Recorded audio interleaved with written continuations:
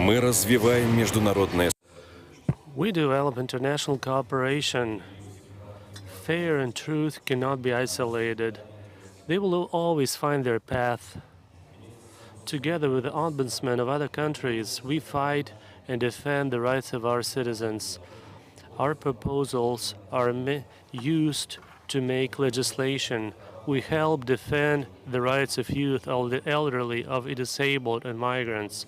We conduct joint receptions for the citizens of our countries. We defend human dignity and the right to be heard. Our strength is our care for people and desire to help. Results of our work say that human rights and fairness do exist and will be protected.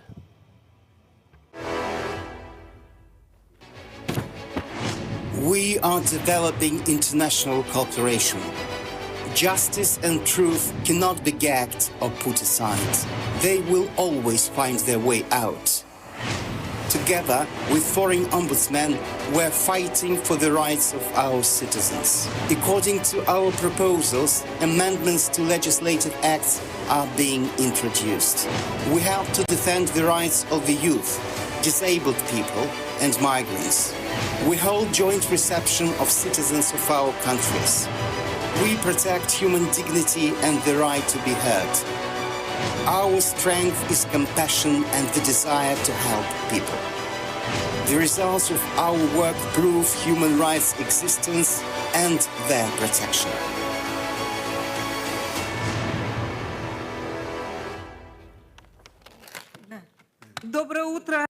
Good morning, dear participants of the conference, dear colleagues, ladies and gentlemen. I would like to announce our conference is open, this 7th International Science Practical Conference on the problems of human rights defense and sharing best ombudsman practices.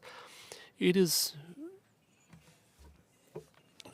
means something that it's held on the 75th anniversary of the Universal Declaration of Human Rights. And we are discussing how to implement its articles in recent decades. The institution Ombudsman has strengthened and expanded many countries of the world. Ombudsmen, they found their place among government bodies, and they ensure defense and observance of human rights and citizen rights. Regardless, independent human rights institutions have been established in most countries around the world. In the last years, and in many countries, have been adopted or significantly updated laws on ombudsmen.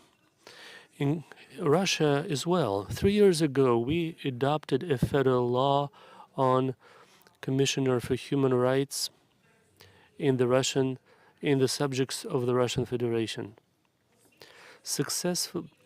We successfully developed regional institutions, and integration communities of ombudsmen are developing. These global trends lead us to discuss at this international conference the topic of competencies of ombudsmen, mechanisms and tools that, based on national legislation, ombudsmen can use to carry out their objectives and tasks, also to provide help to people in difficult life situations.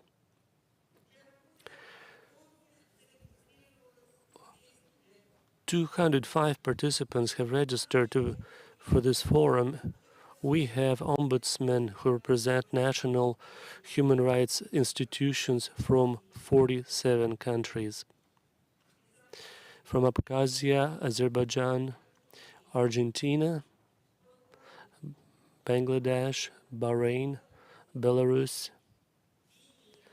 Benin, Botswana, Bosnia and Herzegovina, Bolivia, Burundi, Venezuela, Ghana, Dominican Republic, Zimbabwe, Indonesia, Jordan, Iran, Kazakhstan, Qatar, China, Kenya, Kyrgyzstan, Malawi, Mali, Mexico, Mongolia, Namibia, Nicaragua, Pakistan, Palestine, Transnistrian Moldovan Republic, Russia, Serbia, Senegal, Sierra Leone, Tajikistan, Tanzania, Turkmenistan, Turkey, Uganda, Uzbekistan, Sri Lanka, Ethiopia, South African Republic, South Ossetia, Central African Republic. We are representatives of 9 international bodies also participate in this conference. Organizations and different communities. They represent Asian Ombudsman Association, International Organization for Migration Office, Eurasian Ombudsman Alliance, Eurasian Economic Commission, Executive Committee of the Commonwealth of Independent States, International Committee of the Red Cross, Office of High Commissioner of UN for Refugees and Human Rights. Dear colleagues, let's welcome each other.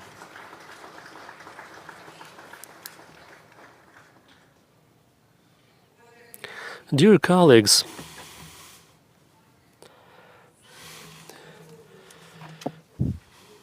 we work with representatives of various bodies, of various authorities, human rights commissioners in the subjects of the Russian Federation, representatives of science and expert community. Dear participants of the conference, with a word of welcome from the President of Russian President Vladimir Putin to read the welcome address, we give the floor to the Presidential Office of Social Projects, Sergei Novikov. The floor is yours. Thank you, Tatiana Nikolaevna. Thank you, dear colleagues and guests, those who are present here in the Russian Federation in Moscow. I would like to read the welcoming address of the Russian state at this conference. Dear friends, I welcome you at this occasion of the opening of the 7th International Science Practical Conference on Human Rights Protection. The conference is becoming more and more authoritative in the global human rights community.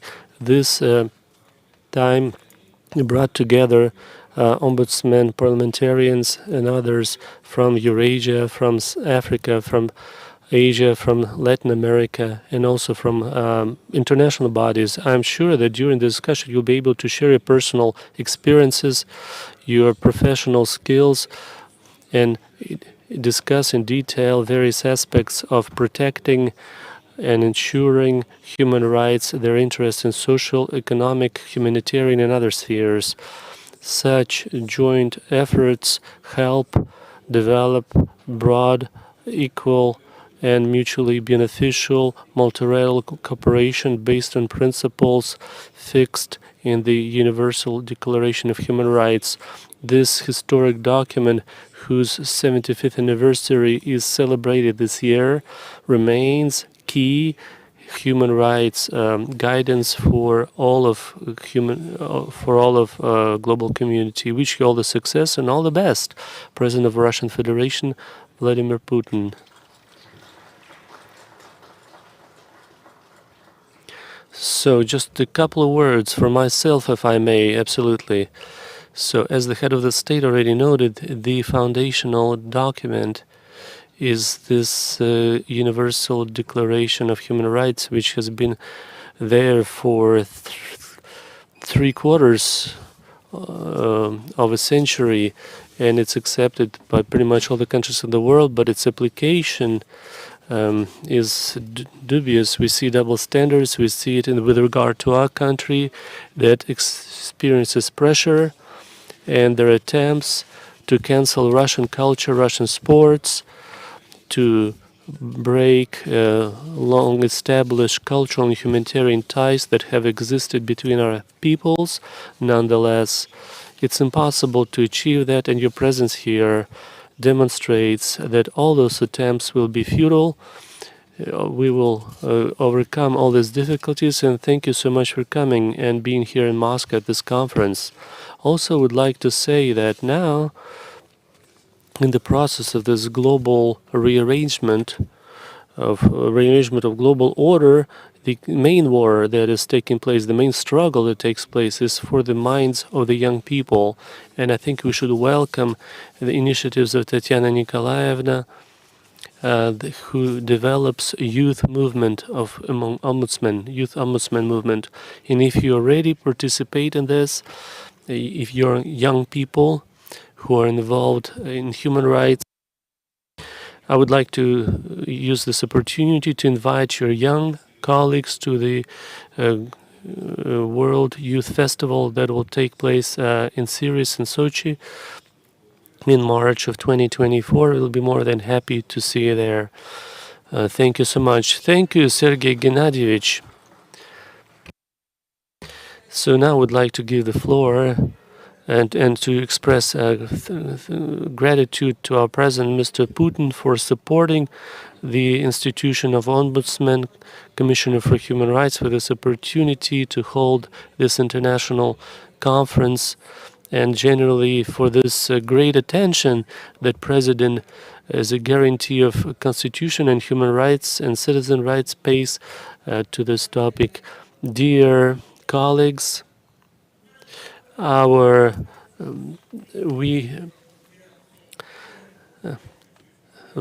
Matviyenko, chairperson of the Federation Council of the Federal Assembly, she has a word of welcoming address. To read it, we give the floor to Chairman of the Federation Council Committee on Constitutional Legislation State Building, Andrei Klishas. The floor is yours. Thank you so much, Tatiana Nikolaevna. I welcome all those who participate in this conference. As Tatiana Nikolaevna said, I am instructed to read the welcoming address from the chair of the Federal Council, from Madam Matviyenko, to participants of the 7th International Science Practical Conference on the Problems of Human Rights Defense and Sharing Best Ombudsman Practices. On behalf of the Federation Council of the Federal Assembly of the Russian Federation, and personally for myself, I welcome the participants of the 7th International Science Practical Conference on Problems of Human Rights Defense and Sharing Best Ombudsman Practices. Throughout the years, the conference becomes more and more popular. It becomes an authoritative platform for ombudsmen from other countries, representatives of government authorities, international organizations, and scientific community. In 2023, the conference is going to discuss statuses and rights of national institutions and how their activities are regulated, to share experiences of ombudsmen, to promote new ideas, to shape new perspective proposals and approaches to the solutions of the most pressing issues in the area of human rights and freedoms. I'm certain that this event will make a significant contribution to strengthening international cooperation and improving the level of legal protection, judicial protection of our citizens. Wish you all the success and good work today, Madam Matviyenko. Dear Tatiana Nikolaevna, if I may, I would like to share a few words for myself. the Federation Council actively cooperates with such an important institution as yours, Commissioner for Human Rights in the Russian Federation, Tatiana Nikolaevna. We are very happy with the level of this cooperation, and some pressing items I would like to discuss, dear colleagues. Undoubtedly, all of us, and perhaps you, in the first place, you face that. You see that in most countries they violate human rights. Human rights and freedoms are violated in all countries, but whether the country is free and democratic is determined on how the state responds to those problems. So what mechanisms are there to restore violated rights, whether those mechanisms are effective and whether those mechanisms meet the requirements of their objectives. With the Commissioner for Human Rights, with Tatiana Nikolaevna Moskalkova, we actively work to make sure we improve these mechanisms to restore violated rights. It's an important objective. Every year, and the parliamentary objective, to a large degree, when it works with the Commissioner for Human Rights, is to improve those mechanisms, to create and implement new institutions. This is how we have institution of regional ombudsmen for human rights.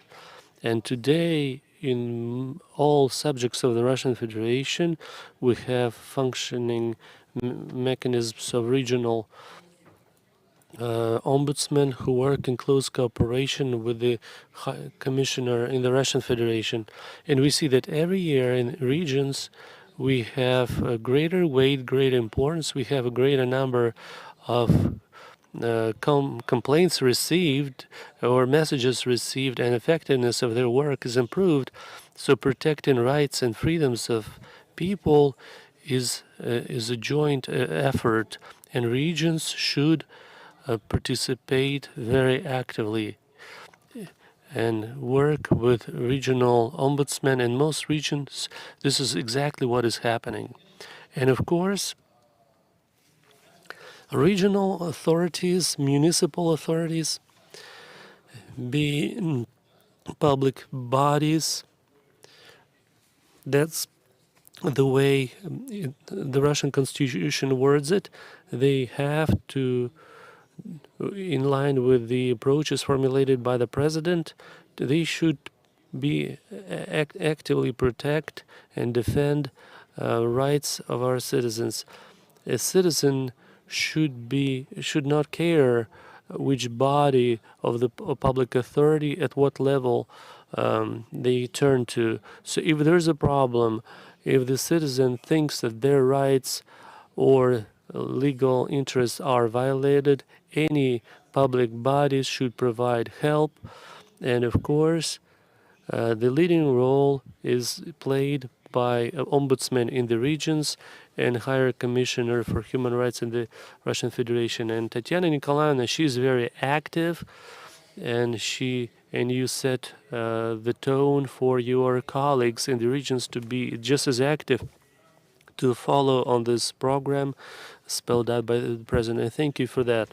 So, dear colleagues, we continue with Tatiana Nikolaevna to actively discuss what else needs to be done for citizens in our social state to feel more protected, better protected. The president emphasized multiple times the social character of the Russian state, and you can look it up at the recent laws adopted by the parliament, initiated by the government. You will see that even during the special military operations, social protection of citizens is one of the key priorities. In the following weeks, the parliament will be considering federal budget, and the budget will be also telling story. So Tatiana raises some issues, and now we are at a new stage when a higher commissioner should be involved not only with the issues of restoring violated rights of citizens, but also provide all the necessary support and assistance to citizens to exercise their legal rights. Ombudsman does not only intervene in a situation when rights have been violated, but the commissioner should help people exercise the rights that are provided by the law. And in the social sphere, it's very important. The president emphasizes over and over again that public authorities should inform citizens on the rights that they have, especially in the social sphere, and help people exercise those rights. It's very important. We can adopt many laws, provide many rights to people, many benefits, but if people do not know about them, unfortunately, results of our work will be null.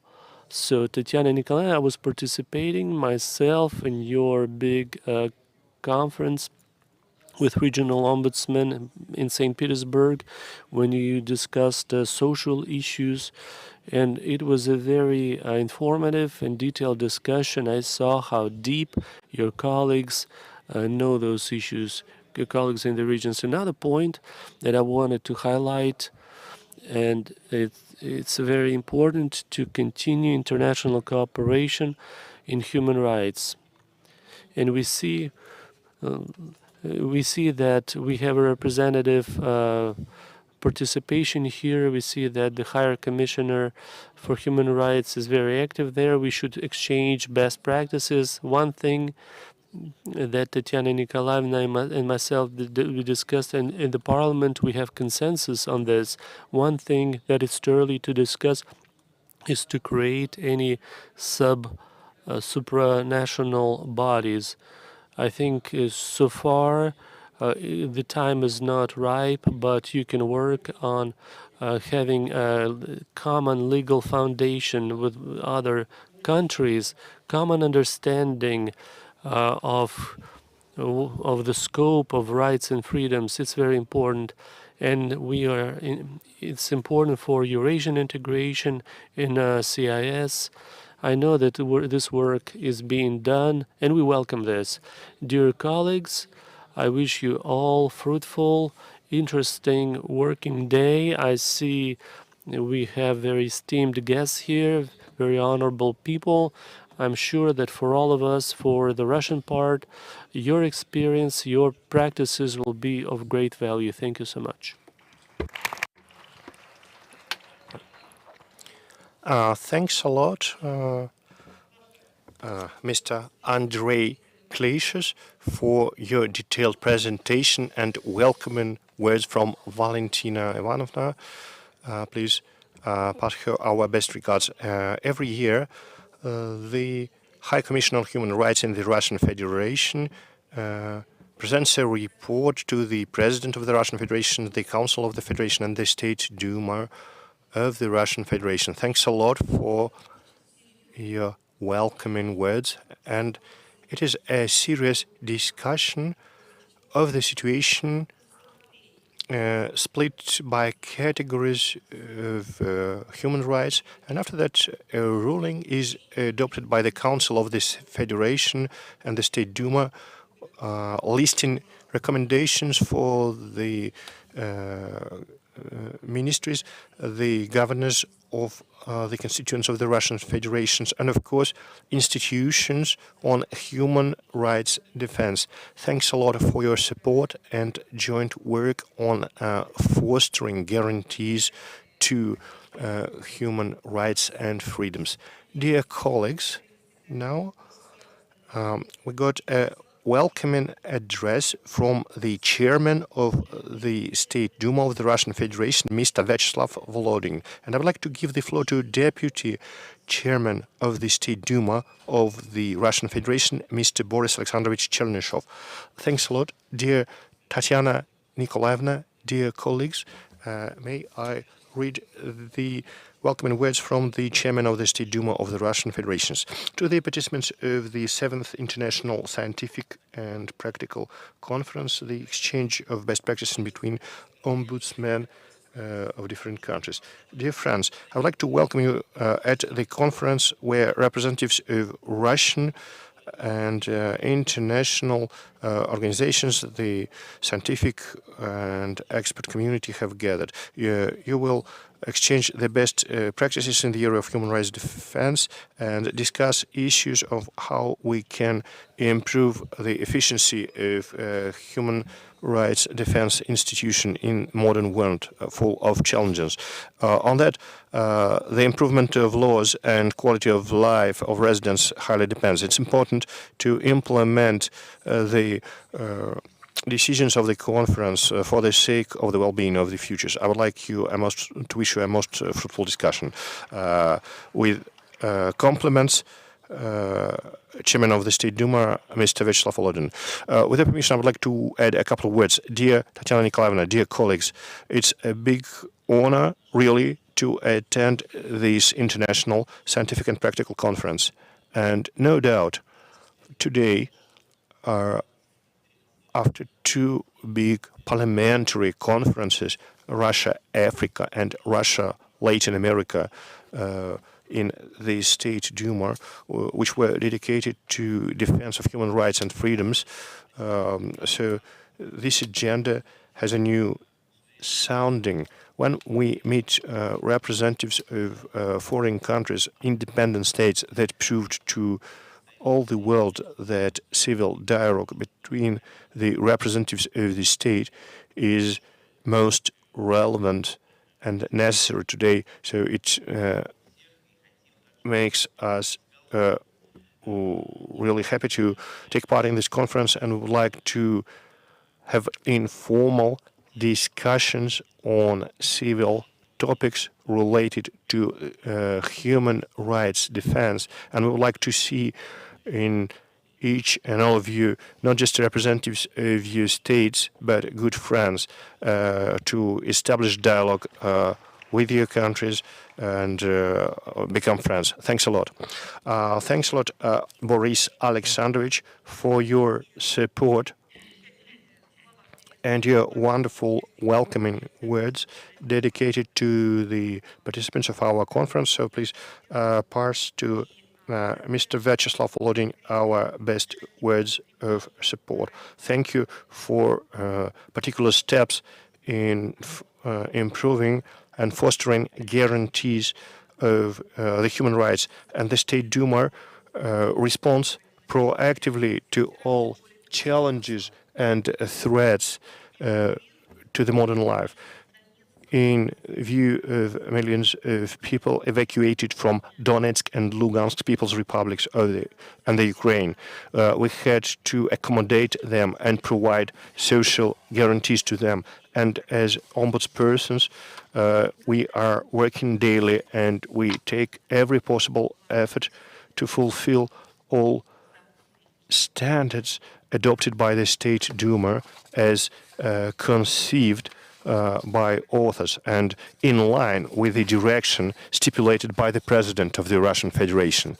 Thanks a lot. And now I would like to give the floor for the welcoming address of the Minister of Foreign Affairs of the Russian Federation, of Mr. Sergei Viktorovich Lavrov, and I would like to hand it over to the Deputy Minister of Foreign Affairs of Russia, Mr. Sergei Vershinin. Thank you, dear Tatiana Nikolaevna. I would like to read out the welcoming address and maybe add some words. On behalf of the Minister of Foreign Affairs and the Ministry, I would like to say that today's meeting undoubtedly makes a good impression. Tatiana Nikolaevna told me beforehand that the meeting will unite a big number of friends, and I see this is really the case, and it is important, both given the level of welcoming addresses and attendance of our distinguished international guests. And I came some minutes late because at the moment we are agreeing the international reaction to what happened in sector of Gaza yesterday. So in just one day, 800 people were killed, just one strike on a civilian hospital. And it is, of course, about human rights, the integral right for the life. We need to defend the fundamental rights, and you will not revive the people, but would need to defend the right for decent life in all its manifestation. And I liked what Andrei Alexandrovich said here on how we need to work daily. And in terms of the international situation, and I mentioned Gaza, we need to act. And today we will have the most tense debate, and some decisions are to be taken, and they are a little bit late because we are already in the 10th, maybe 11th days of this armed conflict between the Palestinian and Israeli side.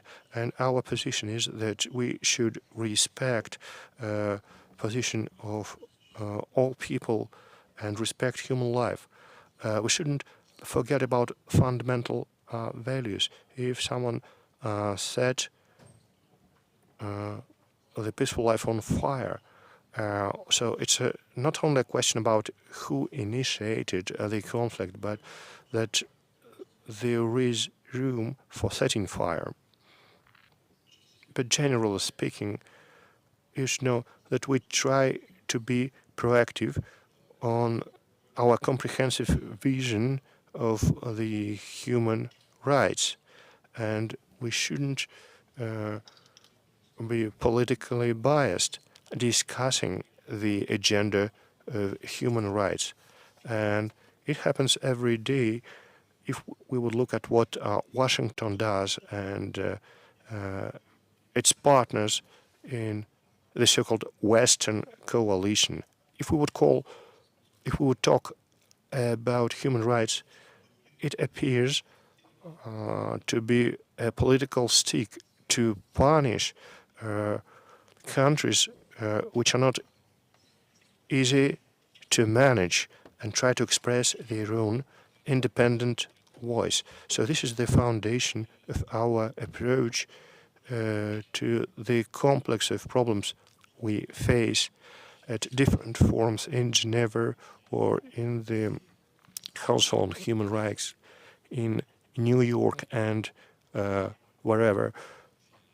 But we need to assume that there are fundamental human rights in the context of the human community.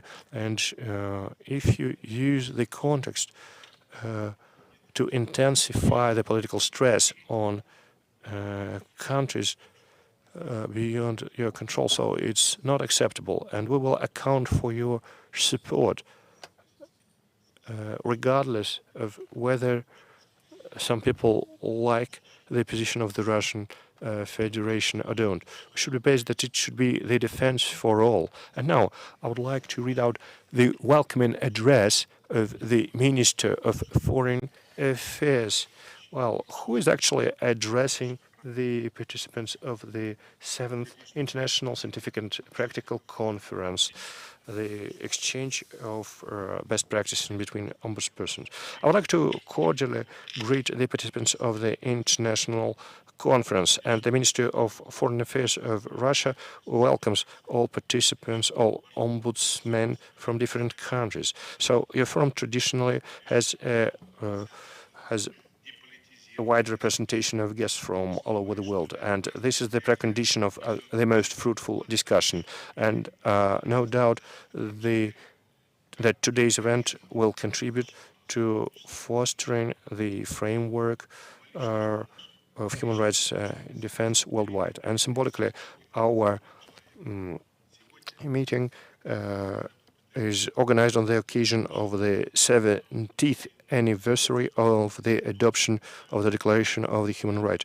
The Western community is trying to substitute the general principles of the Declaration by staged rules.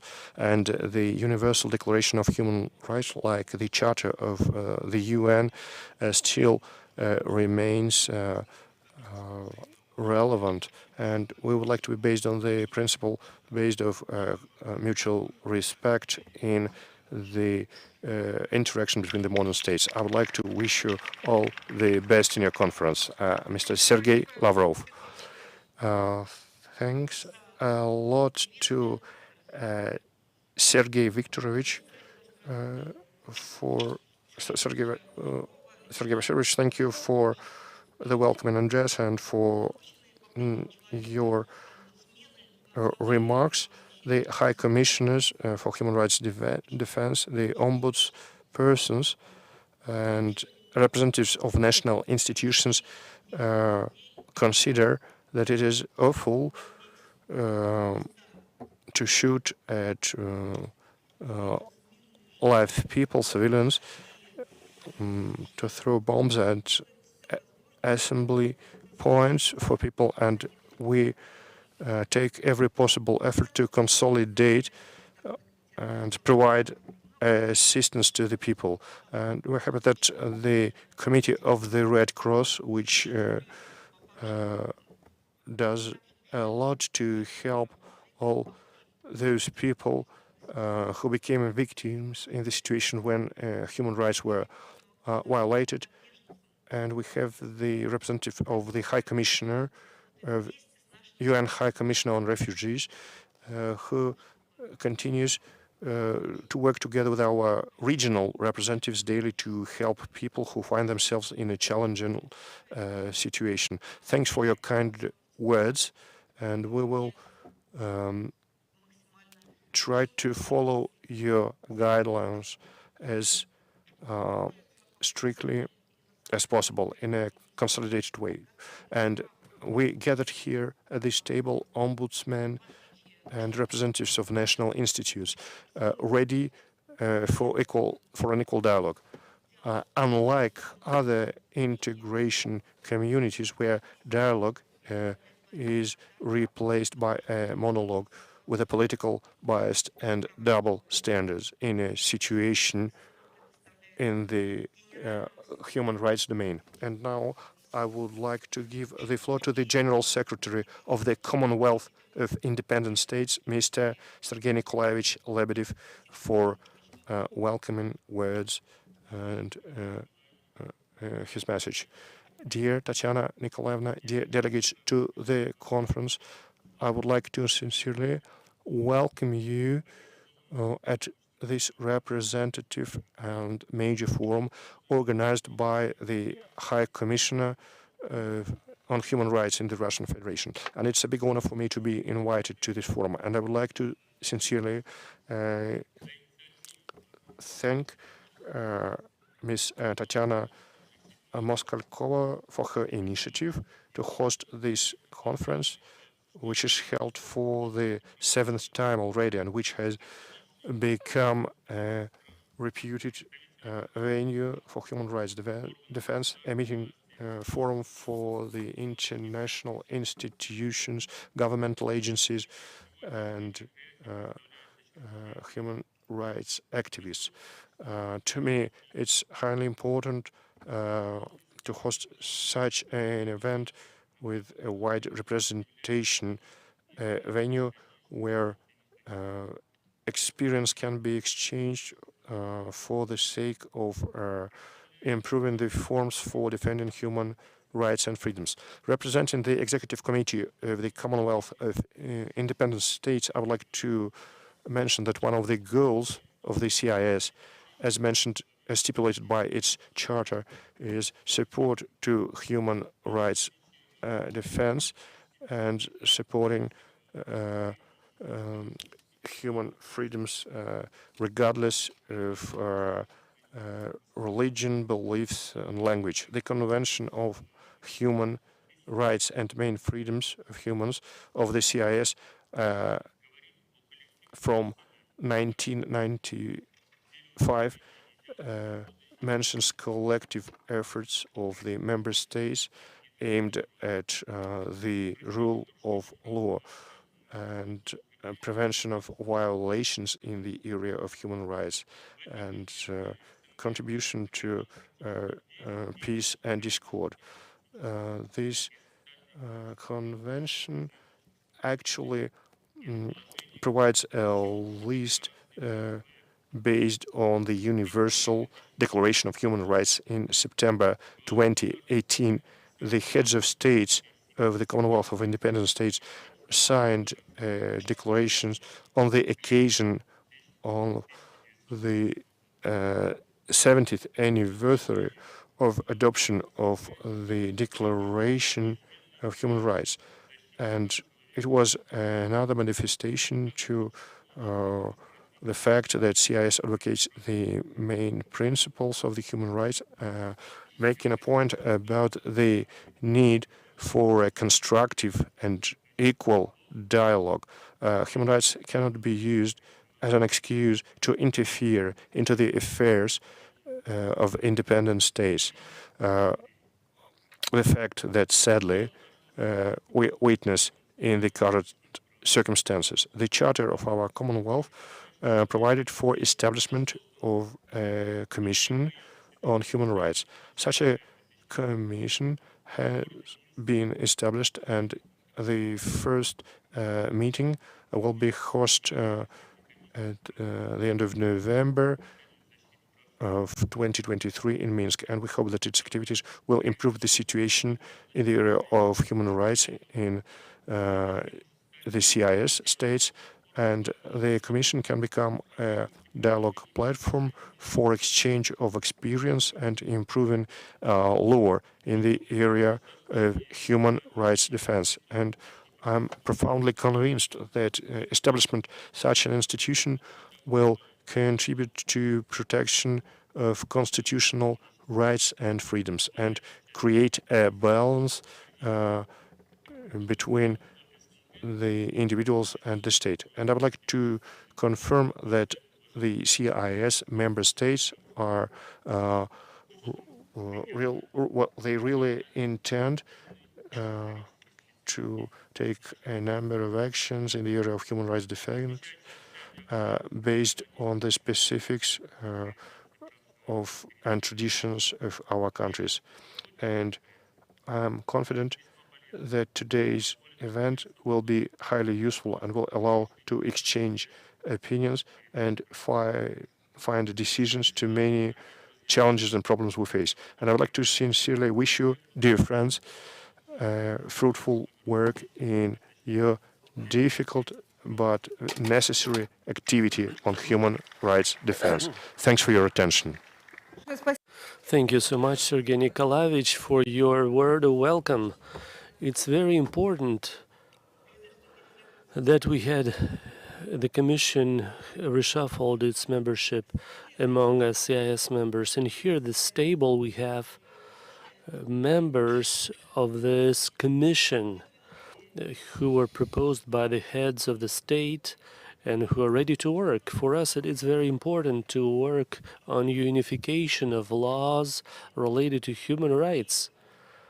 And we have accumulated a lot of experience of helping each other on specific cases, because Ombudsmen can help by visiting fellow citizens in places of detention where people are in closed, restricted institutions. It's an important piece of help which is done by consulates and foreign ministries to specific people, and the Commission should also help elaborate new methodologies, recommendations, guidelines, and most importantly, reach a new level of humanization and unification of laws on human rights. Thank you.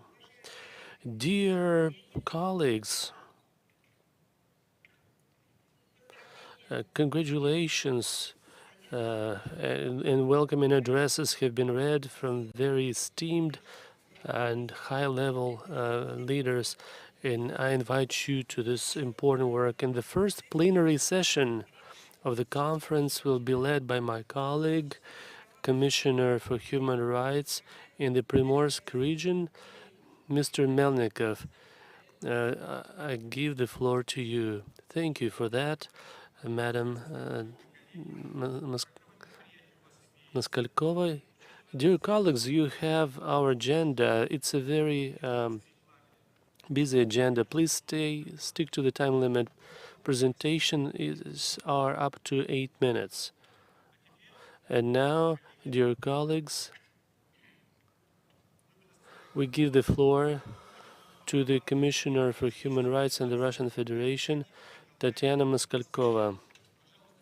The floor is yours. Dear colleagues, dear participants of the International Conference, dear colleagues and friends, the Institute of Commissioner for Human Rights in the Russian Federation was established 30 years ago by the Constitution of the Russian Federation. During this time, with the support of President of the Russian Federation, Vladimir Putin, our parliament and the government, a great experience in promoting and protecting the rights of individuals and citizens has been accumulated.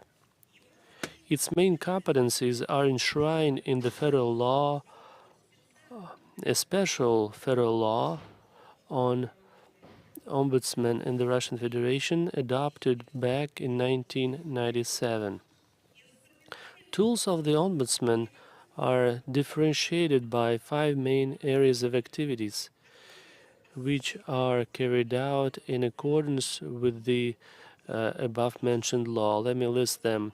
Restoration of rights violated by unlawful actions of public authorities or officials, improvement of legislation on human rights and freedoms, legal education. This is what in those welcoming addresses emphasis was done on, international cooperation in human rights, and finally, coordination of activities of human rights ombudspersons in constituent entities of the Russian Federation. In every subject of the Russian Federation, excepting 2, we have 89 of them. 87 of them have independent, approved and appointed by appointed human rights commissioners. In view of the limited time, I will focus on the competencies that I realize as a Commissioner for Human Rights in Russia, while performing the main function of restoring violated rights and assisting in the realization of human rights. This is what the chair of the Federation Council, Mr. Klishas, talked about in detail. It is for good reason that I emphasize this as well, because providing humanitarian assistance to citizens in difficult life situation is a trend of today's realities require that. You have handout materials that have these items, and it will be also be published in conference materials. Every year I receive tens of thousands of messages related to violations of human rights or pleas for help. So here you see the graph with those numbers. In close cooperation with the state bodies and, of course, organizations of civil society, we provide assistance to people. Considering current realities, there are new categories of appeals. Those who come from evacuated persons. With Mr. Atassi, so they visit temporary camps and see how work of those people is done, how help is provided to them, and of course, appeals or messages from evacuated persons. I would like to emphasize it because they were because they were fleeing bombing and shelling from the Ukrainian Nazis, and also messages from the family members of those who participate in the special military operation with the goal of demilitarization and denazification of Ukraine. So we have some issues related to medical help, to social payments, social benefits, helping children in those families, and we are involved with these issues. We're involved with that alongside with International Committee of the Red Cross on issues of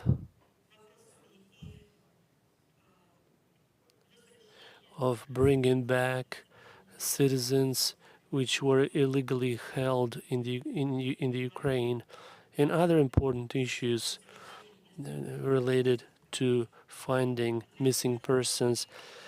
In 2022 and 2023, we helped over 270,000 people. To achieve those results, you need to have a broad range of legal means, tools, and the law provides those tools to us.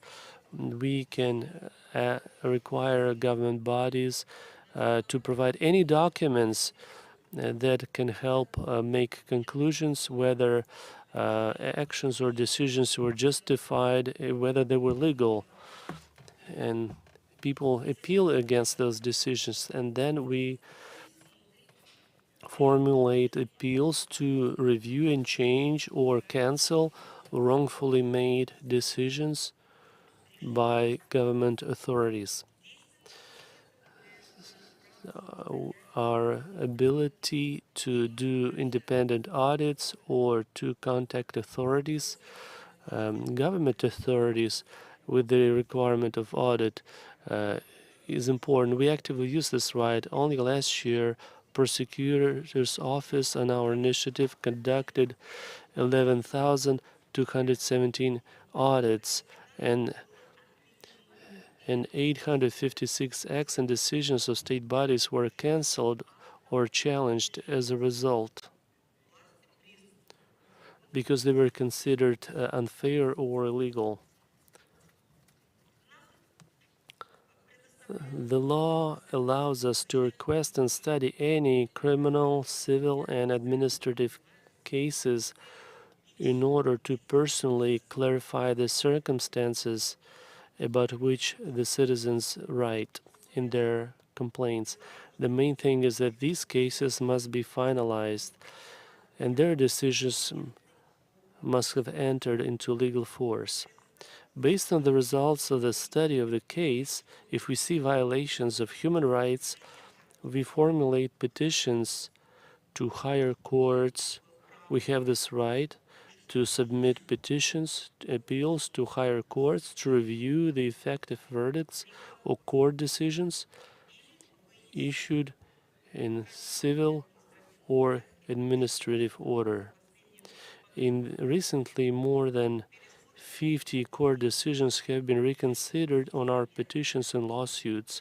There are examples when people are released from criminal punishment, sometimes even after several years, because of their proved innocence upon our initiative. It was us who raised this issue of reconsideration of decision determining the fate of this person. We also have the right to familiarize ourselves with the materials of pre-investigation checks if a person who reported a crime to the law enforcement authorities was refused to initiate a criminal case. And we can also request, study, and make our conclusions on the terminated criminal cases. So if criminal cases were terminated, if we find grounds, we ask these bodies, prosecutors, government watchdogs to reconsider these decisions. Relatively recently, the law has given us the right to file administrative lawsuits in court in certain categories of cases in defense of the rights and legitimate interests before citizens do that themselves if we are asked about it by those citizens. On such claims, the courts often make decisions on the recovery of compensation in favor of citizens. For example, for failure to provide housing or a prolonged, lengthy investigation of a criminal case, for a violation of reasonable terms of resettlement of residents for an emergency housing complex, and others. As part of constitutional proceedings, we have the right to file complaints to the Constitutional Court of the Russian Federation to verify the constitutionality of laws that, in our opinion, violate human rights. We also actively use such a power as sending, based on the results of consideration of complaints, conclusions to state bodies on eliminating shortcomings in their activities that contributed to the violation of human rights. For example, we initiated an independent environmental audit when during the construction of a dumping site next to a residential area in one of the settlements in the Arkhangelsk region. That audit was conducted and confirmed the construction of such a landfill would harm people, and the right for environment was protected and the construction was stopped. Dear colleagues, of course, it is impossible to list the full list in such a short time. But these examples should demonstrate what tools we use to restore violated rights or to help people and assist them. But whatever tools are provided for us, the use of them requires not only professionalism, but also great mental strength and the ability to empathize with a person in a difficult life situation, to feel for them as if it were your own pain. It's only in that case that you can achieve desired results.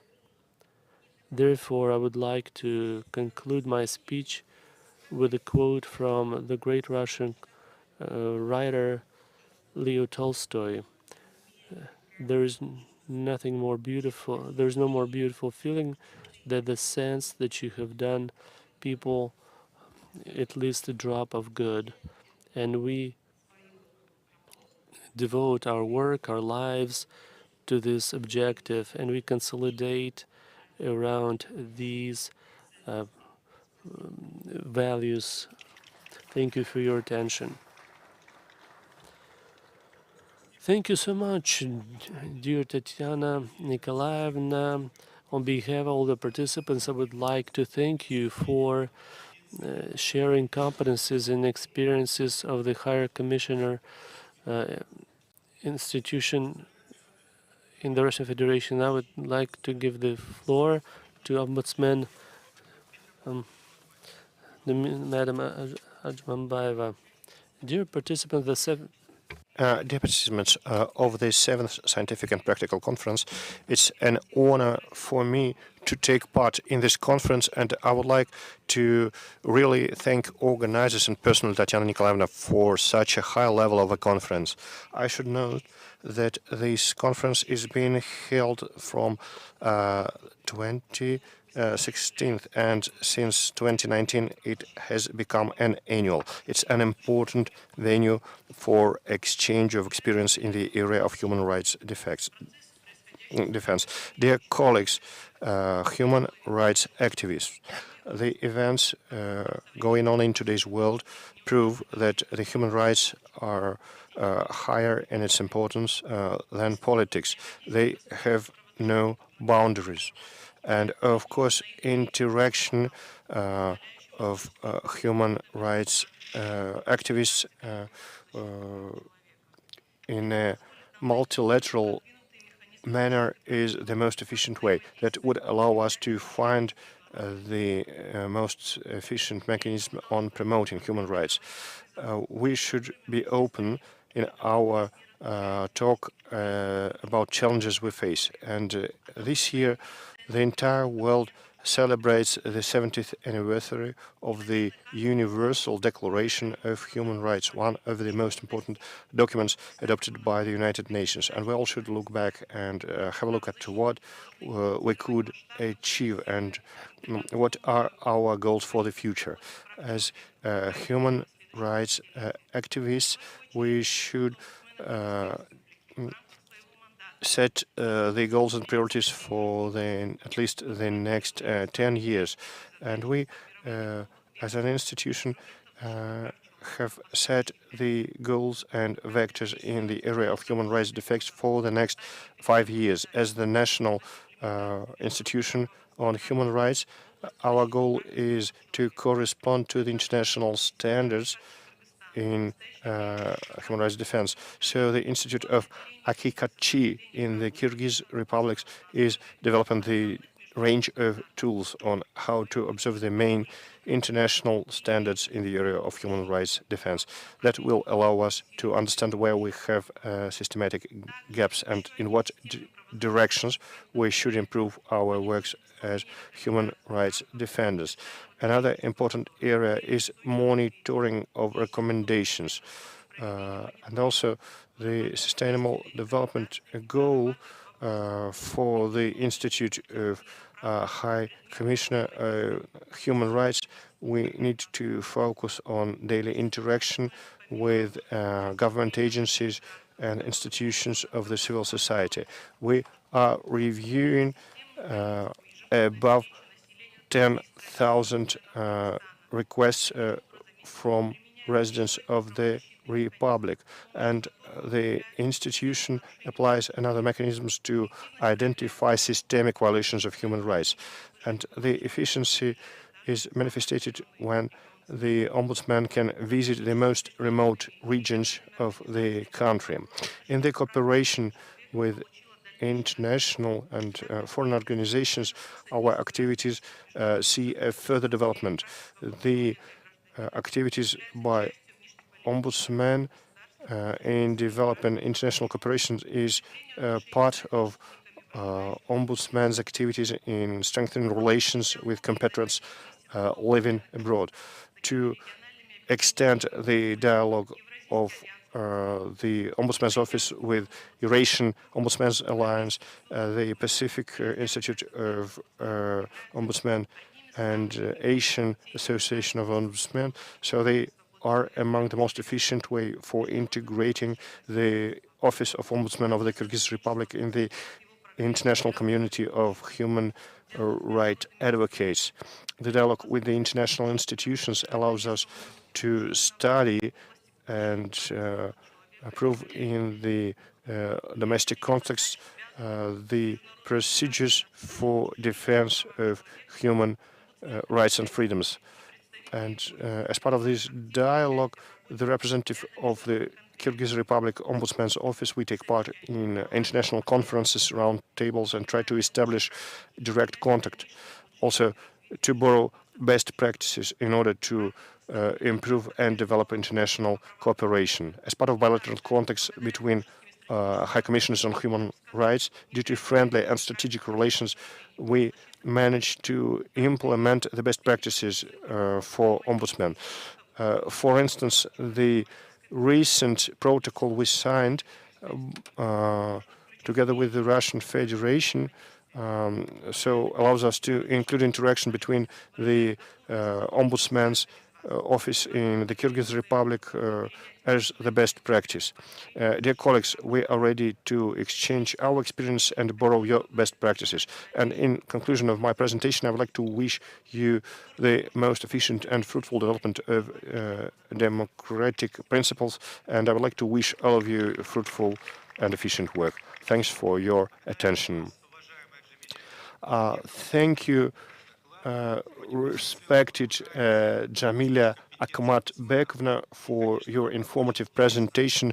And today we are trying to delve into the area of Ombudsman's activities, and thanks for such a detailed explanation of your mandate.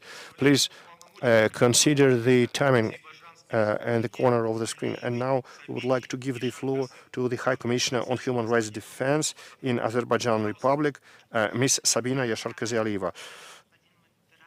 Dear Tatiana Nikolaevna, dear Mr. Moderator, dear guests, participants to the conference, ladies and gentlemen.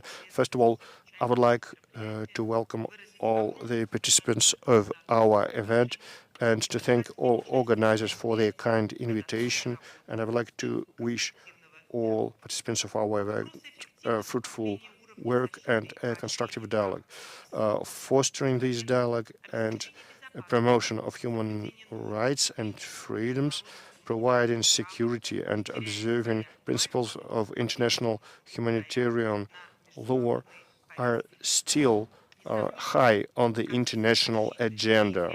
And no doubt the processes for protection and implementation highlight the role of the Institute of Ombudsmen and national human rights defense institutions based on principles of objectivity and justice. The Institute of the Commissioner for Human Rights in the Republic of Azerbaijan, accredited as a national human rights defense institutions, acting in line with the Paris principle for more than 10 years, contributes to defense of human rights, developing of legal mindset and legal culture and framework in the country.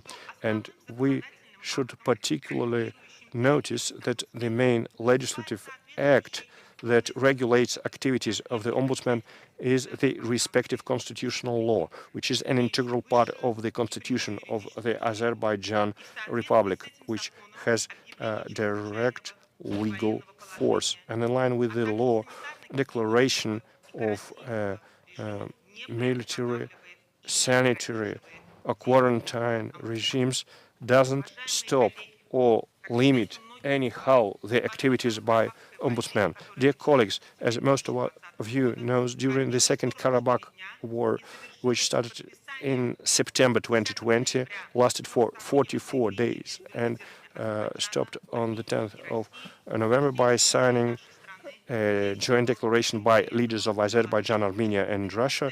We had the military situation acting in the entire territory of our country, and we had the quarantine regime at the same time as the COVID-19 pandemic started in March 2020.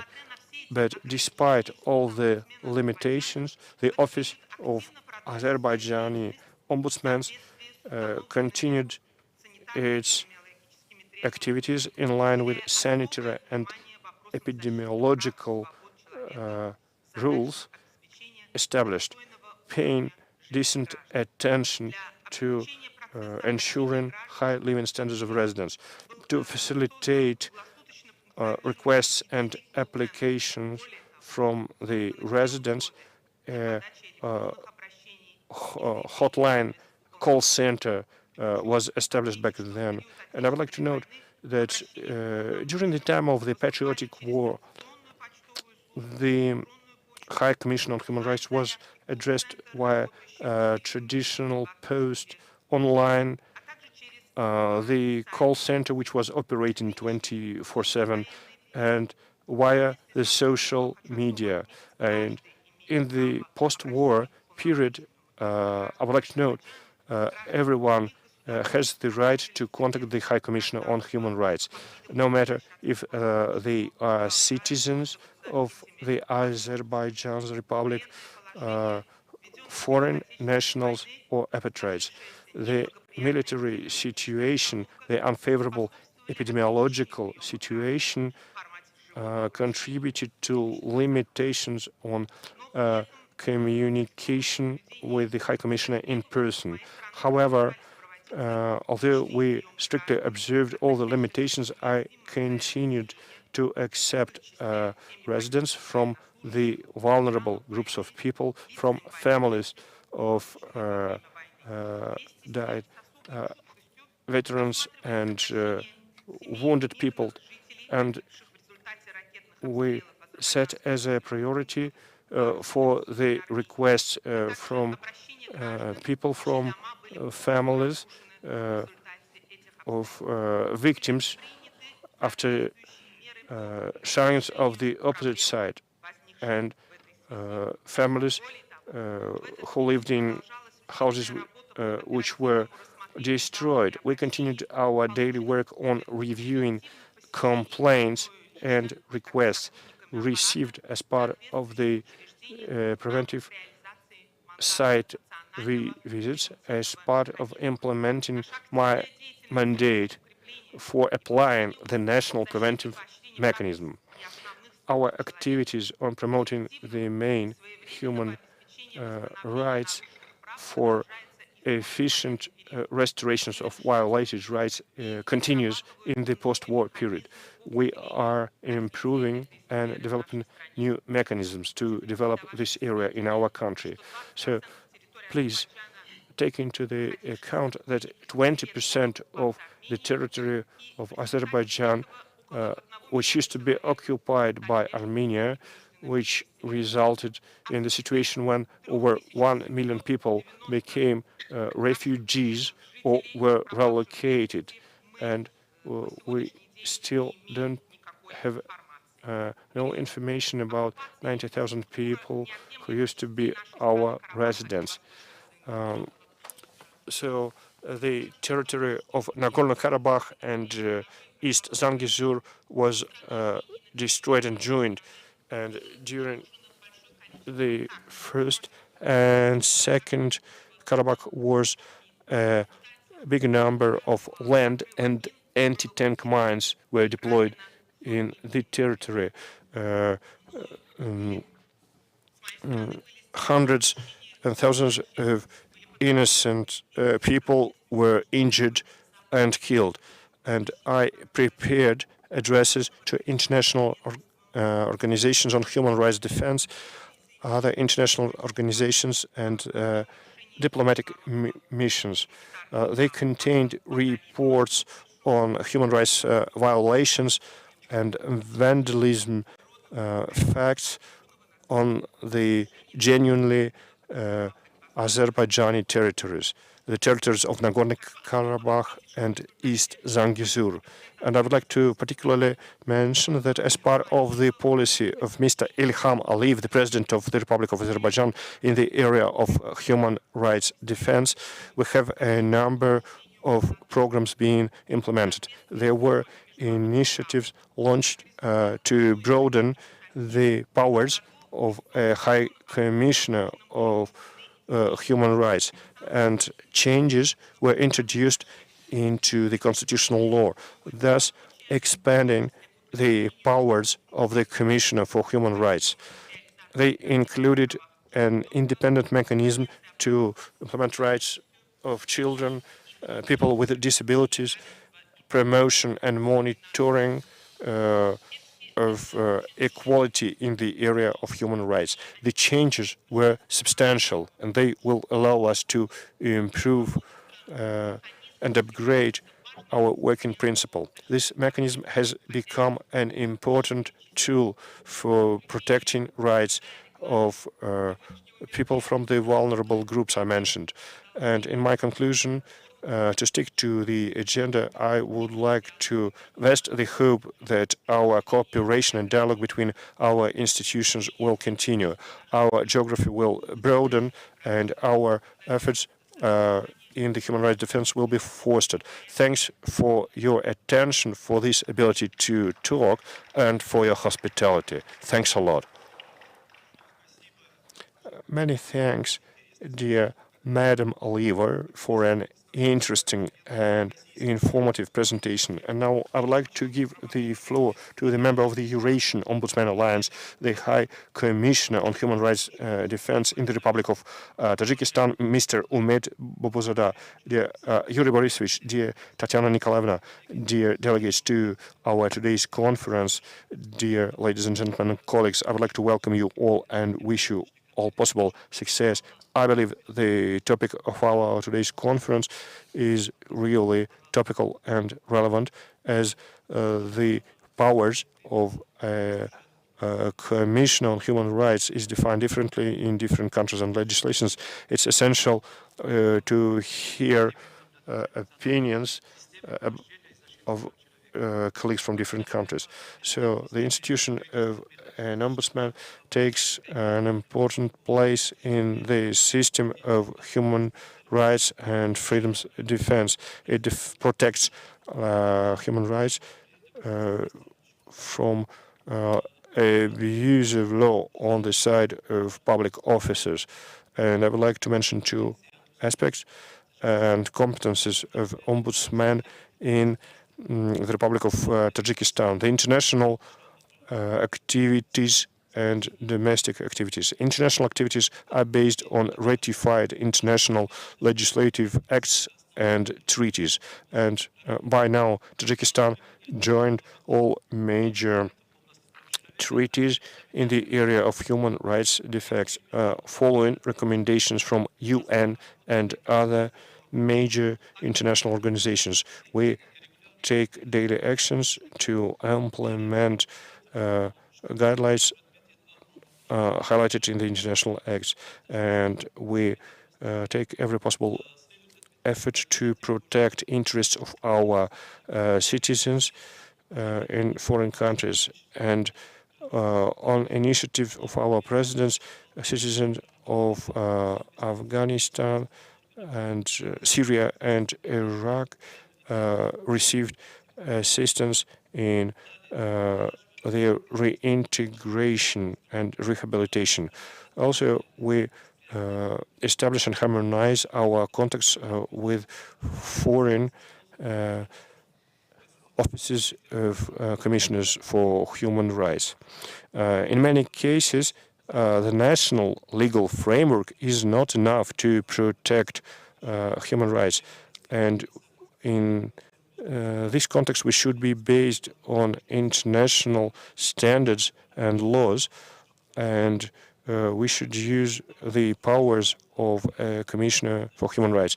Maybe labor migrants from the Republic of Tajikistan work in the Russian Federation, so we signed an agreement with the High Commissioner for Human Rights of the Russian Federation, with the Commissioners for Human Rights in St. Petersburg, Orenburg, and Samara regions. And also last year, we signed a memorandum on cooperation with the Republic of Uzbekistan.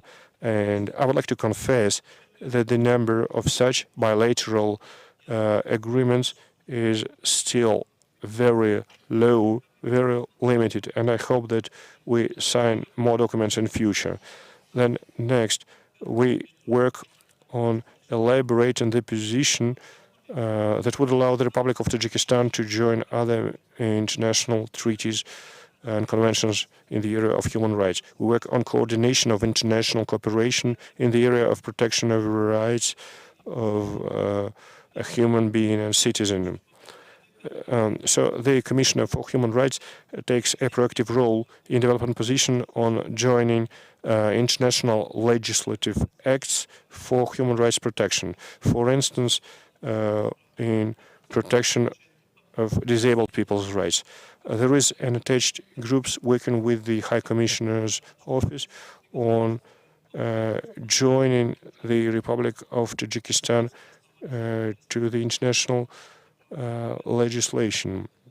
So there is a law on activities of the Commission for Human Rights from 2008, aimed at observing rights of citizens and residents. We also work on legal education in the area of residents and human rights, on access and verification of information and other laws. One of the main authorities of the Human Commissioner is helping improve laws on human rights. Ombudsmen participate in improvement of legal regulation and makes proposals for additions and modifications in the interests of citizens. Also, Ombudsman helps develop legislation as part of working group in line with Constitution, International Convention.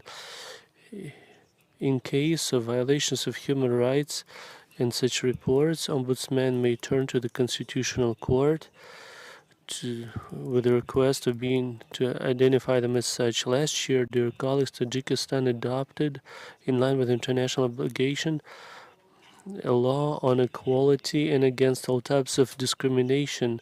And Ombudsman is the body to monitor observance and implementation of this law. So anti-discrimination audits are being done. Reconciliation between victims and perpetrators are carried out. The Ministry of Justice of Tajikistan develops a procedure on anti-discrimination checks on implementation of those legal acts. Human rights are key for actions in line with the national strategy for protection of human rights until 2038. One of the priorities of Ombudsman is to ensure rights of those who are under detention. Analysis of the conditions of detention are done on the basis of appeals from family members, and visits are done to detention centers, to prisons, to jails, and we monitor the conditions there. The most effective mechanisms to ensure human rights in penitentiary institution is controlled, done by public organizations. So Human Ombudsman created a monitoring group to visit penitentiary institutions in Tajikistan, to using group against torture and other violations. So following this monitoring, they had access to all detention centers regardless of the authority in place. So the institution of the Higher Commissioner for Human Rights is important to ensure human rights and improve effectiveness and improve the level of trust towards it. Also, regulation, improving competencies and implementation mechanisms.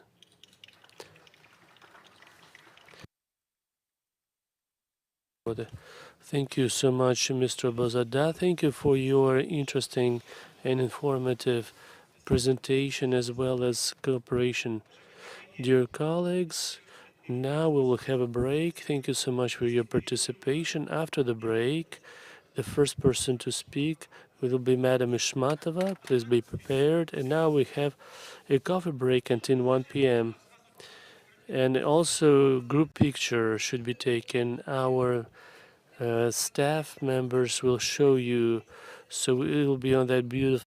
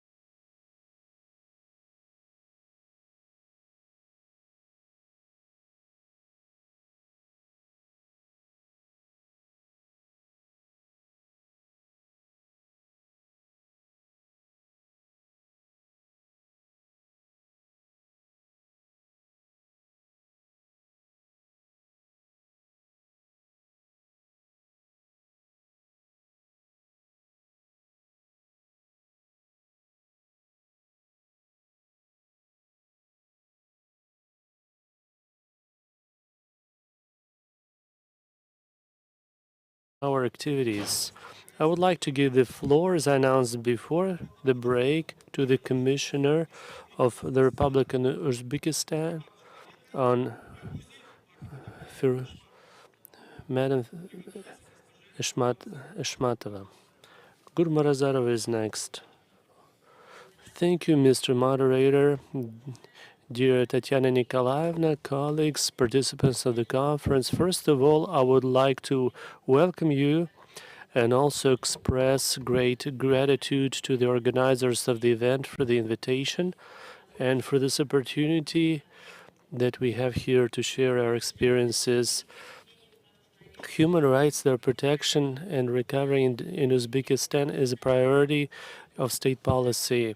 In our country, we do systemic efforts to strengthen organizational and legal framework for human rights protection, implementation of international standards on human rights in the national legislation and fulfillment of international obligations, also activization of cooperation with international bodies on human rights. In line with the 75th anniversary of adoption of the Universal Human Rights Declaration, a presidential decree was issued and special measures were taken. An action plan to defend human rights on April 30th this year. For the first time in the history of Uzbekistan, at the general referendum, the highest document was adopted, which sets the path of this of any country. A new version of the constitution is based on the paradigm human person, society, state, and it has practical meaning because it reflects rights and of all types of all categories: young people, women, teachers, disabled persons, and even those who committed crimes. To a large degree, we strengthen the legal framework to regulate activities of ombudsmen, and their rights have been expanded. Article 98 in the version of the Constitution sets out that Ombudsman institution has the right to promote, to make legal initiatives, proposals to the legislative chamber of Uzbekistan, and other legal initiatives. It should be noted that Ombudsman commissioners for human rights this year, with country reports, at the same time presented reports to UN, So in line with UN Convention on against discrimination, race discrimination, gender discrimination, said that Ombudsman regularly presents special reports to the Parliament and to the government. In this context, the Parliament Commission over the 9 months of this year had 3 hearings and special reports presented by the Ombudsman. Over the 9 months of this year, Ombudsman received over 10,000 messages. Over this period, we provided over 100 documents to organizations or officials to restore violated rights that were identified as we studied messages from the persons. A lot of work is done in the country to strengthen guarantees of freedoms of persons, also category and admissibility of torture and other violent and inhuman or degrading actions and treatments. Over the last 9 months, Ombudsman and a societal group under the Ombudsman had over 400 monitoring visits to detention centers. Compared to the previous year, this indicator has doubled. During monitoring visits, group meetings were held with over 8,000 people. Also, individual meetings were held with over 3,000 prisoners. Monitoring visits and the results are regularly and systematically covered by the media.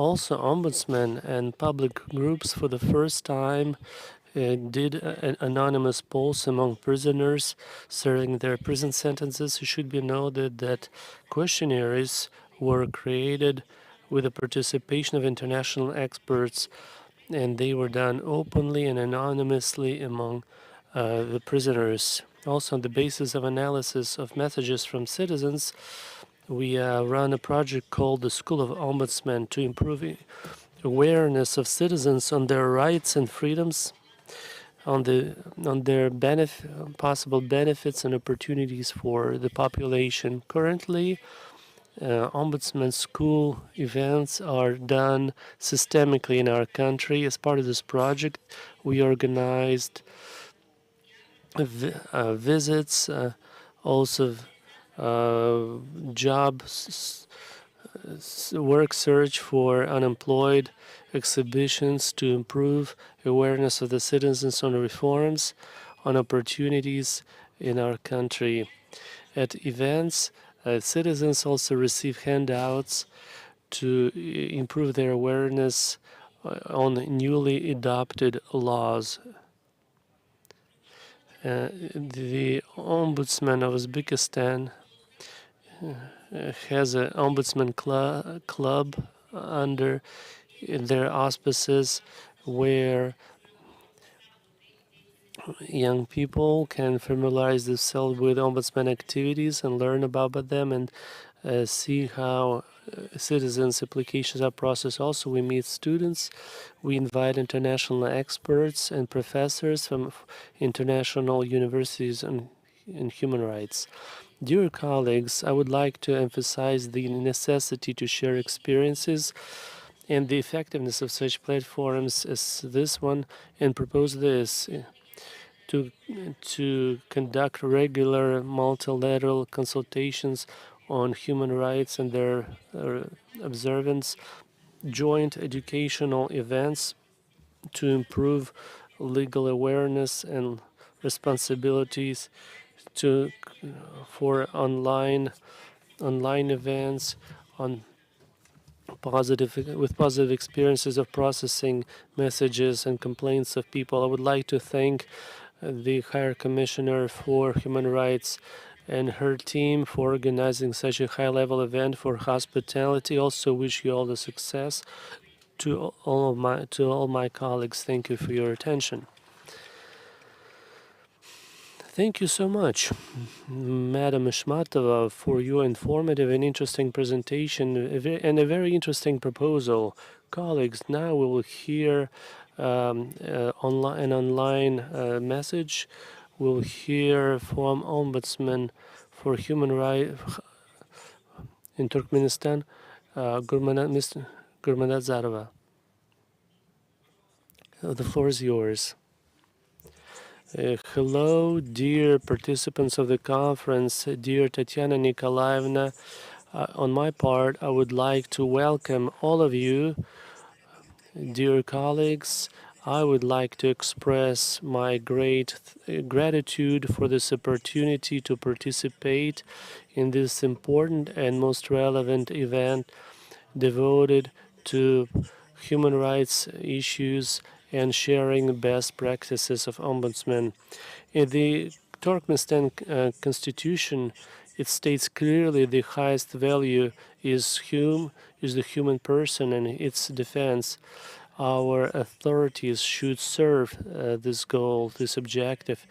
The country runs multiple plans, such as National Action Plan on Human Rights until from 2021 to 2025, National Action Plan on Gender Equality for the same period, National Action Plan for citizens for persons with autism, National Action Plan on children's rights from 23 to 28. So these initiatives emphasize our desire to promote human rights and and desire to become a law-based democratic country. Even though for full-scale implementation of human rights, you need to have integrated human rights infrastructure. Ombudsman plays an important role in it. Turkmenistan, being an active member of international convention, strictly follows its international obligations, and government support of functioning of the Ombudsman institution in our country is part of that effort. Ombudsman adds to the existing defense means of human rights and citizens rights. I would like to share some ideas and some achievements in the Office of Ombudsman in Turkmenistan and our desire to strengthen human rights in our country. Firstly, I would like to emphasize that the Office of Ombudsman was created in 2017 and is one of the youngest national human rights institutions in Eurasia region. When it was established, Turkmenistan strictly adhered to the Paris Principles on the status of national bodies in human rights and their defense.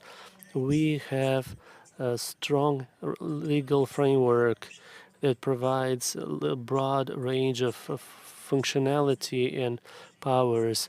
We have been able to gain respect and create a qualified office, even though our personnel is somewhat limited, but we doubled our budget even during the pandemic of COVID-19. We permanently work on strengthening mechanism of protecting human rights in line with the mandate given to us by our law. We actively review complaints and we monitor human rights in various spheres of our lives. It includes monitoring of conditions in prisons, protecting children's rights, women's rights, disabled persons' rights, and many other aspects of human rights. In line with the Turkmenistan law on ombudsman, the function of an ombudsman of Turkmenistan includes assisting observance of human rights, respecting human rights, restoring violated human rights and freedom, ratification of international treaties in human rights, improvement of legislation in related areas, legal education among citizens in human rights and freedoms, interaction with government bodies in this sphere, and coordination of international cooperation. Ombudsman of Turkmenistan should review complaints of citizens against authorities, against officials and public officials. So if decisions or actions have been appealed against as part of the established procedure, and also the functionality of Ombudsman includes annual reporting on the activities and the situation with human rights in the country that is provided to the President of Turkmenistan. With this report, Ombudsman of Turkmenistan speaks in front of a Majlis of Turkmenistan. 6 reports have been made so far. So Ombudsman Law, Article 20, states that Ombudsman has the right to make a special report to the President of Turkmenistan on special issues related to human rights and speak with such a presentation in front of Turkmenistan Majlis. It should also be mentioned that our law enforcement process and cooperation with international partners and organizations last year, jointly with experts of Asian Pacific Forum of National Human Rights Organizations and the Higher Commissioner for Human Rights and UN program, we conducted an assessment of the Office of Ombudsman Turkmenistan. There was an important event. It was on July 13th of 2022 when we signed an agreement on MOU memorandum with the Asia Pacific Forum. It's important to stress that before this assessment, capacity assessment was done in July of 2022, we had conducted preliminary meetings with a special team of experts that later did the assessment. That team included experts from Asia Pacific Region Forum, representatives of the regional office in Istanbul and regional chapter of UN High Commissioner for Central Asia, as well as member of National Commission on Human Rights of Mongolia.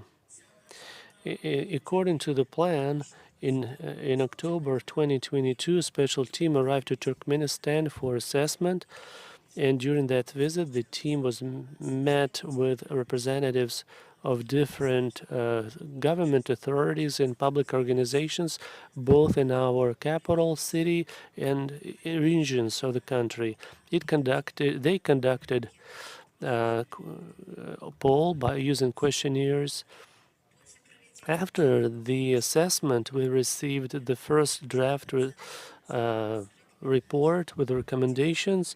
It was back in December last year. That report will be used to develop strategic plan that in its turn will help improve operations of the Office of Ombudsman and prepare applications on participation in Global Alliance of Ombudsmen. Assessment of capacities demonstrates not only that we would like that our desire to fulfill our obligations and defend human rights, but it also stresses our full transparency and independence in our actions. I would like to add that currently, with the help of experts from Asian Pacific Forum, we actively work on developing a strategic plan for the Ombudsman Office that covers the next 5 years. In the next years, we plan to conduct, to make some serious changes in our office, including increased staff and opening regional chapters. Our strategy also includes work activities to expand competencies of ombudsmen with necessary changes and amendments to our legislation, specifically the law on ombudsmen. So these steps should ensure that Ombudsman Office has more comprehensive and more effective abilities to fulfill its functions and also strengthening human rights in our country. Dear participants, in conclusion of my speech, I would like to stress that our experience and our competencies as ombudsmen play a decisive role to promote human rights and defend our citizens, especially in these days when the world faces multiple challenges, also those who are related to the pandemic, economic and social problems. Adoption and participation in today's conference is important for us because we discussed important issues and we share experiences. It's one of the key areas necessary for human rights defense. In conclusion, I would like to thank you once again for this opportunity to participate in this conference. I wish you all a success, good health, and all the best in your activities. Thank you for your attention. We would like to thank Madam Gurmanazarova for your informative presentation, for such a detailed description of your activities in Turkmenistan. I would like to give the floor to the head of the National Institution of Human Rights of Bahrain, Mr. Al-Derazi. Mautaush is next. Yeah, thank you. I'm pleased to participate with you today in this important conference, the 7th International Scientific and Practical Conference, Human Rights Practice and Problems. I would like to extend my sincere thanks also to the High Commissioner for Human Rights in the Russian Federation, Professor Tatiana Nikolaevna Maskalkova. I'm here I would like to give you some small brief on our institution, the establishment, the achievement, and the challenges that we are facing. The National Institute in Bahrain for Human Rights was established by a royal order in 2009, and in 2014, an establishment law was issued, granted the National Institute for Human Rights in Bahrain more financial and administrative independence. Now, in 2016 as well, there was an amendment to the establishment's law was issued based on the observation from the subcommittee for on the accreditation and for Ganhari. So based on that, we have made an amendment to our law. The amendment empowered NIHR request for necessary information from relevant ministries and agencies. Previously, we were not having that wide strength as we have it now. Okay, and who will not report properly to us? We can put that report properly in our yearly report on the human rights level in the country. The NIHR now can conduct a visit field announced or unannounced in public places suspected of a human rights violation. We don't need to give an announcement before having such visits. So basically, wherever we feel that there is any kind of violation to the human rights, wherever it is, we have our law give us a full authority to go and do a full investigation on such violation. Now, also, we can emphasize in place of cooperation and coordination with the civil society institutions. And the NIHR can directly communicate with the human rights defenders, whether they are institutions or they are just an activist. The annual report, including deducted section on the Kingdom of Bahrain rights institutions. So basically, we give a full report on yearly basis, and now we have reached to 10 reports up to now. Now, the achievement. The NIHR established a position of Child Rights Commissioner in this year, in the summertime, and we launched it in Geneva last month also, or this month, by the way, 5th of October, this month in Geneva, we launched this position. The NIHR formed a joint working team implementing alternative sanctions with the private sector. Now, I will have to tell you about a new experience that Bahrain had. We had widely used the alternative sanctions. So basically, we give for the prisoners other chance to go back to the society and participate in the society back again. And that law was established in 2017, and there was an amendment in 2021. Now, the NIHR participated hardly in that for the prisoners to have better work. Now, at the time of the alternative sentences, it takes around 6 months. After that, most of the prisoners, they don't have work. Mostly of the private sector will not like to employ any prisoners. So we have worked hardly last year, and we have established a new mechanism to encourage the private sector to start taking them and working with them. And now on next month again, we are having review on this subject. I think we are having above 500 of the prisoners. They start having a job, and we are just reviewing their work back again. So this is part of our experience. Now, this year also we have made and worked hard on the environment. As in Bahrain and in Gulf, we have for the last 50 years a very high development in the infrastructure and all over. And that high and fast development made a lot of disturbance to the environment. So we focused on that last month also, and in this year's. Now, the NHR has signed a different memorandum, and we work hard for the, as they call it, the more integration with the international bodies. We have signed over 51 memorandum of understanding with different bodies.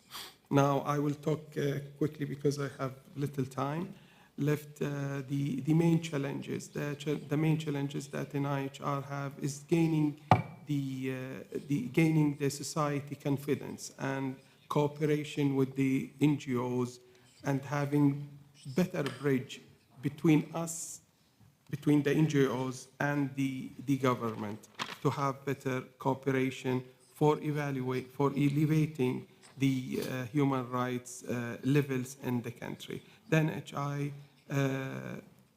work very hard to build a balanced relationship with the civil society institutions and promote their legal culture. We work also very hard to be independent, neutral, and a strong platform for the human rights in the Kingdom of Bahrain. I would like to thank you finally for giving me such opportunity to speak about our NIHR. Thank you very much.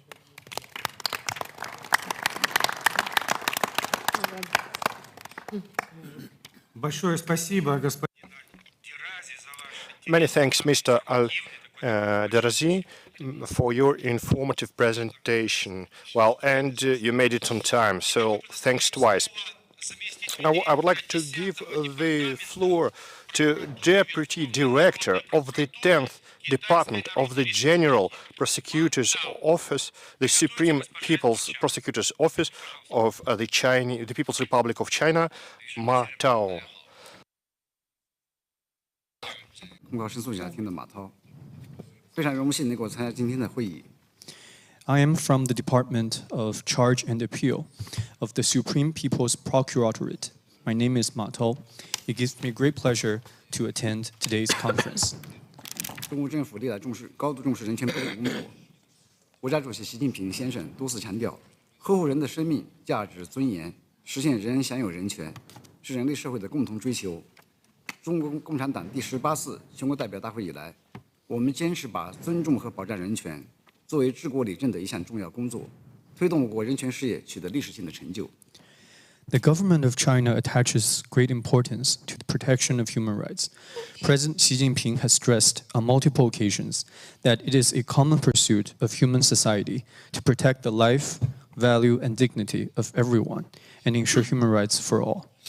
Since the 18th National Congress of the Communist Party of China, we have been upholding the respect for and protection of human rights as an important part of the country's governance and have been working for historic achievements in human rights cause of the nation. 我们实现了第一个100年奋斗目标，全面建成小康社会，历史性解决了绝对贫困问题，为我国人权事业发展打下了更为坚实的物质基础。我们不断发展全过程人民民主，推进人权法治保障，坚决维护社会公平正义，人民享有更加广泛、更加充分、更加全面的民主权利。 We have realized the first centenary goal of building a moderately prosperous society in all respects and resolving the issue of absolute poverty once and for all, which lays a more solid material foundation for the advancement of the human rights cause. We continue to develop a whole process people's democracy, advance legal protection for human rights, resolutely safeguard social fairness and justice, for the people to enjoy democratic rights in a broader, fuller, and more all-round manner. 我们深入推进司法体制改革，加强平安中国、法治中国建设，严厉打击各类违法犯罪，保持社会长期稳定，切实保护人民群众生命财产安全。我们积极参与全球人权治理，持续制定和实施4期国家人权行动计划，为世界人权事业发展做出了中国贡献，提供了中国方案。We have deepened the reform of the justice system and advanced the Peaceful China Initiative and rule of law in China. We have rigorously cracked down on various types of violations of law and crimes, maintained long-term social stability, and concretely protected the safety of life and property of the people. We actively participate in global human rights governance and have continuously formulated and implemented 4 cycles of national human rights actions, providing Chinese input and solution to the development of the global human rights cause. 本次会议聚焦法治在人权保障中的作用，具有非常重大的现实意义。法治是人权最有效的保障。中国始终坚持法律面前人人平等，把尊重和保障人权贯穿立法、执法、司法各个环节，加快完善体现权利公平、机会公平、规则公平的法律制度，保障公民的人身权、财产权、人格权，保障公民参与民主选举、民主协商、民主决策、民主管理、民主监督等基本政治权利。 健全全过程人民民主，不断提升人权法治化保障水平。 This conference focuses on the role of rule of law in human rights protection, which is highly relevant. The rule of law is the most effective protection for human rights.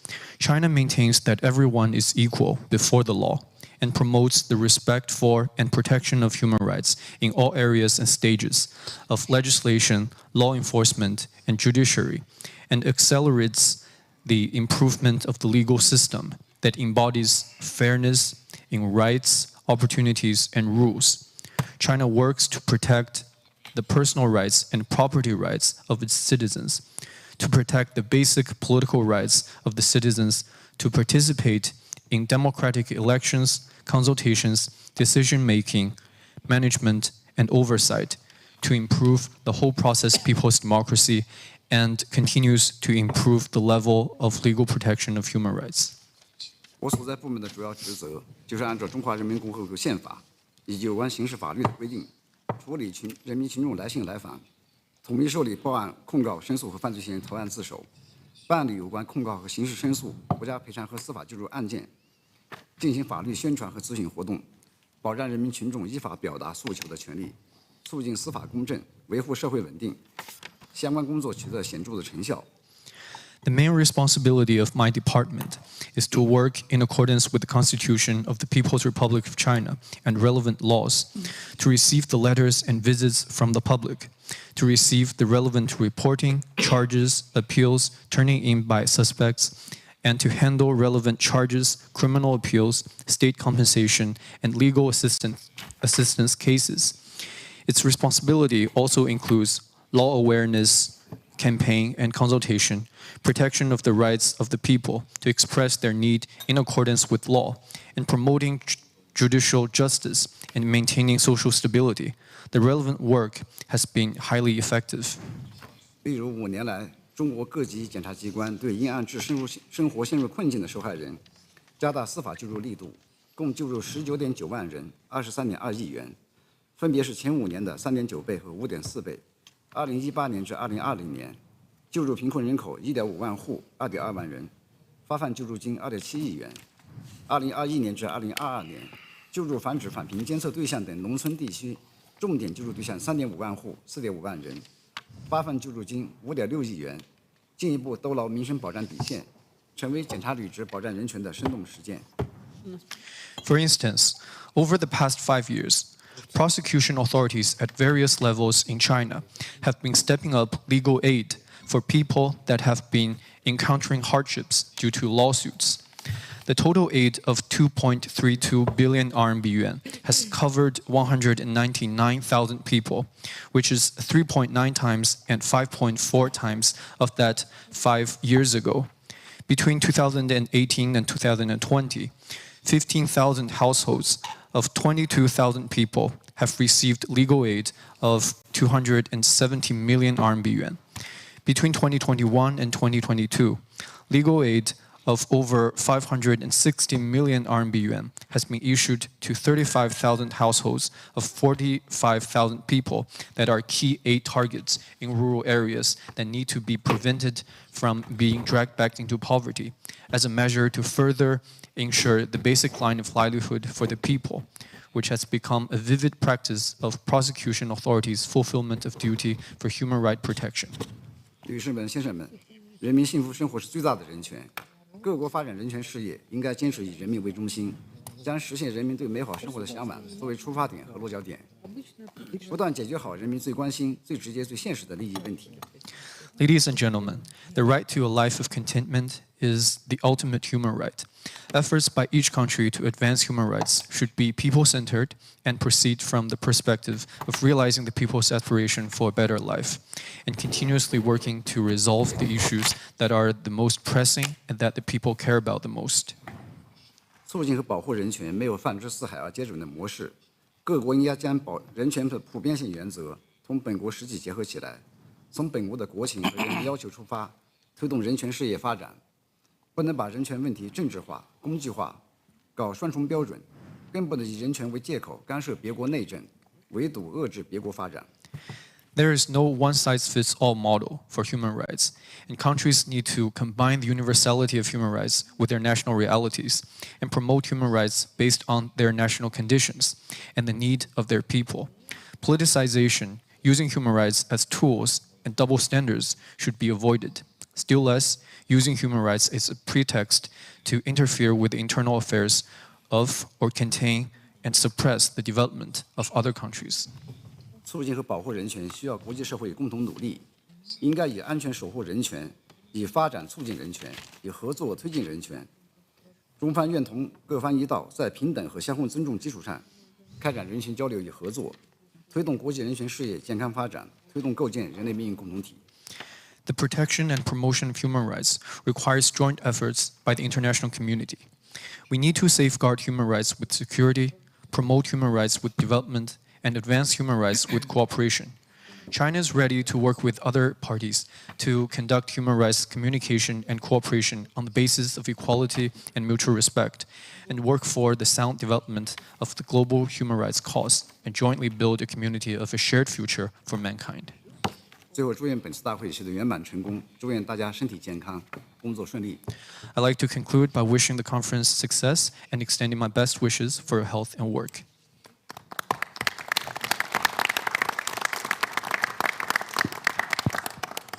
Большое спасибо. Thank you so much for your presentation, for sharing Chinese experience in human rights. And now I would like to give the floor to Ombudsman of the Turkish Republic, Silil Azlim Tunçak. Mr. Jakuha, please be prepared.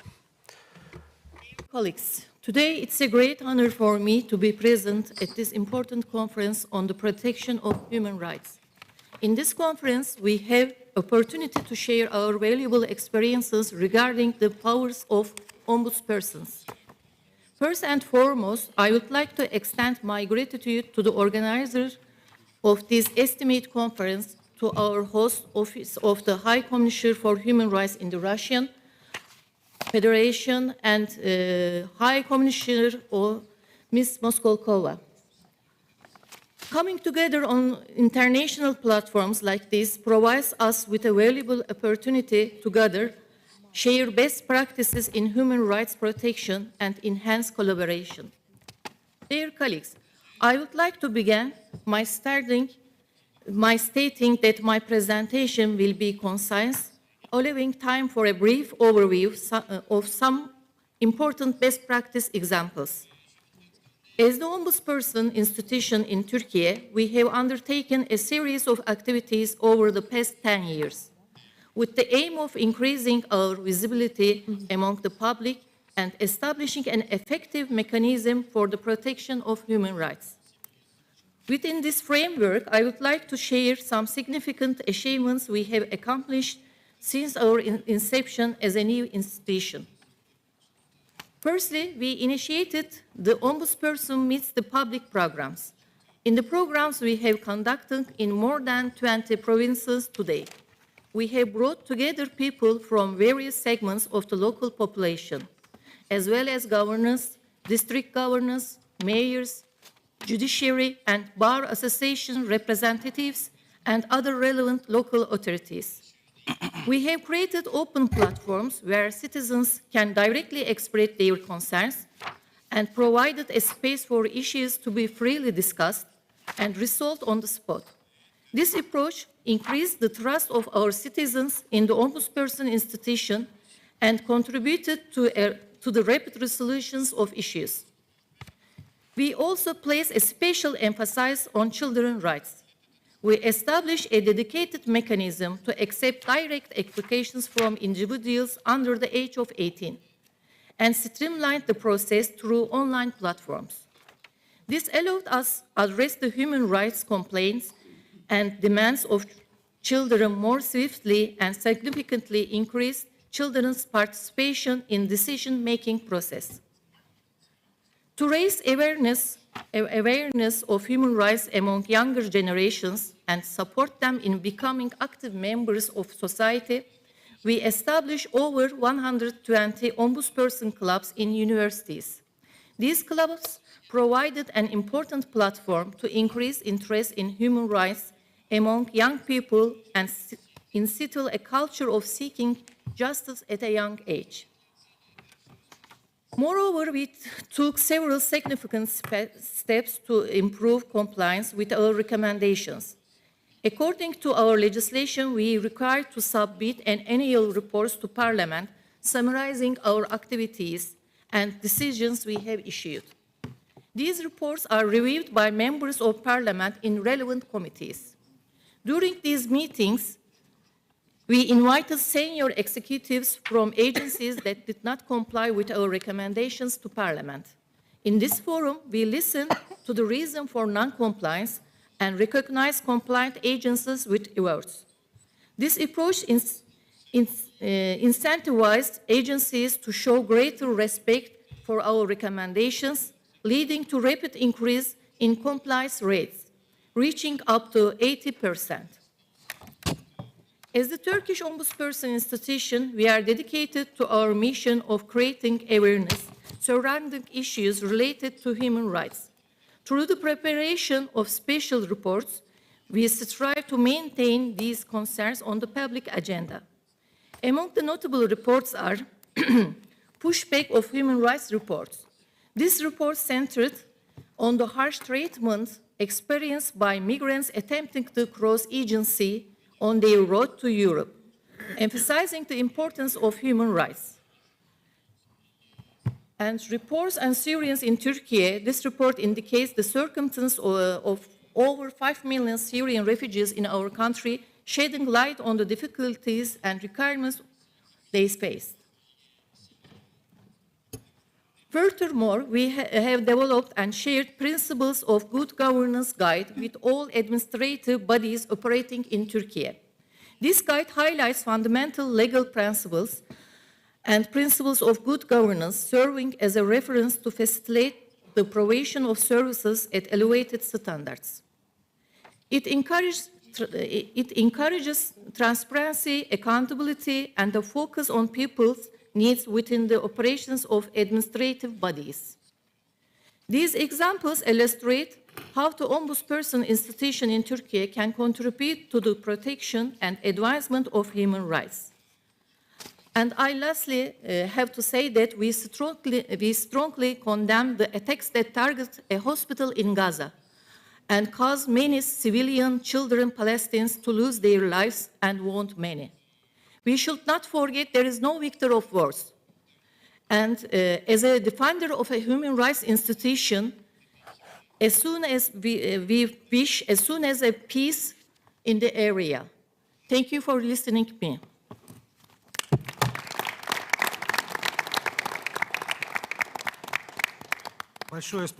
Thank you so much, Madam Tunçak, for your interesting presentation, for this chance to learn about your experience. and for this your presentations, for your reports that you showed to us. Now the word goes to the Namibian Ombudsman Basilis Diaguha. And Sanogamali is next.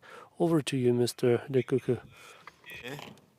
I want to join the colleagues that have congratulated the organizers of this event, in particular Honorable Professor Tatiana Moskova, for inviting Namibia to this conference, and also for the hospitality that we are enjoying during our stay here.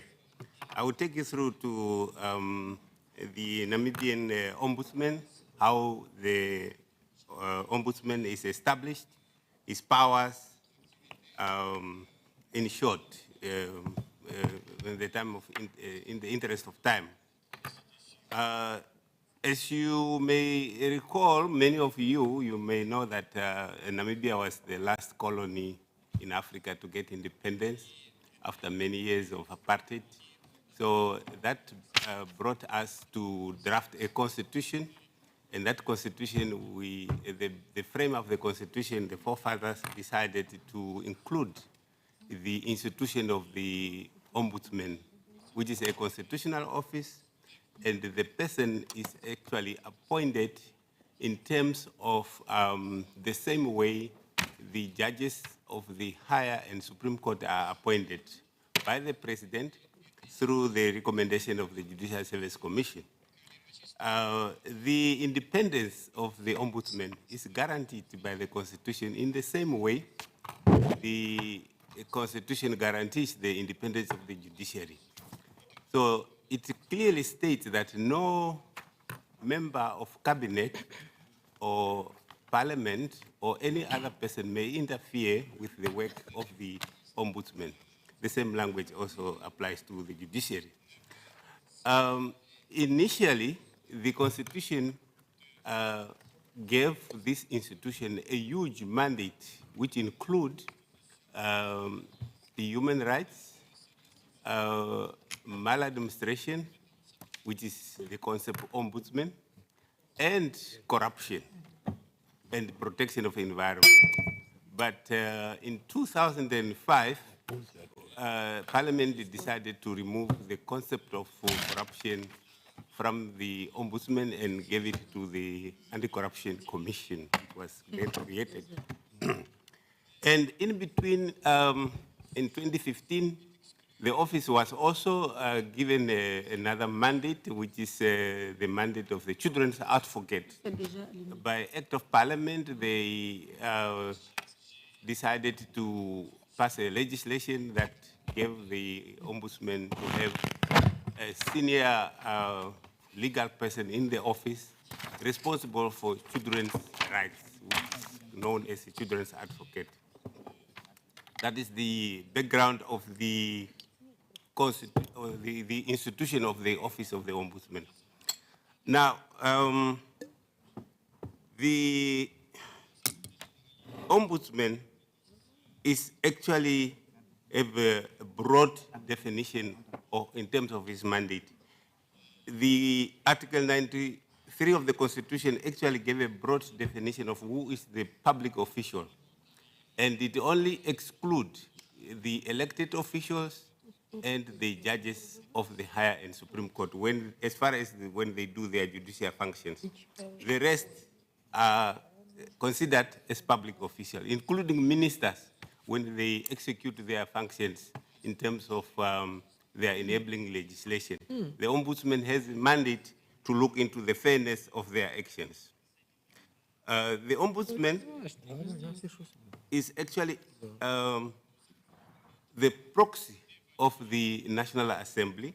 He reports to the Speaker of the National Assembly about his activities, and that is in terms of the legislation. There are two reports that he compiles. The first one is of his activities when he investigates a matter, and the relevant institution probably decided not to execute his recommendation. That matter can be referred to Parliament. The other one is the comprehensive report of his whole activities in a year what he has done, just for Parliament to take note and also to draw their attention on some challenges. The Ombudsman is also known as the people's representative because it's actually a bridge between the citizens and the government, particularly at the local government structures.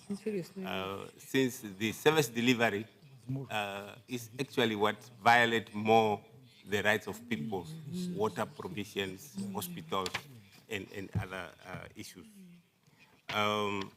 The Ombudsman operate independently. He does not really report to anyone. If I want to go on leave, I just tell my officials I'm going on leave because I'm left by the executive to function independently and not to report to them. So the only issue that I raised earlier is that one of reporting to the National Assembly in terms of my activities. With regard to the activities of the mandate, we cover broad mandate, like I said. We also visit prisons, because whether it is police holding cells or whether it is the correctional service institutions or facilities. Our challenges are many because for 33 years we have picked up a lot of issues that we have then done without actually being provided in law, because I can initiate investigations out of motion. People can report to my office through various means.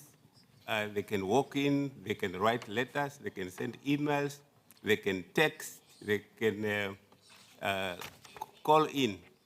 And all this, we want to put it now in the law, because you must also remember that the Paris Principle of 1993 actually came after the Namibian Ombudsman was established.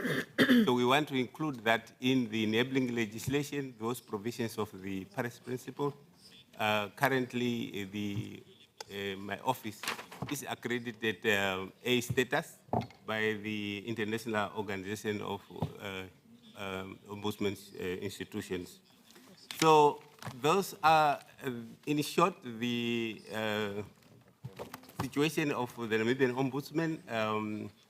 For interest of time, I think our challenges is now poverty and the gap of inequality in the majority of people. We want to shift to civil and political rights and emphasize more on economic and social cultural rights, like the other previous speaker have said. It was also highlighted in the opening statement from the leadership of this country, and I thank you.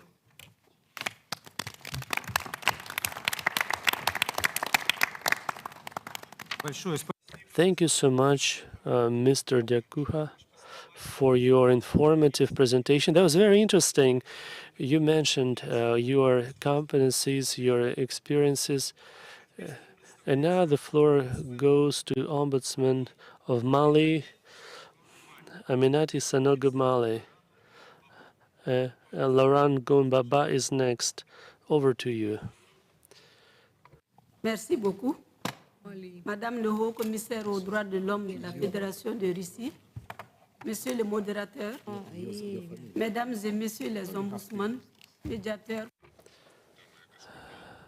Dear ladies and gentlemen, Ombudsman Protection of Human Rights, I would like to first of all thank Madam Maskalkova, Higher Commissioner for Human Rights in the Russian Federation, for hosting our conference, for hospitality here on the Russian soil. I would like to thank Madam Maskalkova and her office for this opportunity to participate in this conference at this high level, for providing an opportunity to share our experiences. Dear participants, ladies and gentlemen, I would like to briefly tell you about activities of the Office of Commissioner for Human Rights, as we call it. It's a mediator in the Republic of Mali. Mediator is an independent body that was created in 1997, and that includes it involves in its activities both government bodies at national and regional levels, as well as public organizations and civil society members. In 2012, the scope of our activities was expanded, and we were mandated by the President of the Republic and the government and the Parliament to conduct certain activities in specific spheres, and in particular, to be a mediator. Ombudsmen are appointed by presidential decrees for 7 years for that period, and you can serve only one period. So we're totally autonomous financially, so necessary amounts are allocated from the government budget. And that helps us conduct our activities. Ladies and gentlemen, currently the scope, the area of human rights defense is part of direct democracy for us. It involves those cases when you need to ensure involvement of citizens in government management and conflict resolution, etc. Of course, the world has multiple types of democracies, different democracy formulas, but involvement in democracy, dynamic involvement, is our formula, is our national experience. It helps broaden the scope of participation of citizens in governance, and in parallel to defend their rights. We annually participate in events to celebrate International Human Rights Day. People come to us with these issues. So rights, laws, and regulations that violate human rights, errors in functioning of government bodies, and any legal or physical entity that suffered from serious violations of human rights may send a complaint in written form, specifically to Bamako, the capital, or to our regional agencies. We have 7 regional chapters, so those documents can be also presented, given, or submitted to our embassies in other states. So this is a very simple document. Such an application can be submitted, is submitted free of charge.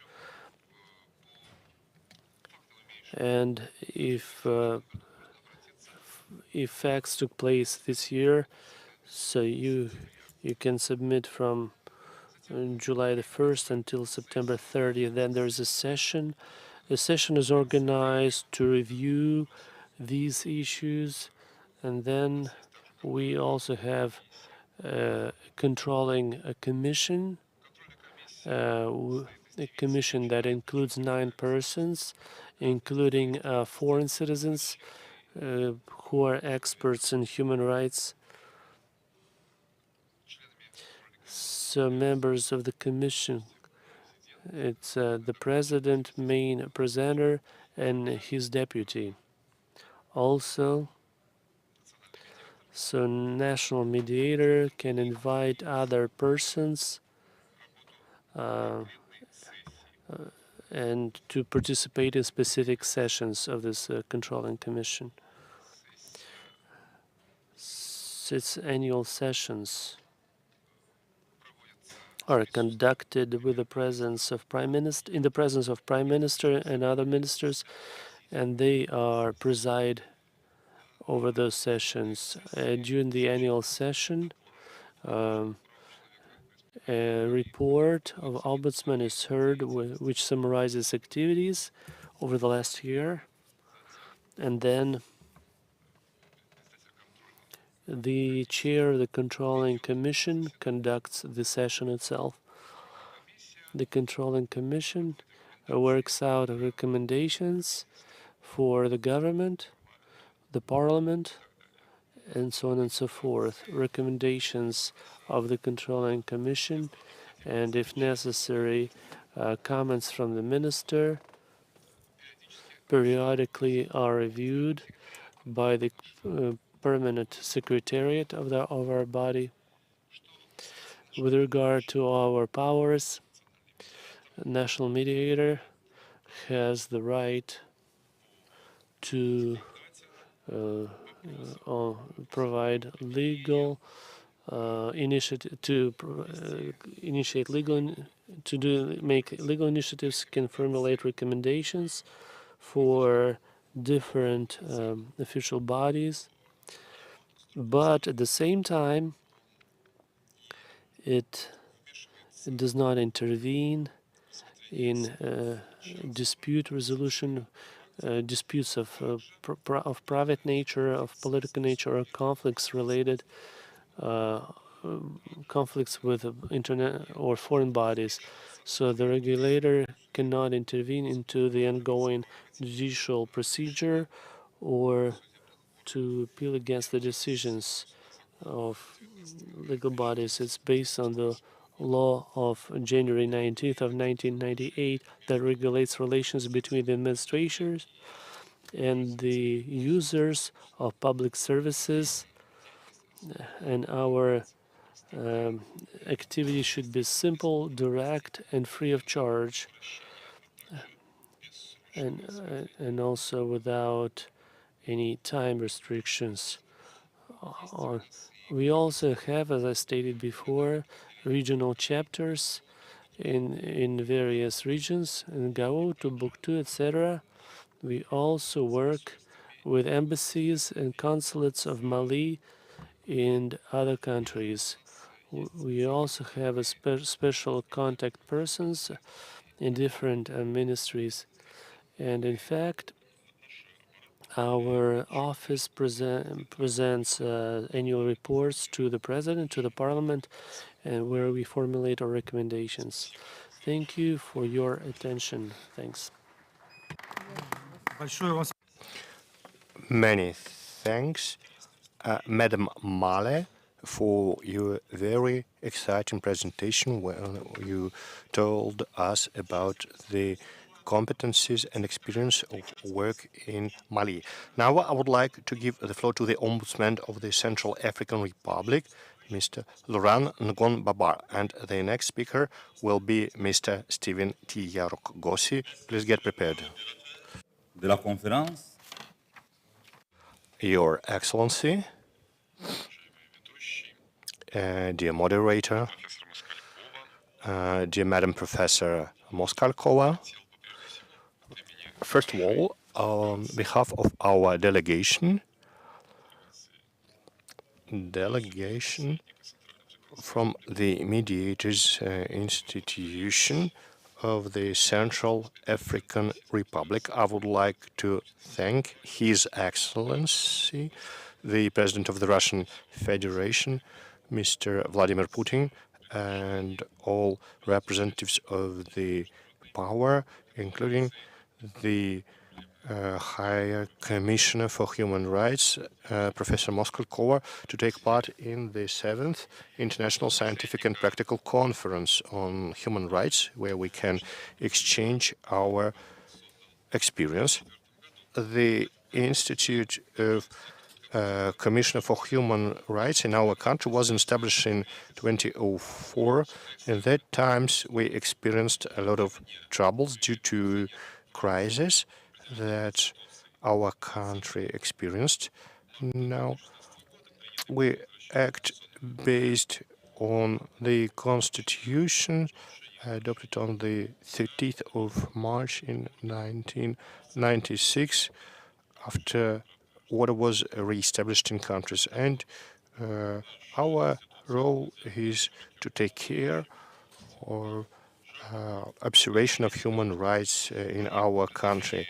And we review requests and complaints from our citizens and also act as the mediator to prevent conflicts in the civil society. And in this context, I would like to remind you that we focus on social, judicial, and political conflicts. And we adopted a national actions plan for cooperation between the healthy powers in the country, women's organizations, civil society, trade unions, and so on.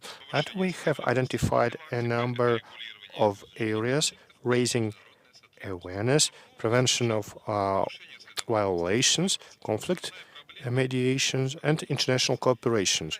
As for prevention of conflicts, one of the problems we came across is insufficient presence of the mediator in the legal area, and we had interviews, hosted a number of meetings with government agencies, and among other actions, we discussed how we can improve relations between citizens and government. And in 2006, we had a meeting with the Minister of Cattle Breeding, and we studied how we can prevent conflicts between cattle breeders and farmers who are in agriculture, growing plants. And we started a series of site visits. Now, a meeting with the healthy powers of the nation. We had a number of meetings with women's and young people's organizations, trade unions, and other non-governmental organizations. So it was about struggling the culture of hostility, for instance, in social media. As for conflict mediation, our institutions took part in mediating a number of crises in the areas of healthcare, education, public administration, and in February 2023, we had a strike declared by the trade union of medical workers, which actually paralyzed the work of hospitals.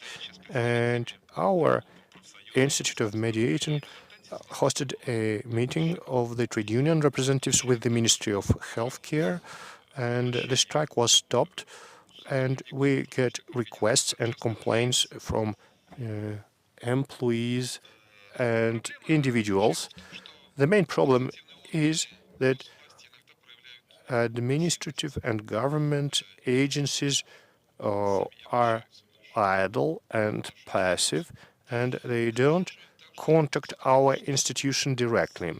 We try to set up and harmonize institution with counterpart organizations in foreign countries with the diplomatic missions, for instance, across Africa, and we are proactive. For instance, the Equatorial Guinea is about to enter the African Association of Ombudsmen, and we used to be the chair of the association. And in 2023, as part of this international cooperation, our institution established partnership with the respective organization in the Kingdom of Morocco. And before we would submit recommendations, we would work on a detailed review of the situation. And only after that we will submit our recommendations. In conclusion of my speech, I would like to express my gratitude to the government of the Russian Federation for the work in progress in our region, in the Central African Republic, for the sake of restoring peace and security. In the name of cooperation, we have profound relations established between our countries, and I would like to express our wish to make our work even more organized and well structured, to establish a permanent body for closer cooperation that would include representatives of African human rights organizations, for instance, as part of UN resolution from the 7th of December 2020 that would allow us to establish the required framework. Thank you. Thank you, Mr. Babar, for your very exciting presentation, for this chance to know your activities. Many thanks. Now I would like to give the floor to the Ombudsman of Botswana, Mr. Stephen Tirayagose and Mr. Angulo Ruiz. Please get prepared. Over to you, please. Mr. Tirayagose. Moderator, I take this opportunity to join my colleagues who have congratulated and thanked the host, the High Commissioner for Human Rights for the Russian Federation, in calling this conference and inviting us. Thank you, Madam. And thank you on behalf of the people and the government of the Russian Federation. The Republic of Botswana is a fairly small and modest African country, but we believe that we are a country steeped in the rule of law, with respect for constitutionalism, with respect for democracy, as well as a strong adherent to the UN Declaration on Human Rights. And therefore, we respect human rights to the fullest in that regard. The institution of the Office of the Ombudsman was established only in 1995, primarily to deal with what you call governmental maladministration, deal with complaints raised by citizens against inappropriate actions on behalf of government, and to offer redress to citizens.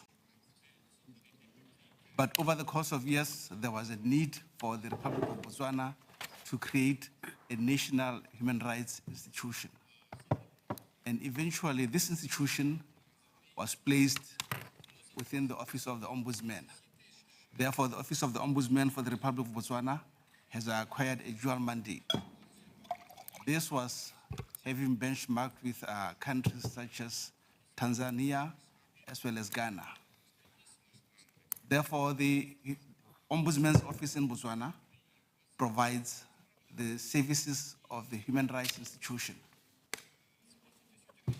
In terms of the law establishing the mandate, the Ombudsman is enjoined to provide a relief for administrative justice, as well as for dealing with violations of human rights. As I've said, Botswana is a constitutional state with respect for human rights, and the lack of a human rights institution was forever a thorn in the side of the flesh of our peoples. The office is enjoined to provide redress for any complaints of violation of human rights, be it by the government sector or by any practitioner in the private sector. We offer alternative dispute resolution mechanisms to avoid people having to go to court to use formal mechanisms for conflict resolution. And we do so through mediation, arbitration, negotiation, conciliation, and compromise between the parties. In addition to doing that, as the Office of the Ombudsman, we are enjoined to also advise the public, advise government, advise relevant stakeholders, NGOs, etc., through educational functions, such as lectures, publications, workshops, and various symposia. But also we need to, as an institution, provide a program of research, education, information, and other measures to enhance respect for human rights and to increase human rights culture within government and the private sector. We are enjoined to advise government on ratification and implementation of human rights treaties and conventions, and to ensure that national laws are compliant with human rights conventions, as well as promoting the enjoyment of human rights.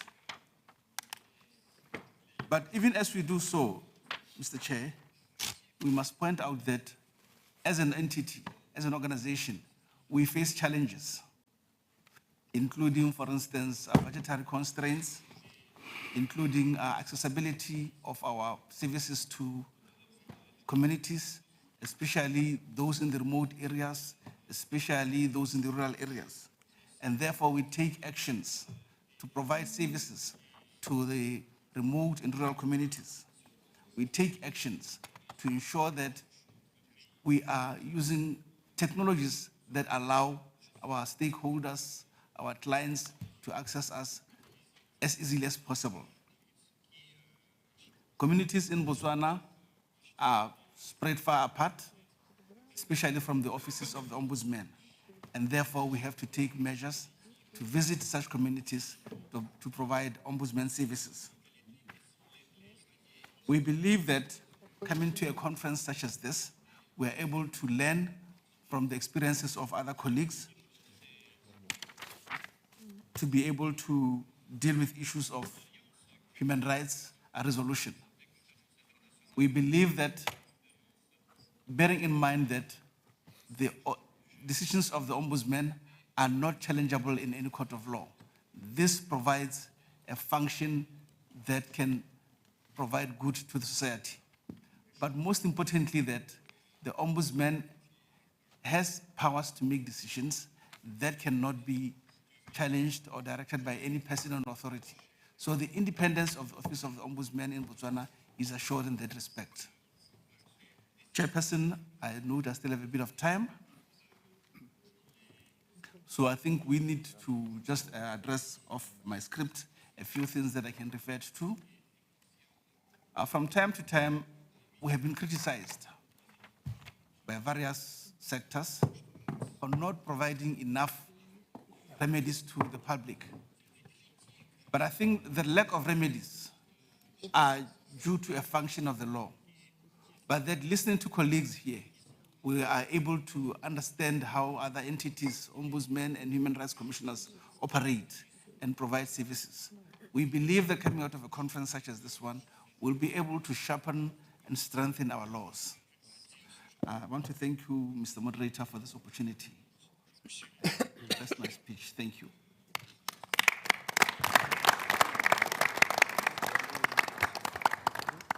Большое спасибо.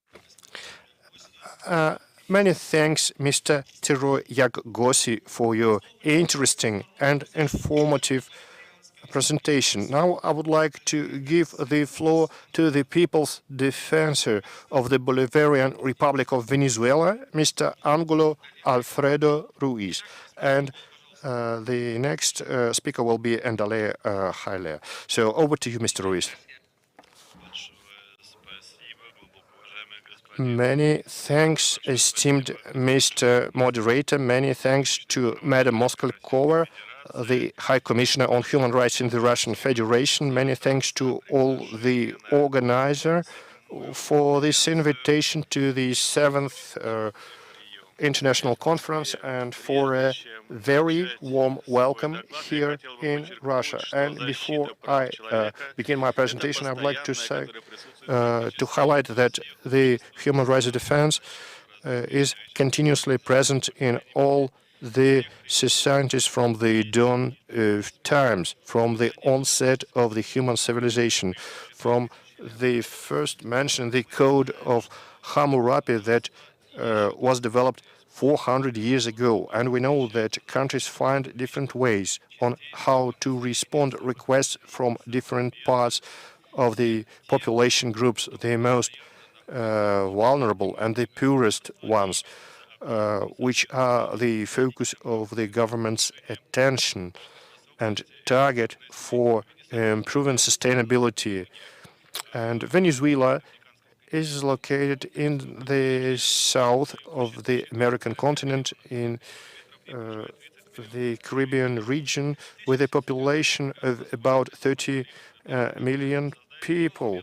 And Simon Bolivar, the founder of the state, actually was behind the creation of the Ombudsman's office in the Bolivarian Republic of Venezuela.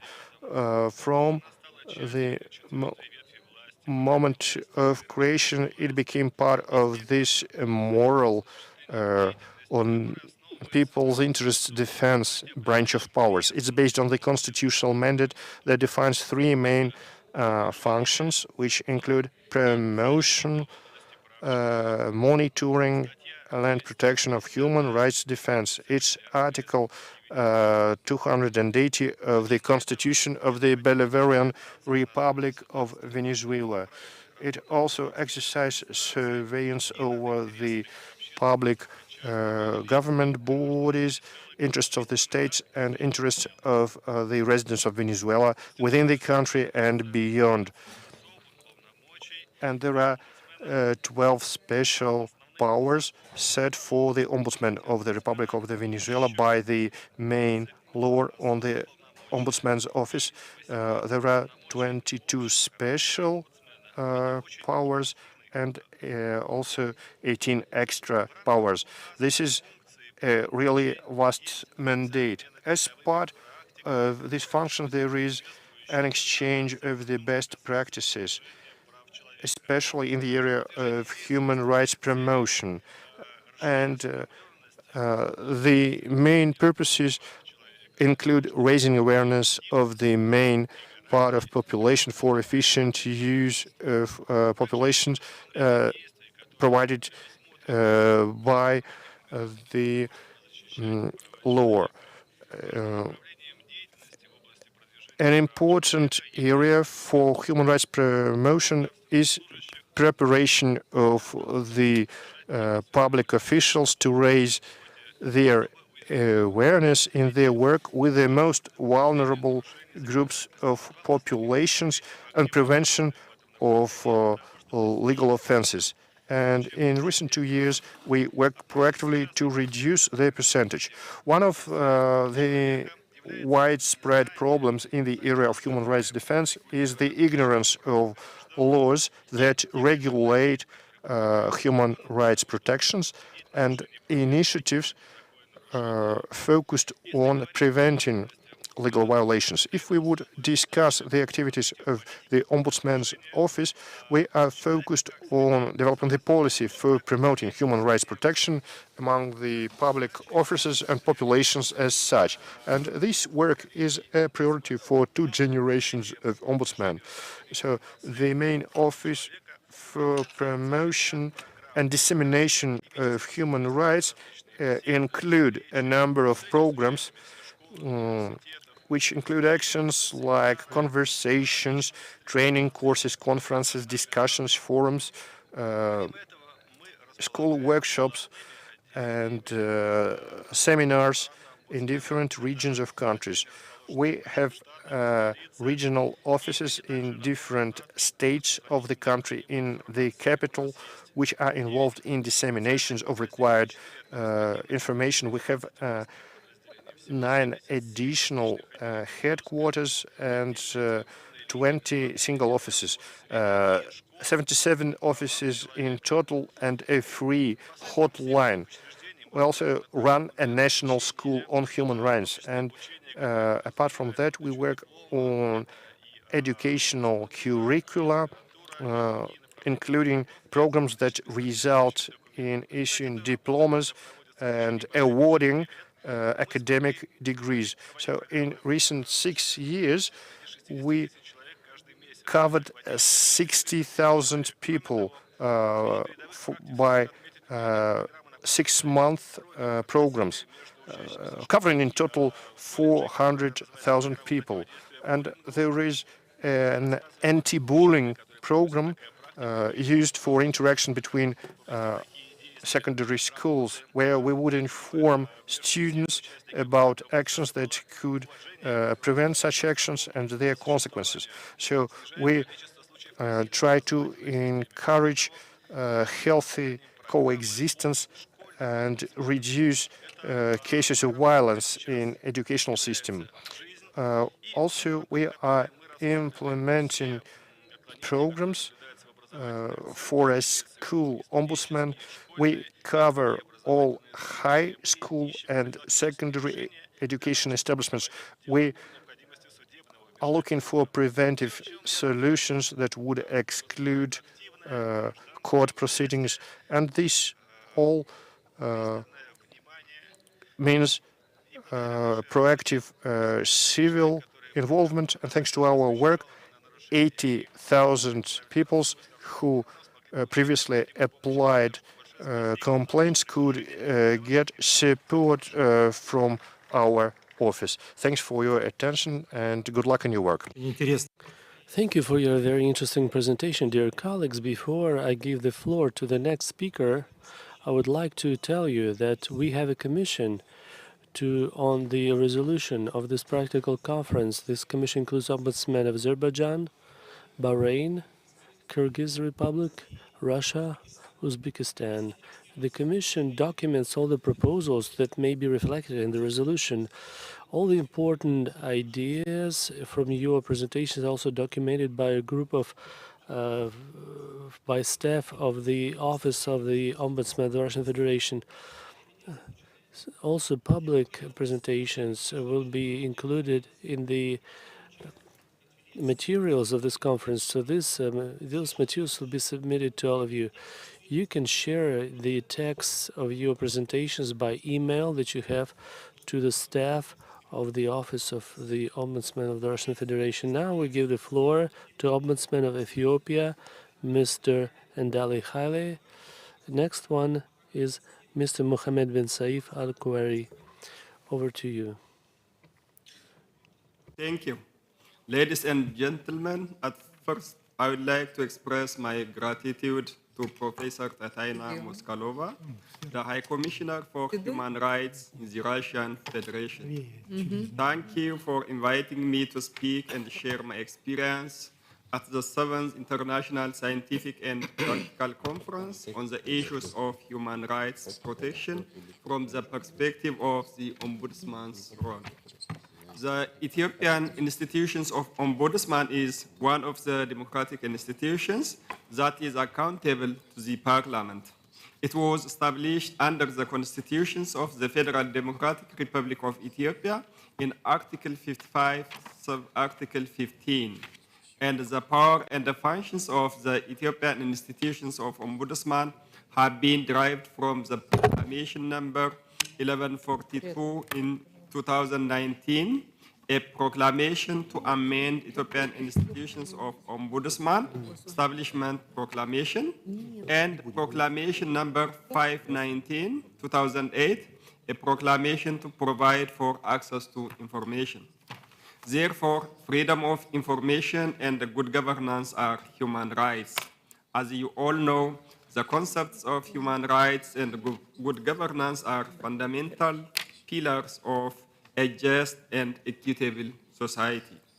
Good governance ensures the efficient and accountable management of public affairs, while human rights protect the inherent dignity and freedom of every individual. Human rights encompass a broad range of rights and freedom that are universal, inherent, and alienable to all individuals, regardless of their race, gender, religion, or nationality. On the other hand, good governance is characterized by transparency, accountability, participation, and the rule of law. Together, these principles form the basis for a just and equitable society.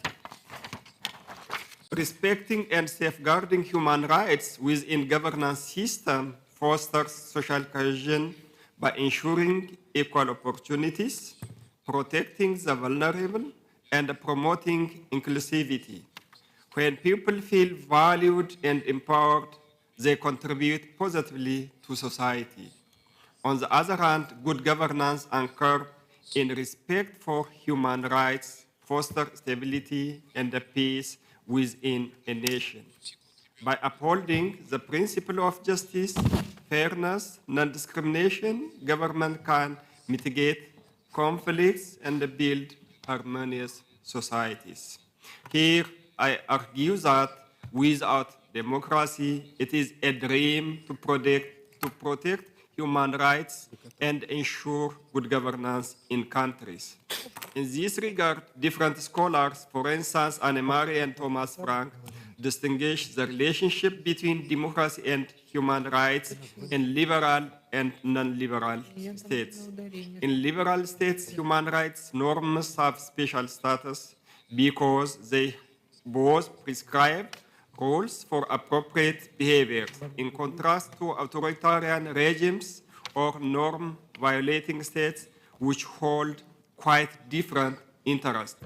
That's why only democratic states have good human rights record.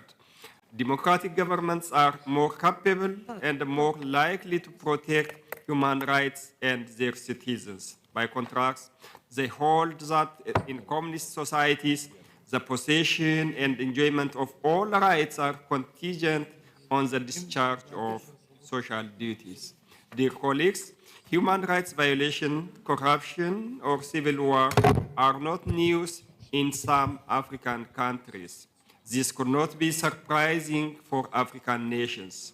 Rather, it could be a part of political system or governance.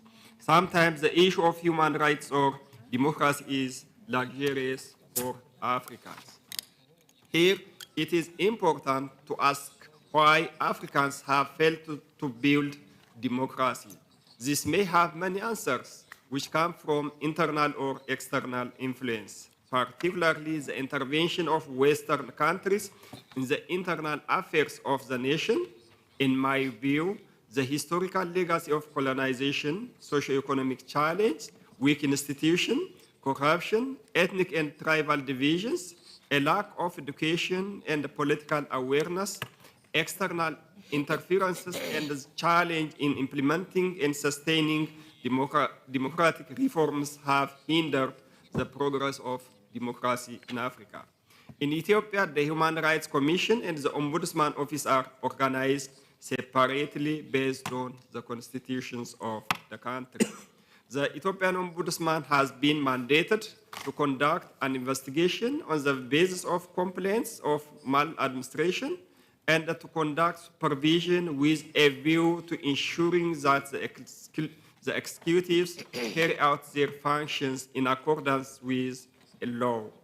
In addition, Ethiopian institutions of Ombudsman has the power to promote and protect the rights of persons with disabilities, children, women, and internally displaced peoples. Nowadays, in Ethiopia, there are more than 4.5 IDPs that needs our supervisions, whether they are getting a humanitarian aid or not. Since 2010, the Ombudsman Office has undergone a reform that ensures its independence and widens the scope of the mandate by restructuring the organizations from 2 to 3 levels of structures in order to close the citizens. As a result, the executive bodies did not have a loophole to intervene on the decisions that the Ombudsman had made. In addition, there is a platform where we share information between the Ombudsman Office and the Human Rights Commission when individual rights have been violated by government bodies.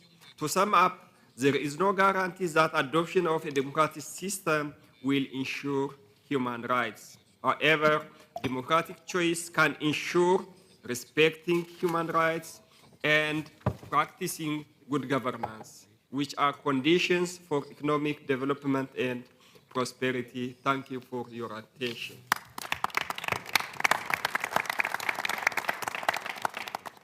Благодарим. Thank you, Mr. Hali, for your informative presentation where you shared about how Ombudsman works in your country. So now we give the floor to the Vice President of National Committee on Human Rights, Qatar, Al-Kawari Mohammed bin Saif. The floor is yours. Gentlemen, good afternoon. In the beginning, I would like to thank the human rights in the Russian Federation for excellent organizing this conference. It is well known that one of the mechanisms for accessing justice, equity, and reparation for those affected by the decisions and the practices of public administration and its officials and the Ombudsman, an entity which King Carlos XII of Sweden had established a similar institution to in his country in 1809 under the name of Justice Ombudsman. Here it can be said that this experience represented the first exchange of experiences and best practices at the international level in the field of protecting rights and mechanisms and sought by this significant international conference. Currently, there are ombudsman institutions in more than 150 countries. The International Ombudsman Institute, which brings together these institutions, was in fact established in 1978 to organize the cooperation between them and other regional networks.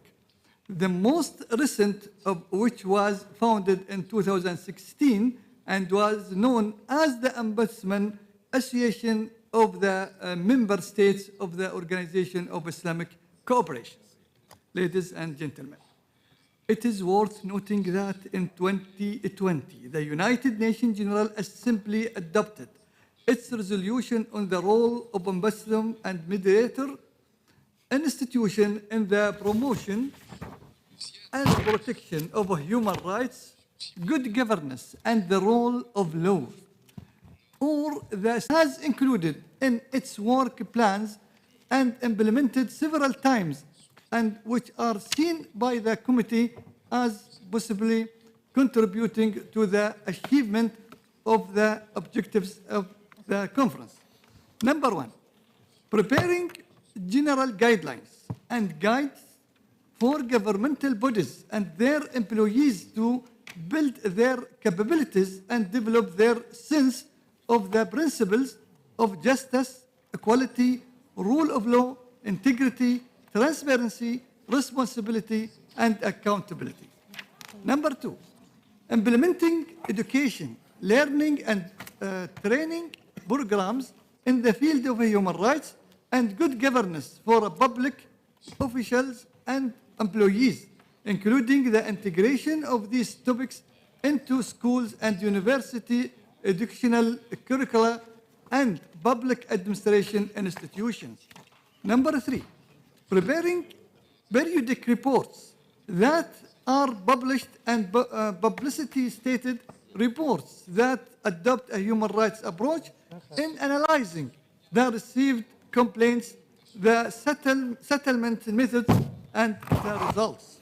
Number four, providing recommendations that would not only establish a national legal framework related to enhancing transparency, accountability, good governance, and access to information, but would also encourage temporary special measures for the employment of women and persons with disability in public administration and the private sector.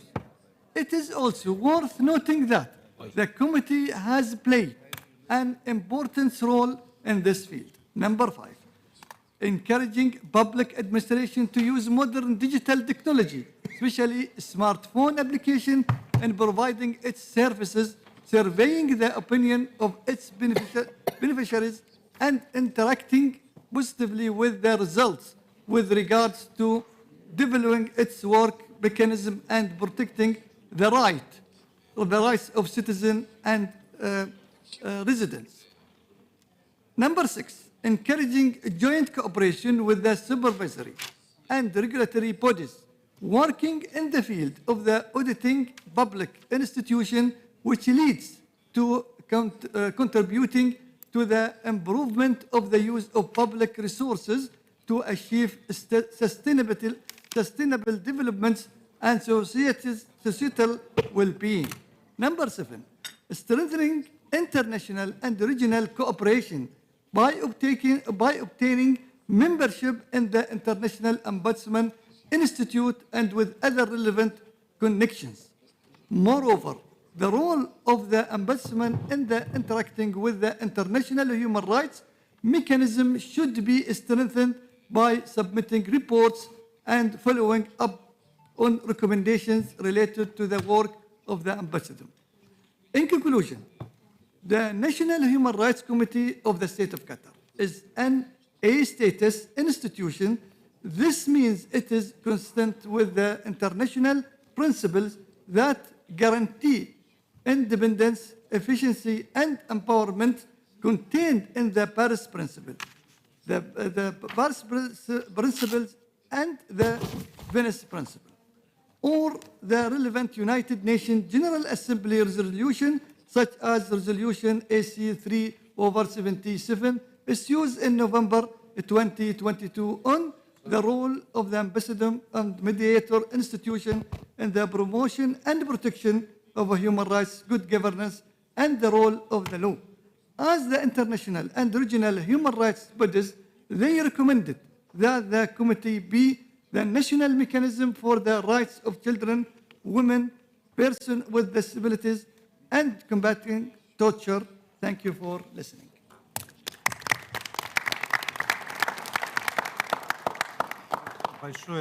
Thank you so much, Mr. Mohammed Ben Savai, for your informative presentation.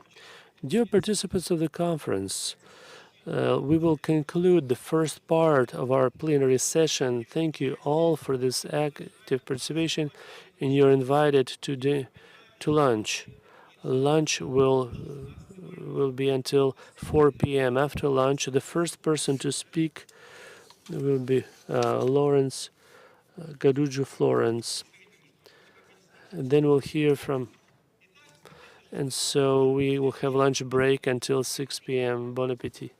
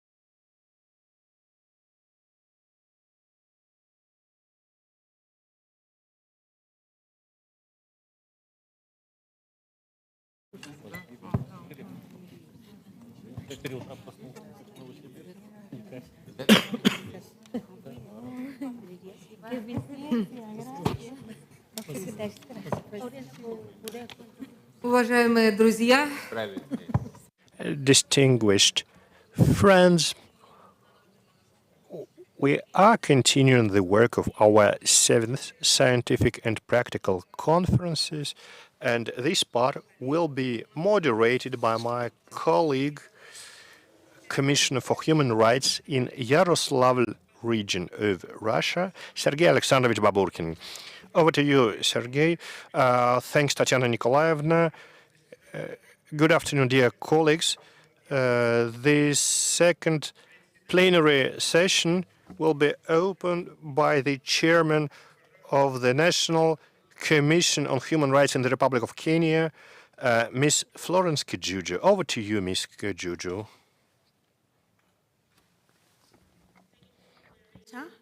Come here. It's difficult to make a presentation, being the first one after a beautiful and delicious lunch. So please stay awake with me. Private. Thank you. Thank you, our Professor Tatiana, the Commissioner of Human Rights in Russia, the moderator, my dear colleagues. This afternoon, we'll be able to make a presentation on the theme, and we appreciate the invitation. I would like to make a correction. I'm the chairperson of the Commission on Administrative Justice, not the chairperson of the National Human Rights Commission. I would like to speak to the issues around the Commission on Administrative Justice. It is a constitutional office that was started in the year 2011 after we amended, or rather promulgated, a new constitution. And it has a dual mandate. It deals with complaints management or resolution of citizens against government or public officers who have been accused of maladministration, delay in offering services, or abuse of office, among other failures to serve the citizens. We also have a duty to execute, which was given to us by Parliament in the year 2016, on access to information, ensuring that any information that citizens require from government, if it is not released to their citizens, then they can come to the Office of the Ombudsman and seek support so that government can release that information. In Kenya, we have a devolved system of governance that has devolved national functions to the counties.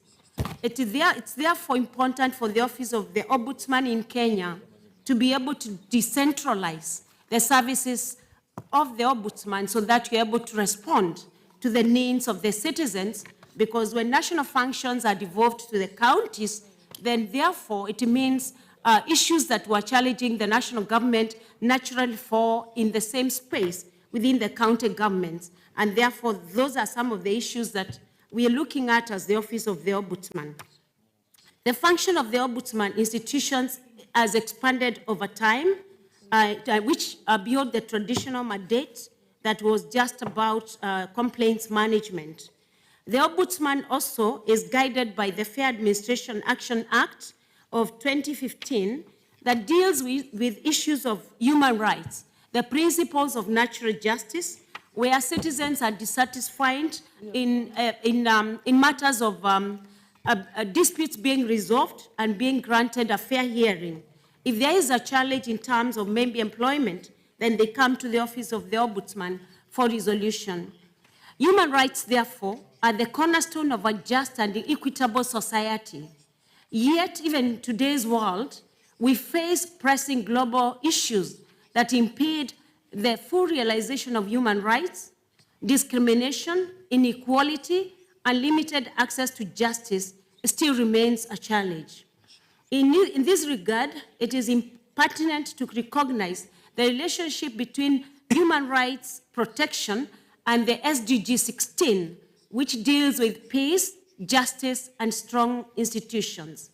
The realization of human rights is fundamental, and it's linked to the pursuit of peace, the promotion of justice, and the establishment of strong institutions that can uphold and safeguard these rights. The examples of issues that we've dealt with as the Office of the Ombudsman in Kenya is providing individuals with an avenue of raising complaints through alternative dispute resolution. That is negotiation, reconciliation, mediation, and arbitration. We therefore seek to ensure that public administration complies with issues of citizen grievances and support the citizens and protect them where government has not performed its part. Most importantly, the issues that we've dealt with in Kenya is on marginalized communities, because in Kenya we have cases where there are marginalized communities of vulnerable persons whose rights have not been responded to, and the Commission has come in to ensure that we implement even African court's judgment where a marginalized community went to an African court on human and people's rights, and they were granted a judgment that the Office of the Ombudsman is currently ensuring that government implements. We also provide advisory opinions to government on issues where government has not responded as it should. It is upon the Ombudsman to make sure that an advisory opinion is issued. We conduct public education to the citizens so that they are able to understand that where they seek the rights, their rights are not just a favor. When they seek service from government, it is not a favor, but it's a right that is enshrined in the Constitution of Kenya. The Ombudsman also deals with violations of the rights to fair administration action, as I've stated. We conduct systemic investigations. We have the power to move ourselves as the Office of the Ombudsman suo motu, so that we are able to conduct investigations and ensure the rights of the citizens are protected. For instance, Kenyans have been moving to the Gulf, like Saudi Arabia, and most of the times you'll find the workers do not have the laws to protect them. The Office of the Ombudsman conducted investigations, and we are able to give government a report that we've asked government to comply so that the migrant workers who move to other countries to work are protected by the government of Kenya, and the laws are amended to respond to that need. The Office of the Ombudsman in Kenya is the Secretary General of the African Ombudsman and Mediators Association, and also the President of the African region within the International Ombudsman Institute.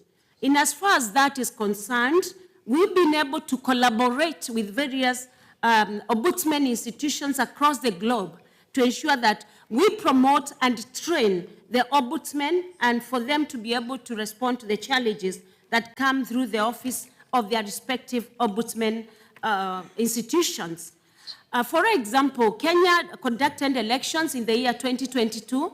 As the African Ombudsman and Mediators Association, we came together and sent an observer mission that earned around 5 ombudsmen who came to Kenya to check on the conduct of elections, and a report was made and it was submitted to the electoral institution in Kenya. We've been able to sign in MOUs with UNITA, which is the United Nations Institute for Training and Research, to be able to agree and develop a concept on how ombudsmen can be trained across the globe. It is important, therefore, for us as African ombudsmen, especially, to get to know how we manage the institutions in Africa to be able to respond to the Agenda 2063 of the Africa we want. It is important as well for ombudspersons to ensure that we have a way of implementing the decisions or the recommendations of the ombudsman, because we've realized, especially within the law, we don't have enforcement mechanisms in the various statutes that govern the office of the ombudsman. We are therefore speaking to Parliament, which has an oversight committee of the office of the ombudsman, to check as to whether the office of the ombudsman should have binding powers, so that when a recommendation is made by the office of the ombudsman, it is implementable, and we don't leave it to the parliament to decide whether that should be implemented or not. Therefore, this is a very important institution in as far as responding to the needs of the citizens and protecting the fundamental human rights is concerned. Therefore, Nelson Mandela said, to deny people that human right is to challenge their very humanity, which challenges their very dignity. It is upon us, Ombudsmen, to protect the human rights of our respective citizens and to ensure that our services are citizen-centered. Thank you.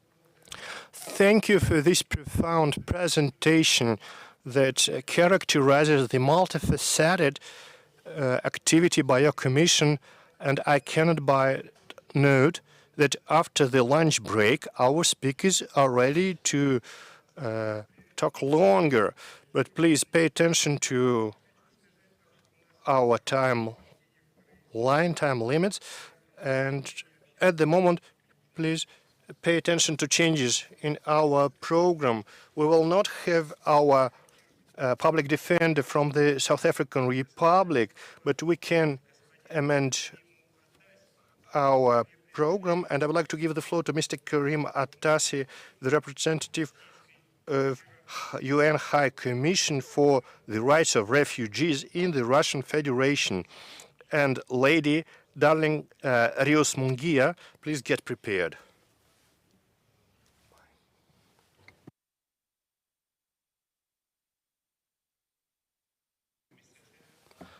Very much for giving UNHCR this opportunity to address this distinguished audience. And I would like to say my deepest gratitude to Mrs. Moskolkova for having graciously invited us to attend this meeting today. The cooperation between UNHCR in the Russian Federation and the Office of the Commissioner for Human Rights started last year. And we started immediately by signing a memorandum of understanding that provides an important framework for cooperation and collaboration to advance the right of asylum seeker, refugees, displaced persons, and stateless persons in the Russian Federation. Through this cooperation, UNHCR and the Commissioner's Office have conducted so far 16 visits to 13 regions and have visited 34 temporary accommodation points. These are centers hosting Ukrainian refugees, in order to meet with those displaced by the conflict in Ukraine, to see how they are living, to understand any challenges they or the local authorities may face, and to share with the commissioners in Moscow and her team UNHCR observations and recommendations after these missions. My team and I have been impressed by the dedication and readiness shown by the Commissioner and all members of her office, as well as by the regional ombudsman and their team, to take up and seek solutions to all issues raised by the displaced person, no matter how big or small. Our missions include discussions with the local authorities, and this is being done by in the regional ombudsman, and in many instances, solutions have found immediately on the ground, thanks to the cooperation of the local authorities and the dedication of the regional ombudsman. Through this MOU, through the Memorandum of Understanding, UNHCR has also had the opportunity to facilitate seminars with the regional ombudsman in 5 federal okrug. Okrug is a gathering of region in Russia. It is called okrug. So we have had the opportunity to facilitate seminars with the regional ombudsman in 5 federal okrugs on UNHCR mandate, activity, international principles, and standards for working with refugees and displaced persons, and best practices for identifying persons at risk during forced displacement situations. UNHCR also highly values the cooperation with the Commissioner and with her office on the protection of the right of all asylum seekers and stateless persons in the Russian Federation. And UNHCR greatly appreciates the interventions of the Commissioner with other national institutions in favor of refugees, asylum seekers, and stateless persons. In short, I would say that the existing collaboration between UNHCR and the Office of the Commissioner for Human Rights is very encouraging, very promising, and it is having a direct impact on refugees in Russia. Thank you, Mr. Chairman.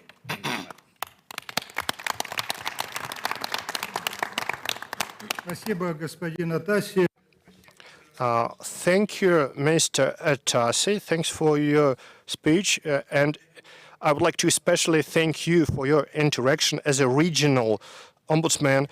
I am really encouraged for your mentioning of our role in defending the rights of refugees and temporarily displaced people. Thank you. Thank you. And now I would like to invite you to move to the Western Hemisphere, and I would like to give the floor to the Commission on Human Rights in the Republic of Nicaragua,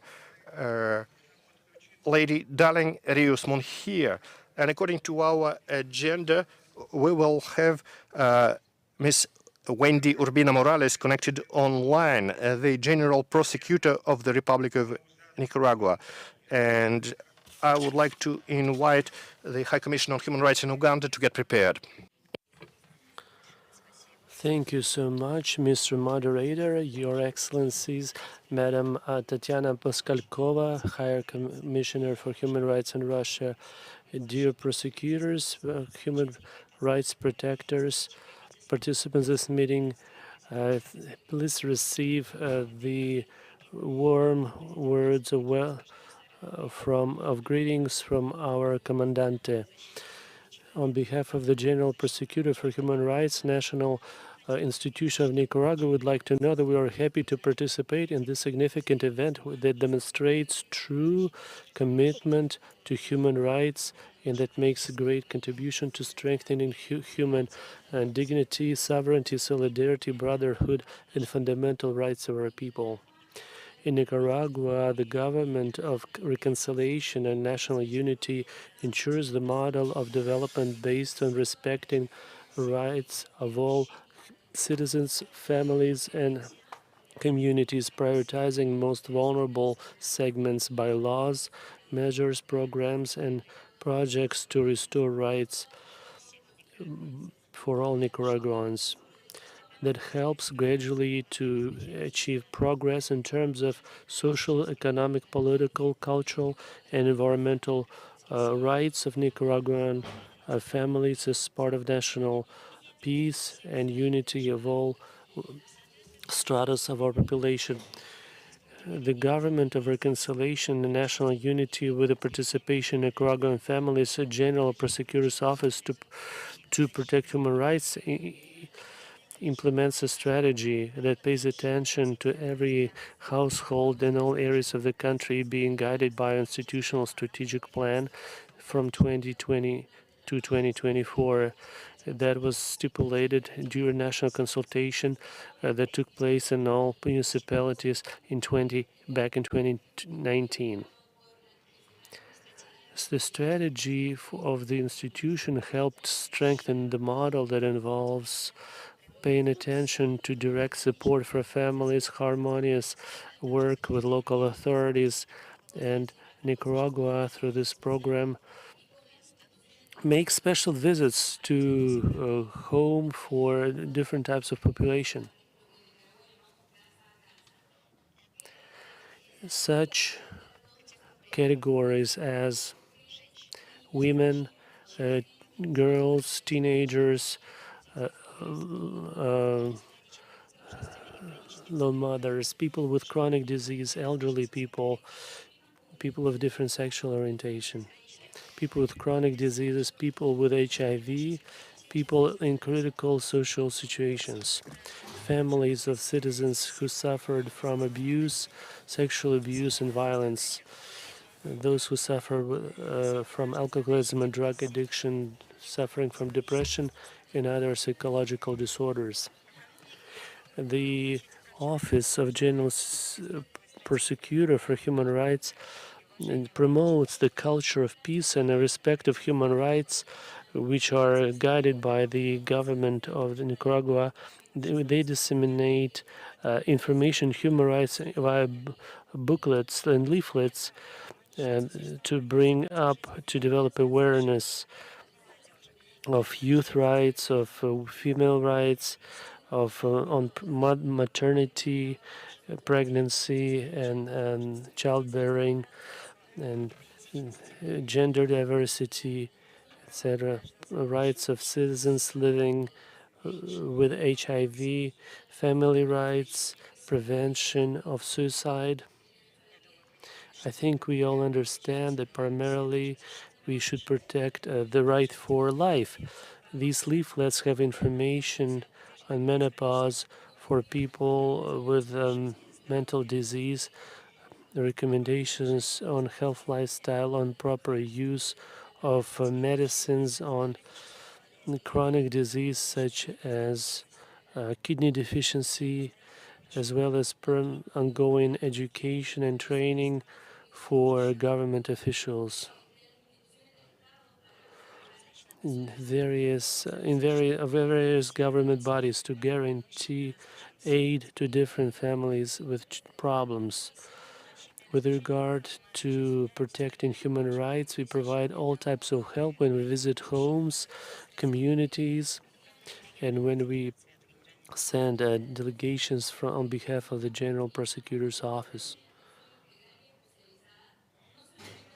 We work not only via our delegations, we have 8 of them, 8 regional delegations across the country. We also visit homes, we talk personally with people in difficult situations, those who suffered injustice.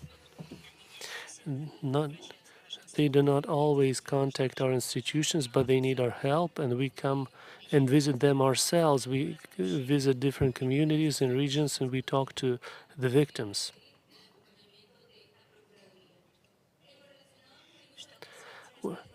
And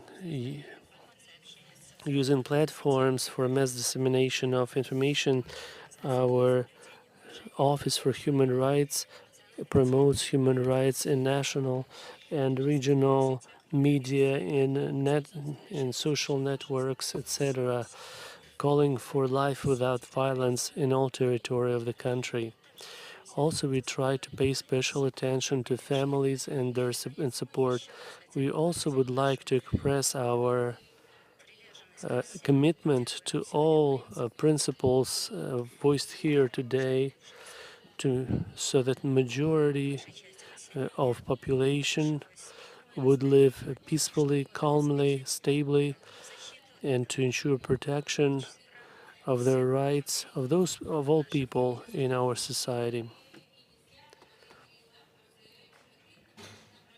We should make our work a collective effort.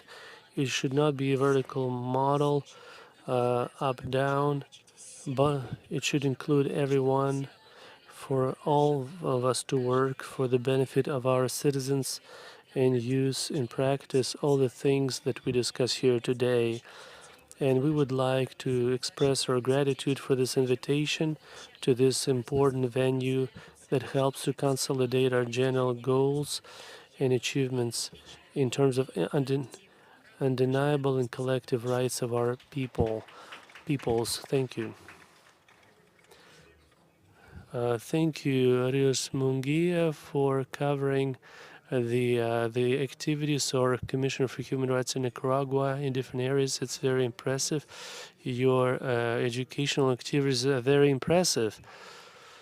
And your inclusive work when including in human rights activities of all structures and all status. Muchas gracias.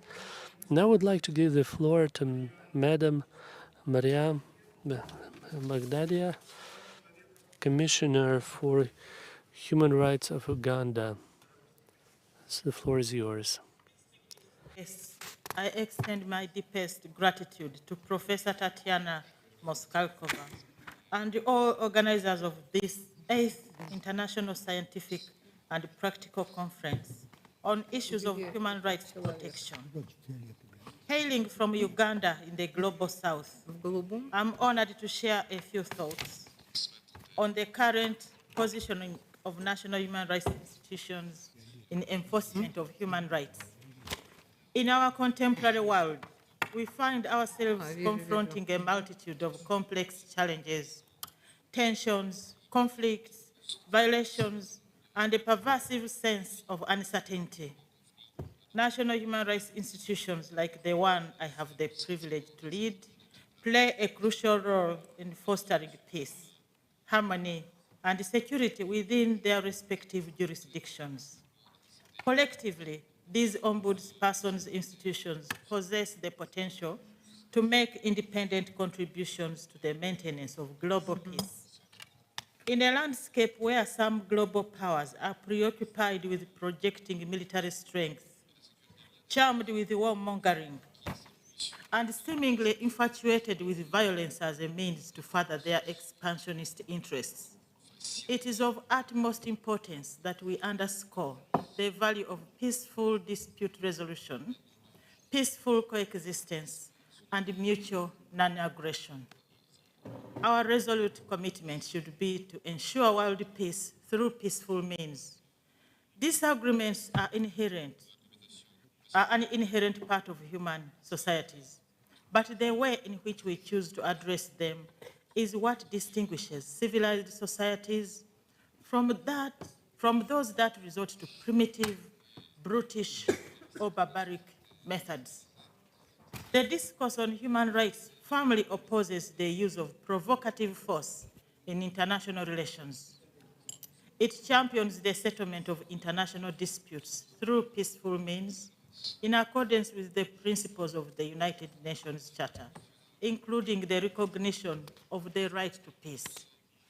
In a world where some entities assume the role of arbiters in the internal affairs of other nations, it is crucial for human rights institutions to emphasize internationally accepted norms. These include the principle of non-interference in the internal affairs of states, mutual respect for sovereignty, territorial integrity, sovereign equality, and peaceful coexistence. These principles are at the very core of fundamental human rights and freedoms. We must refrain from selective interpretations of human rights, but rather view them as an integral whole. Solidarity rights, which encompass respecting each other's sovereignty, security, and development interests, are vital for the preservation of global stability. In an era where human rights are increasingly weaponized, we must commit to a strategy that de-escalates and de-weaponizes the instrumentalization of human rights.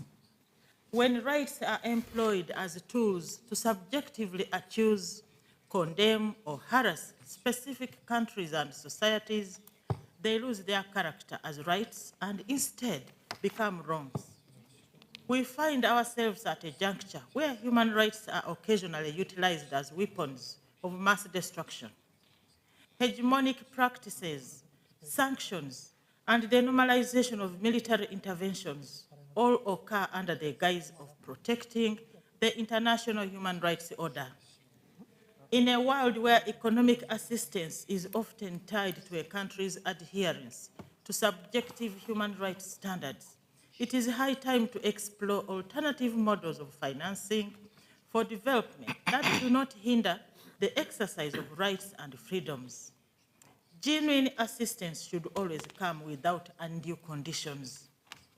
More than 70 years of advocating libertarian, civil, and political rights have in some cases resulted in impoverished, hungry, and disease-ridden communities, especially in the global south. We therefore must adopt a balanced financing model that prioritizes support for productive activities to truly eradicate poverty. Global security is a tangible reality when people are not just secure, but also prosperous and content. In a world where the relentless pursuit of improving human rights standards has in many instances led to the exacerbation of wealth inequality, increased hunger, and the rise of terrorism, it is essential to pause, reflect, and recalibrate our approach. I am genuinely intrigued and encouraged by the fact that this forum is designed to enable participants to share their experiences and potentially chart a path that turns the tide towards a more peaceful world. As I conclude, I wish to highlight that the current global security challenges have revealed the inadequacies of the existing normative framework within the international human rights system and its unfortunate weaponization. This should serve as a catalyst for us to adopt pragmatic approaches that de-weaponize fundamental human rights and freedoms. For example, we could consider the establishment of global ombudspersons think tanks and foundations as conduits for the promotion of soft power. These entities could facilitate mutual understanding and cooperation by sharing successful policy interventions, offering models for adaptation and adoption, and fostering nuanced and favorable perceptions of our roles as ombudspersons in the world. Collectively, we must champion multiple operational pathways that highlight our role as partners in addressing global challenges and contribute to a more nuanced and positive understanding of our place in the world. As I end, this being my first time to visit Russia, as the chief protector of human rights in my country, I want to thank, on behalf of Uganda, the successive governments and the people of Russia for standing with Uganda and the rest of Africa when we were fighting for emancipation from colonial rule and for continuing to stand with us all the way. Thank you.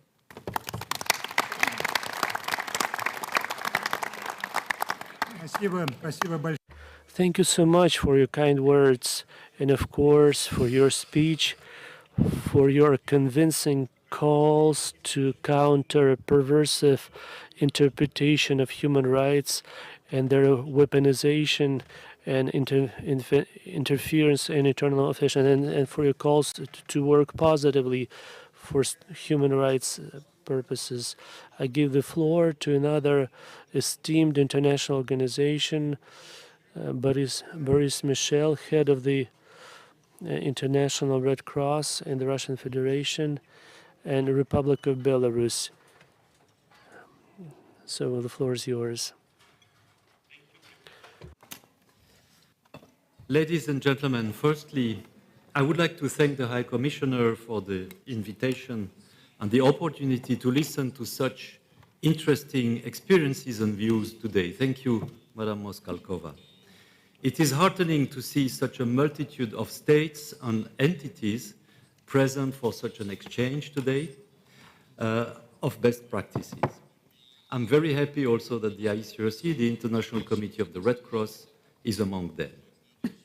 There is a common thread here today, a desire to spare people the worst effects of injustice, violence, and instability. We are sitting around this table at a time when the world once more is scrabbling for ways to avert further tragedy and spare the lives and futures of millions of civilians, looking to international laws and humanitarian principles to bring a drop of humanity during extremely difficult times. The ICRC greatly appreciates the support of and the collaboration with the Office of the High Commissioner to ICRC's work assisting and protecting the lives and dignity of people affected by conflict, on issues such as vulnerable civilians, missing people, separated people and children, and prisoners of war. The governments and the state represented here today also extend us that understanding and support without which we simply could not function. As I sit here today, my colleagues are working around the clock in Gaza and in Israel, where the dead and the wounded are increasing in numbers. It sometimes feels like humanity never learns, but sometimes we do, and we always have to. There has been a lot of food for thought today, and I would like to thank you all for this invitation. Спасибо.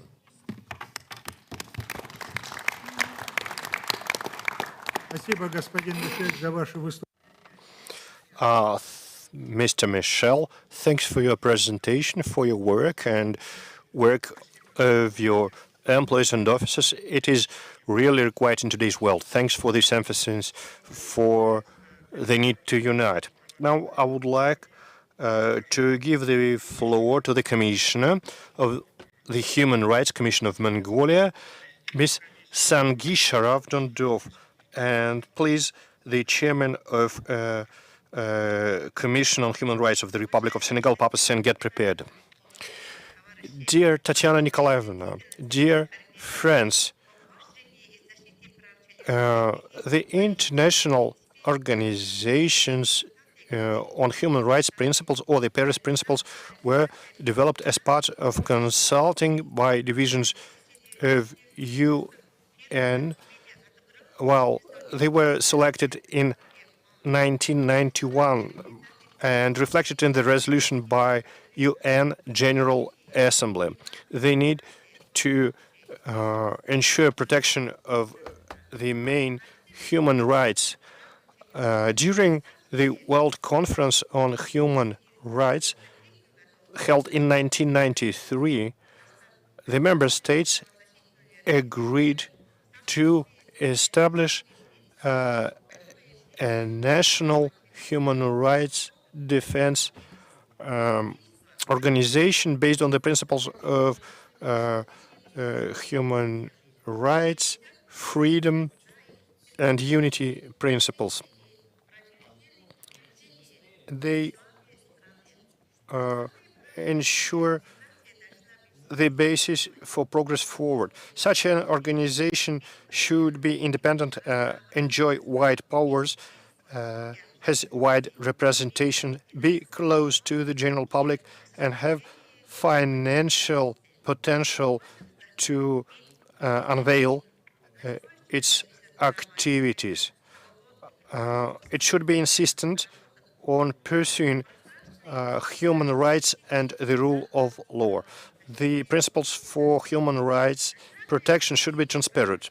The National Commission for the Human Rights in Mongolia controls observation of human rights and freedoms as provided by the Constitution of the Republic of Mongolia and international treaties. It also promotes human rights. On the 7th of December of the year 2000, the law on National Commission of Human Rights in Mongolia was founded.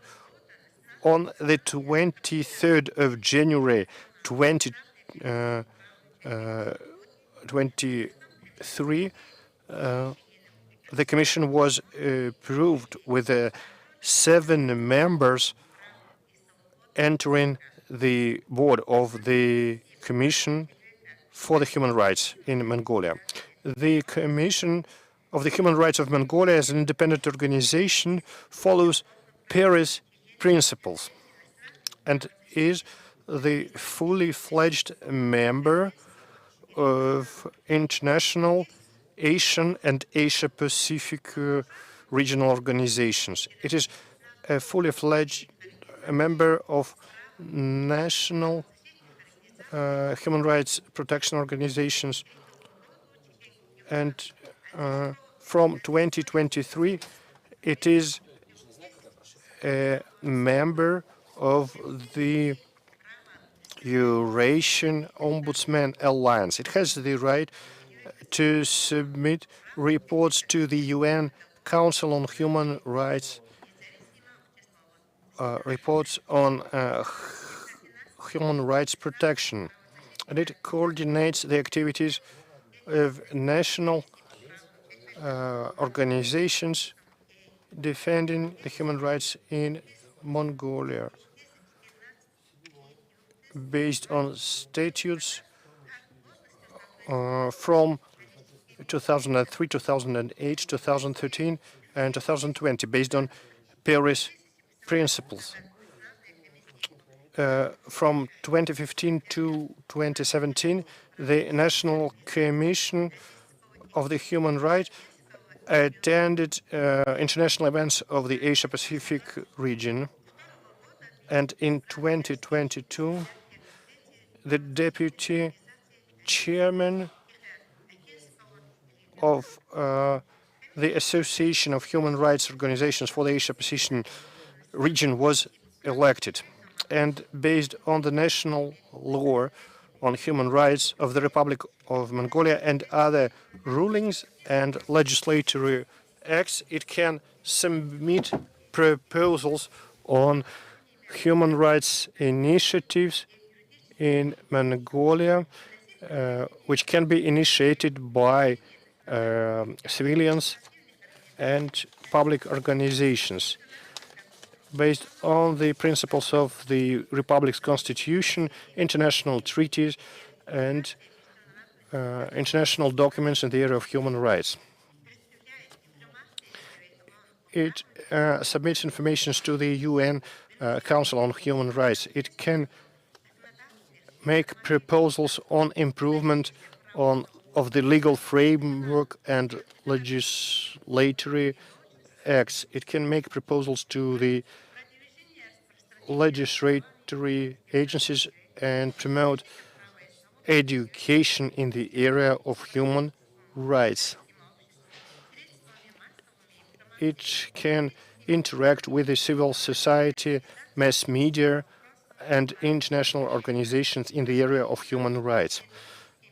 It can also be engaged in scientific and research activities on relevant issues and develop expert opinions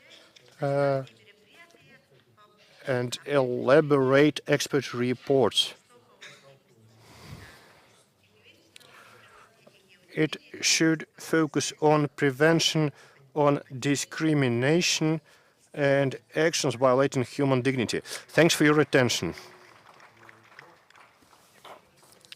Thanks a lot for your presentation, for reporting on the experience of the National Commission of Human Rights of Mongolia. Now, I would like to give the floor to Mr. Papasen, the chairman of the Commission on Human Rights of the Republic of Senegal, and Mr. Nyanda Shuli from the Republic of Tanzania. Please get prepared. Distinguished Mr. Chairman, dear colleagues, I am leading the Commission on Human Rights in the Republic of Senegal. It is focused on human rights protection. We are among the eldest national human rights associations. We were established back in 1970. And today, we act on the basis of law enacted in 1997. We are a large, major organization in human rights, but we are non-governmental organizations, so we are different from government structures. Our goal is to support transparent dialogue and control in this area. We are an organization that is responsible for the dialogue, and quite often we work in the area of conflict mitigation and prevention. We have a territorial conflict related to an airport construction project. And independence of our institution is guaranteed by its structure and its legal status. As of course, the government administration are present in our work, but their vote is not decisive when we take decisions, and we make conclusions on a document provided on behalf of our country to the United Nations, and we provide information work and promote human rights, publish reports on the human rights situation, and we work on harmonizing national laws with the international standards in the area of human rights. Also, annually, we publish a report and submit it to the President of the Republic of Senegal. We have representative offices in all regions, in all departments of the country, that enable residents, no matter where they are, to reach one of our structures. We also have a committee, and we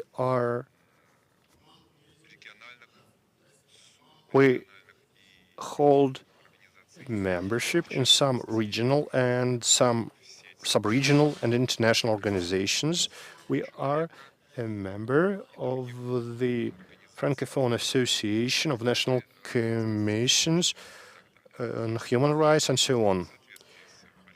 We work in compliance with Paris principles, and recently we issued and submitted to the government our annual report for 2022. We work in the area of migration and ensuring human rights in business. We work together with our mining and in extraction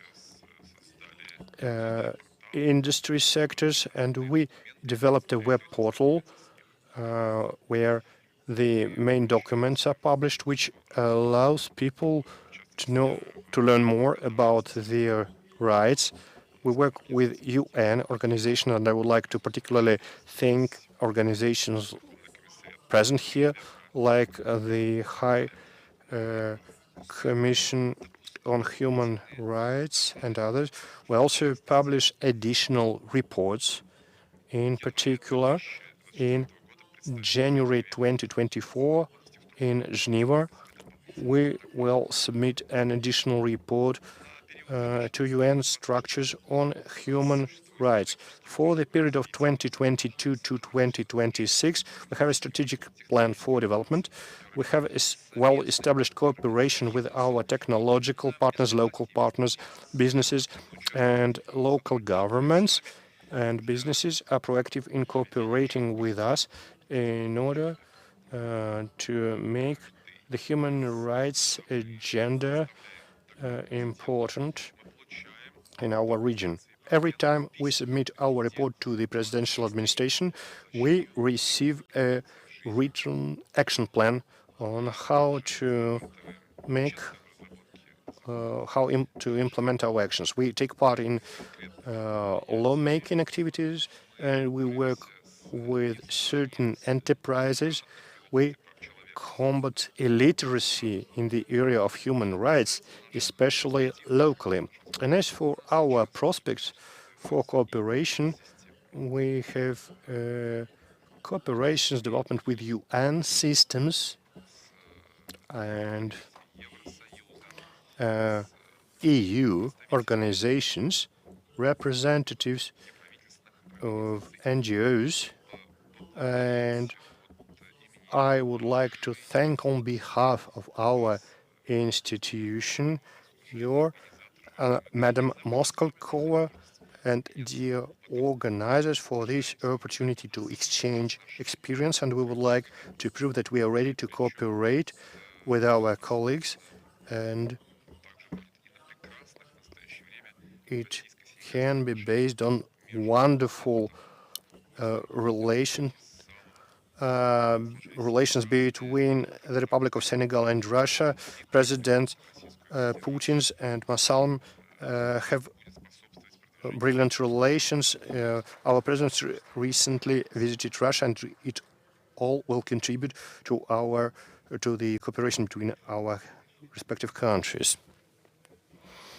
Thank you. It's a good example of activities by NGOs, but with high social status, which emphasizes mitigation and prevention of social conflicts and works with businesses, among other activities. Thanks a lot. Now, I would like to give the floor to the chairman of the Commission on Human Rights and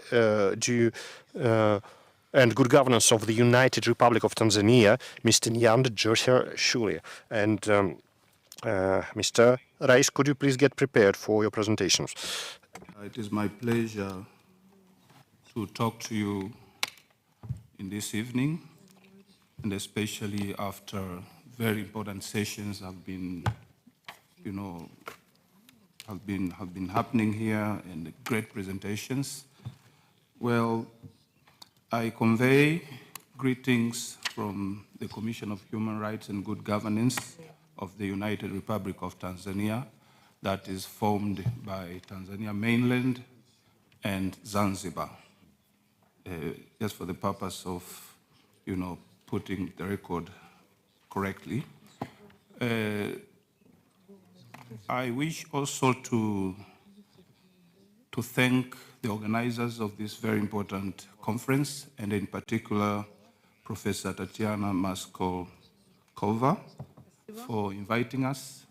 And in fact, the chairman of the Commission for Human Rights and Good Governance was ready to come and wanted to be part of this meeting, but due to other commitments, in fact, we are the hosts of the 6th National Human Rights Institution Forum in Tanzania that is happening from today and tomorrow.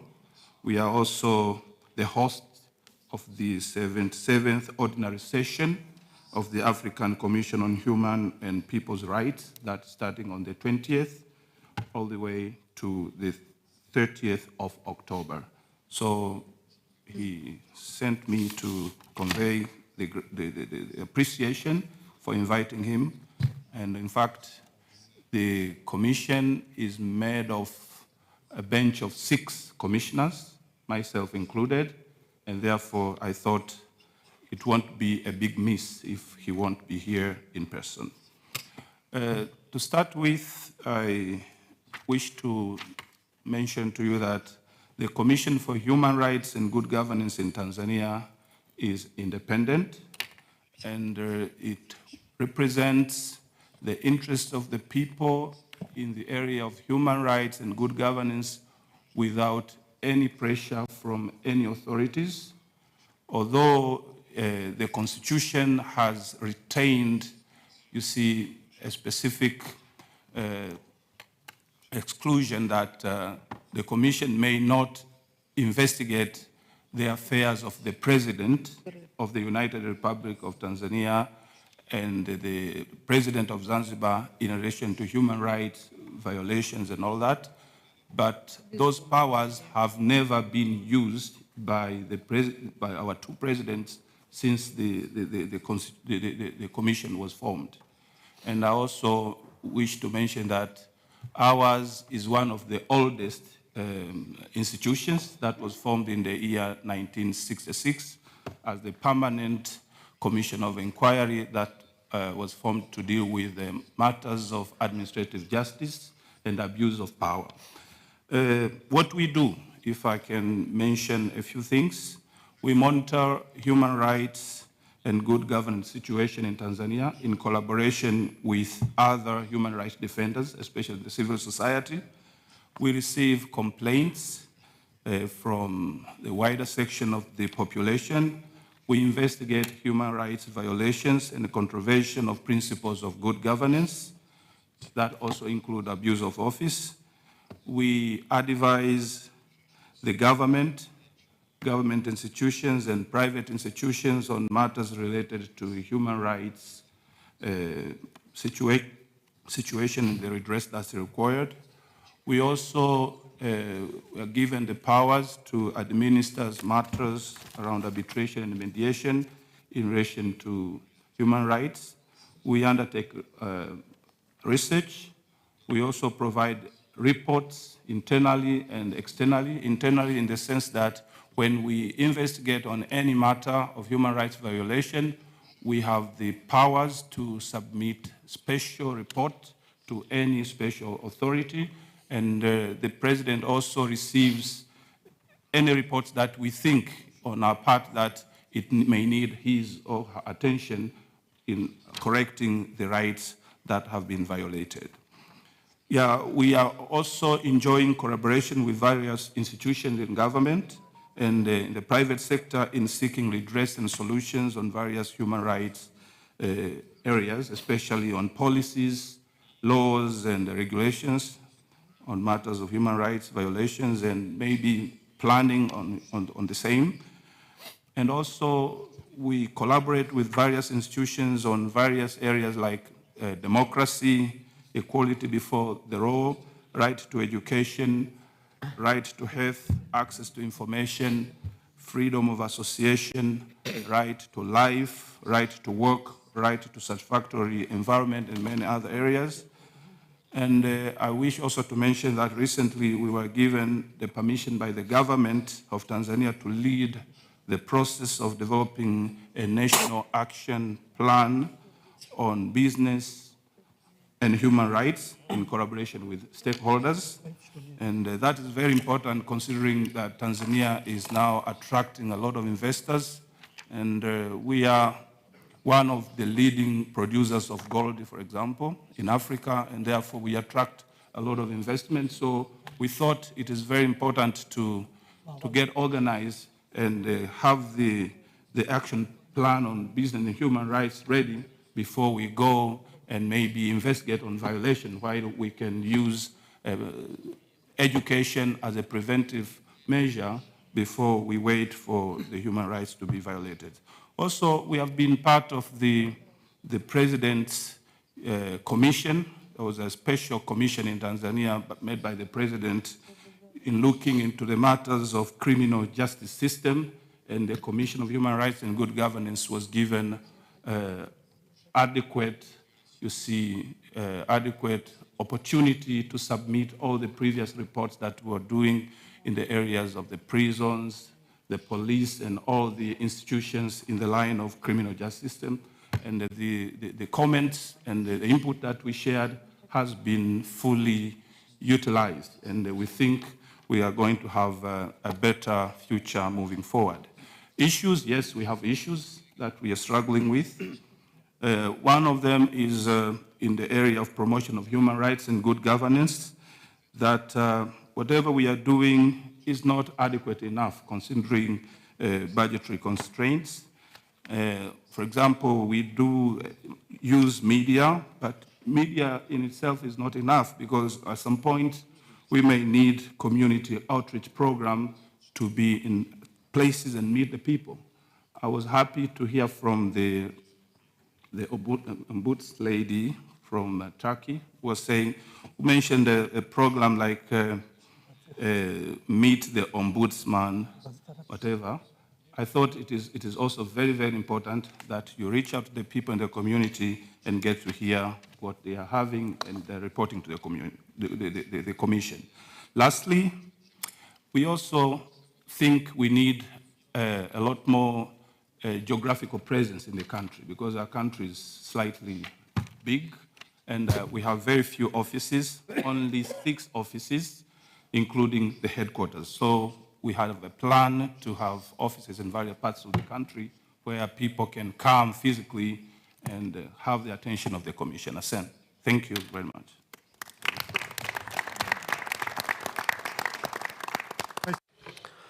Thank you, Mr. Shuli, for your speech, for your presentation. And even though your commission has its own forum, you found a chance to participate and you made an interesting presentation. Even the name of your commission, it focuses on good governance. In fact, implementation of human rights depends to a large degree on governance, on government management. In your experience is definitely of interest. The floor is given to the Ombudsman of Indonesia, Indiraza Marzuki Rais. The floor is yours. And Mr. Asub, please be prepared. Over to you. Good afternoon, ladies and gentlemen. The first, I want to say thank you to Madam Tatiana Markova for inviting us, Ombudsman Indonesia, to join this important conference. It is an honor for me, Indiraza Marzuki Rais, and my dear colleague, Mr. Robert Naindi Jaweng, as representative of Ombudsman of the Republic of Indonesia, has been invited and joined to this conference. We are also glad to the opportunity to share our experiences as an ombudsman person. Indonesia has over 270 million citizens, hundreds ethnic, different culture, with diversity as one. Those people should be guaranteed to receive a good quality of public services. As an independent institution, Ombudsman of Republic of Indonesia has mandate to oversee the delivery of public services from all agencies. Ombudsmen have 34 regional offices in every province. We receive public grievances. We do investigation. We conduct a systemic review. We take an own motion investigation. We do networking, and we give recommendation in order to ensure good quality of public services. 23 years since the establishment of Indonesian Ombudsman, we had received over 130,000 public grievances from various sectors, such as law enforcement, education, health issues, land issues, social security, and other maladministration issues. Ladies and gentlemen, as part of best practices in terms of human rights protection that we as ombudsperson dealt with, for example, first, together with other human rights protection agencies, we committed to have a joint statement, joint program, and running various activities in supporting the optional protocol Convention Against Torture, or OPCAT, to have a national preventive mechanism, in particular, the prevention of torture in a prison for prisoners. Second, we get involved the working group for the respect, protection, fulfillment, enforcement, and advancement of human rights for persons with mental disabilities. Ombudsman have conducted series of systemic review to oversee the public service delivery to the people with mental health issues in social rehabilitation centers. And we are now still witness that there is still a violation in those institutions. The third, during pandemic, we are struggling to have a good medical treatment. Ombudsman has played their role to oversee the delivery of health services, such as ensuring the COVID vaccination are running well, ensuring the availability of medicine, oxygen, bed occupancy, and adequate hospital services for all people who need intensive care, not only Indonesian citizens, but also for the refugee. The people don't have any insurance, don't have any citizen document. We give them help. The pandemic conditions are also caused an economical issues. Government provide protection to community by giving social social assistance. The Ombudsmen are also active in carrying out supervision to ensure that social assistance are received by the right people. The fourth, ensuring the fulfillment of the right to education. Ombudsmen oversee the process of selection students to school in accordance with the regulations set by the government. Also include Ombudsman supervision of bullying practices at school, because bullying, it causes students to be unable to fairly and comfortably obtain their education right. Fifth, to ensuring the fulfillment of the right to a decent living, in this case, housing. The Ombudsman has conducted an own motion investigation into allegation of the land occupation by private parties in an appropriate manner, so that the local people have to move another location which is against the law and their will. Ladies and gentlemen, some of things above are examples of Ombudsman role in ensuring the protection of human rights for citizens. Human rights have been universally recognized, and every citizen must have a better understanding their basic right to fight for and to obtain. Last but not least, as an Ombudsman Indonesia Institute, together with Indonesian government, are fully support the safety of our brothers and sisters in Palestine to ensure their equality of human rights.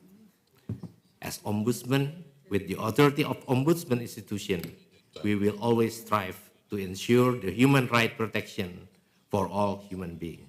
Thank you for attention.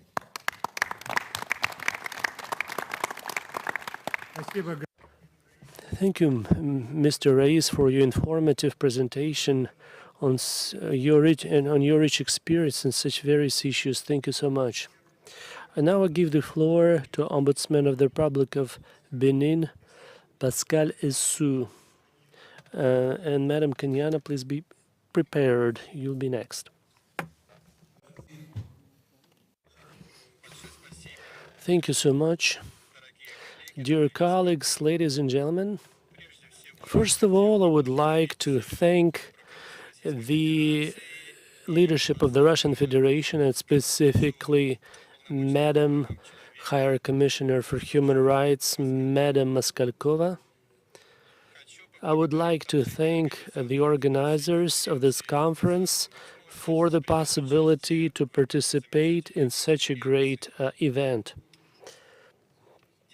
In fact, in this world, there is a lot of injustice, there is a lot of violations of human rights.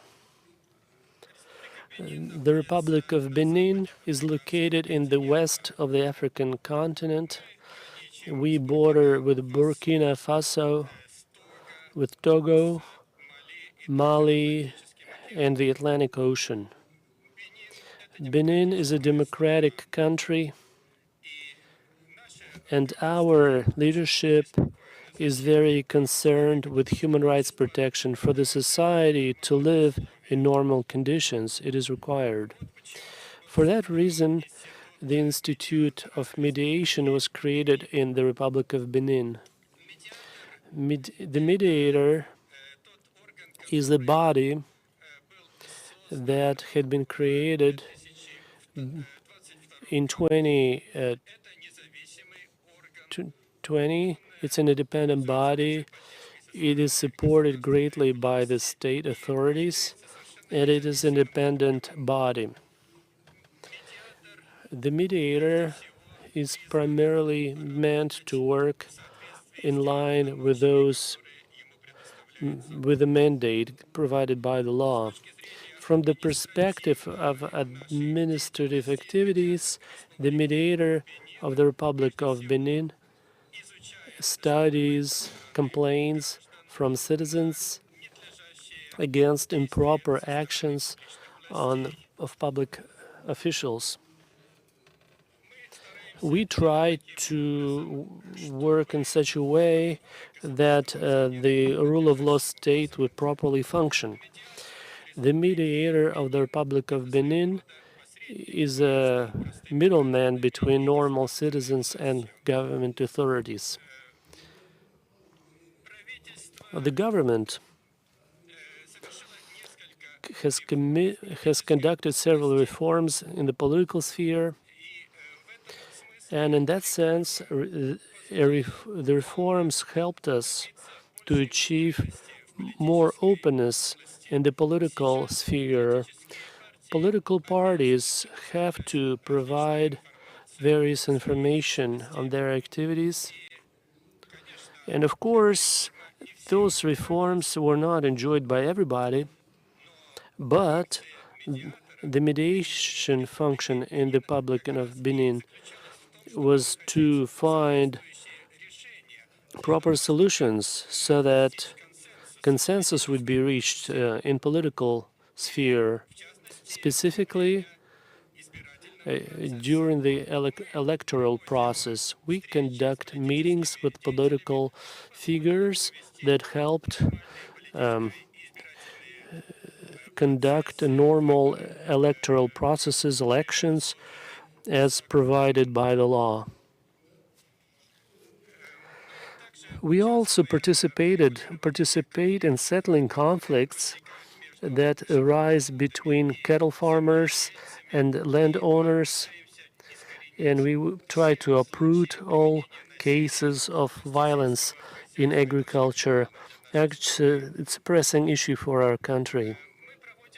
We do a lot of information work among the population. We tell them about human rights and about those rights that can be enjoyed by every citizen of Benin Republic. We tell people how they can protect their rights. And first of all, we pay attention to vulnerable groups of people. It is important for us to work directly with people. We try to work in places and visit them there. It's important to hear the hopes and the needs of simple folk. They tell us about their problems, and we should evaluate, assess how protected their rights are. We have broad opportunities, broad powers, but the scope of activities that is our focus covers not only relations with government authorities, but also with private businesses. We should participate in contact with people at all levels and primarily protect the interests of people. Once again, thank you very much for this invitation to the conference. It's a great pleasure for us. We have learned many new things here. Thank you. Thank you, Mr.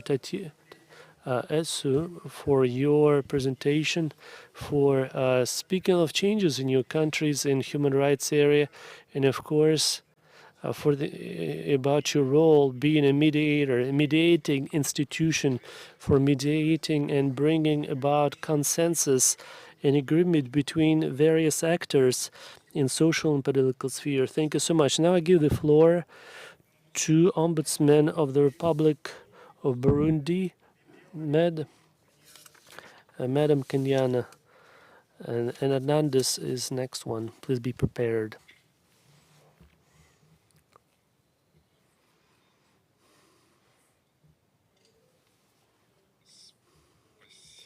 Thank you. Mr. Chairman, Madam Maskalkova, I was fulfilling the function of the Minister of Justice and Civil Defense. Currently, I am Ombudsperson for Human Rights, and I would like to speak here on the topic of the Burundi system of protecting human rights. I would like to thank the authorities of the Russian Federation for the help to our country in protecting human rights and for helping the Republic of Burundi. Also, we are receiving economic aid, educational aid, etc. Thank you, Madam Maskalkova and her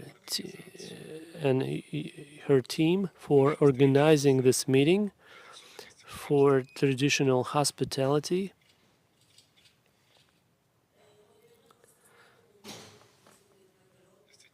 In fact, the Burundi system of protecting human rights is based on several principles. The government primarily is meant to protect human rights, and of course, a great role is played by the President of the Republic, the head of the state.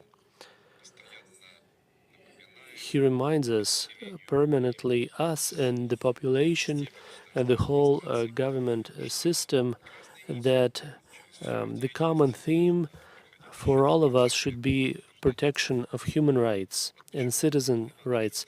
That's why the head of our state regularly organizes meetings with people, hearings, talks, conversations that help us hear the needs of the people. The President of the Republic of Burundi constantly requires from the ministers to visit various regions of the country and hear out people, locals.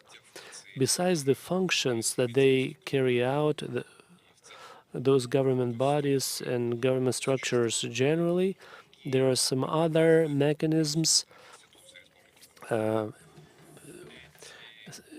also stipulated by the Constitution. Those mechanisms were created in response to serious challenges that our country faced. And the Office of Ombudsman of the Republic of Burundi, Commissioner for Human Rights, is dealing with those issues. We have specialized commissions involved with specific issues, such as Independent Commission on Elections that oversees observance of electoral law.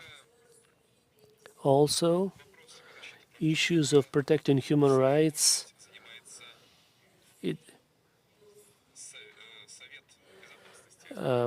National Council is involved with it. It includes both civil people as well as policemen and the military. You also have a National Committee on Communications that ensures freedom of expression, at the same time prevents provocations and their public publicizing. Our common goal is to inform the population, to organize educational processes with regard to human rights. We also have National Committee on Prevention and Investigation of Genocide and Crimes against Humanity. We have as well a structure, the structure that represents the Ombudsman Office of the Republic of Burundi. Ombudsman is elected by absolute majority of parliament members, for 6 years. And the objective of Ombudsman is to oversee all the issues related to human rights, their observance, and to control related processes. The Ombudsman should oversee actions of all administrative and national levels and national bodies at all levels. Burundi has a whole a range of mechanisms that take care of observance of human rights. Our country for a long time lived through instability. We had a civil war for over a decade, so that prevented us from duly organizing the use of natural resources, but we try to create a favorable climate for investments in our country in different sectors. All of that requires synergy efforts from different stakeholders in the spirit of sustainable development. We already received the results in terms of peace and stability. Those results, we are deeply satisfied with those results, but other aspects of human rights should not be forgotten. But specifically, our government is involved with economic rights like fighting poverty.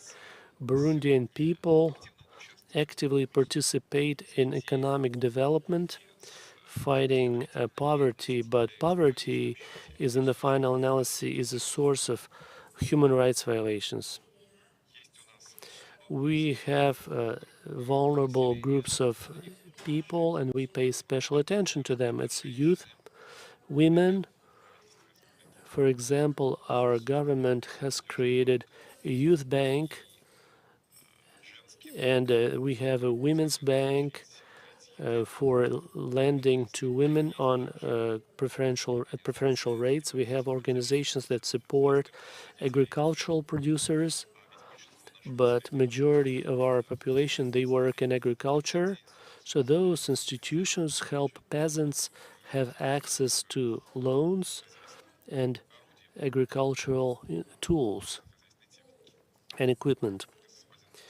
Mr. Chairman, dear colleagues, we work with the economic sector, primarily the agricultural sector, and with other sectors in industry. The main objective is to fight poverty and hunger.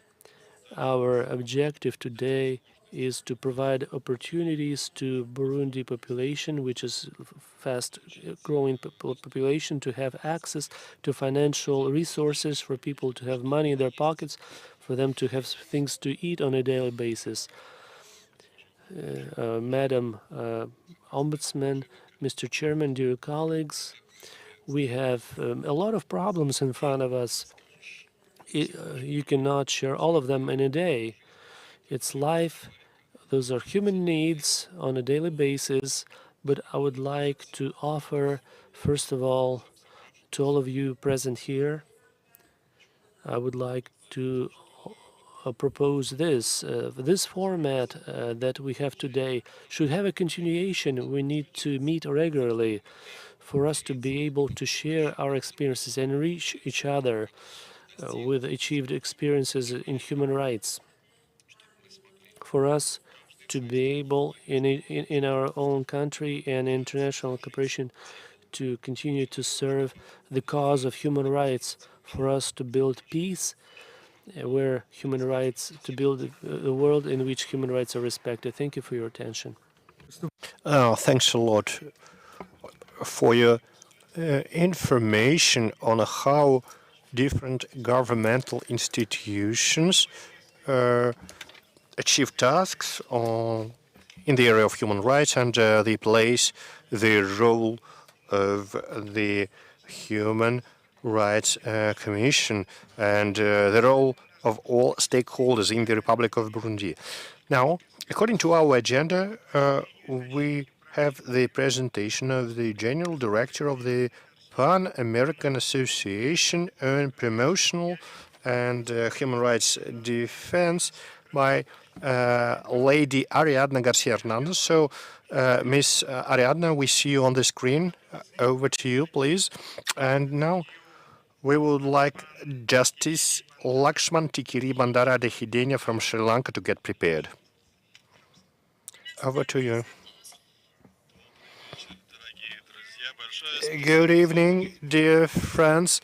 Thanks for this opportunity provided by the Ombudsman of the Russian Federation, distinguished Tatiana Moskalkova and her team that made our meeting possible, whether in person or in an online mode. And I would like to give a warm welcome to all participants of the conference, representatives of human rights institutions. And I would like to welcome the Ombudsman of the Bolivarian Republic of Venezuela we recently met.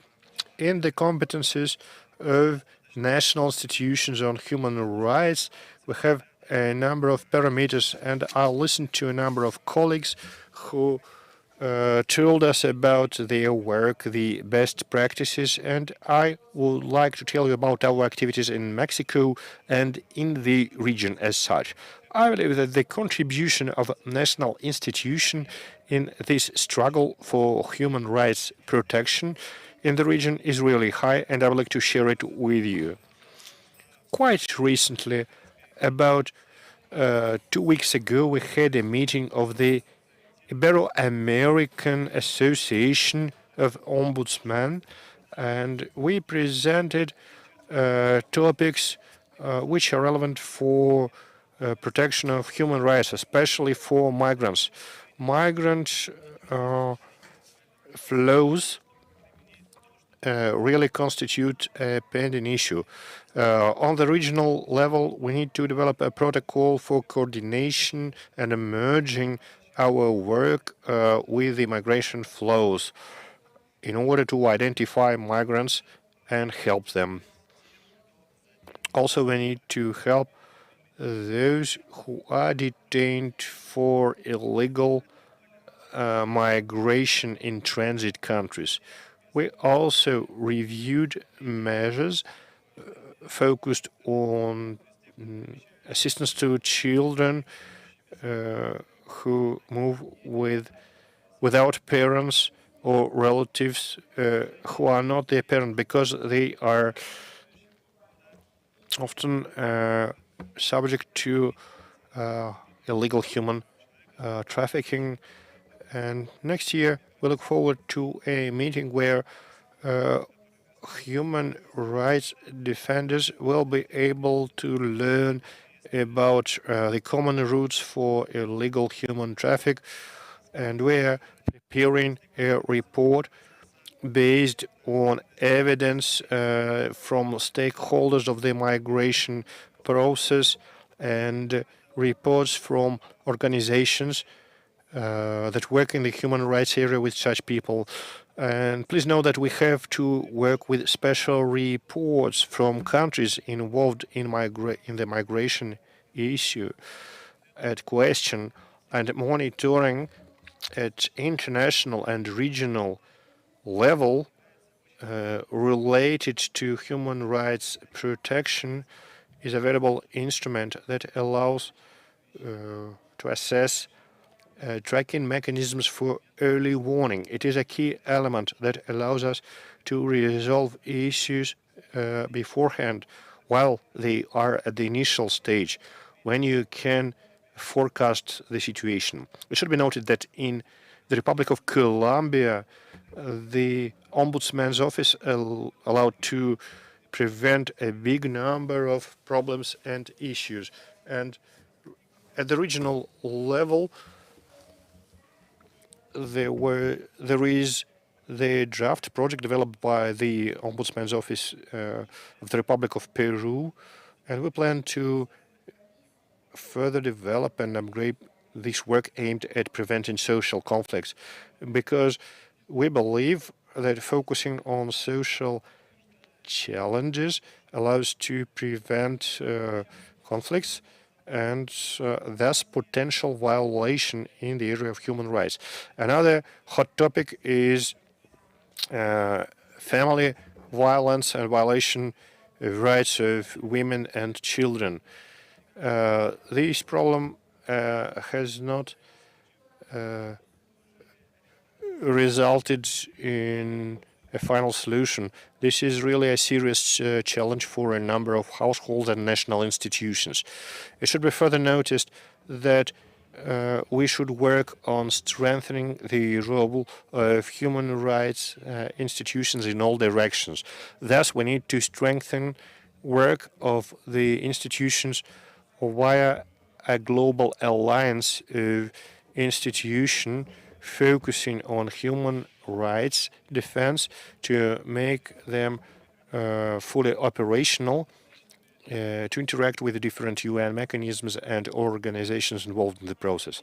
Also, we need to exchange experience between human rights institutions with their respective statuses, and such institutions of the higher level should exchange experience with other institutions which either have not achieved this status or lost it. In the case of Mexico, the problem of forced disappearing of persons is a really acute topic, and I would like to call you to help Mexico in terms of technical advising. This is a good moment in time to come into close contact with our country. It is also good to focus on how we can prevent tortures in the country and in the region. We need to train our specialists. Also, the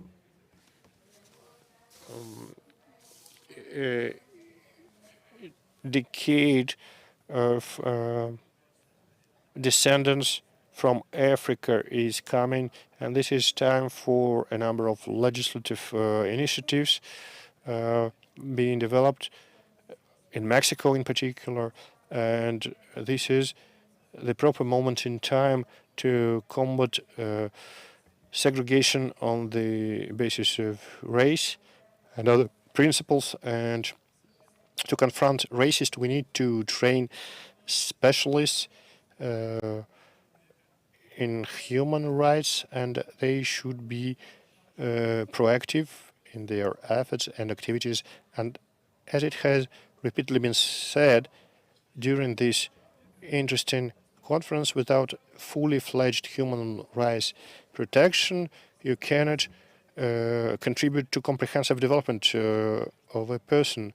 We shouldn't ignore the importance of cooperations between national human rights institutions and global alliances. In case of Mexico, Nicaragua, and Argentina, national institutions do huge amount of work to protect human rights at local and national levels. And cooperations between national institutions promote human rights protections at regional levels. And we need to unite efforts of civil organizations in each and every country and achieve the maximum possible results in this area. We need to exchange best practices. We are doing this today thanks to Madam Moskalkova, but the process should be more dynamic, and we should meet each other more often. Our agencies involved in this area should work together closely based on resources as proposed by national institutions, which are normally limited in their budget. Also, in this regard, we need to do everything possible for the national human rights institutes as well as local institutions to possess necessary resources to make the best possible use of their respective mandate. Another topic I would like to put on agenda is that national institutions should pay special attention to mental health issue.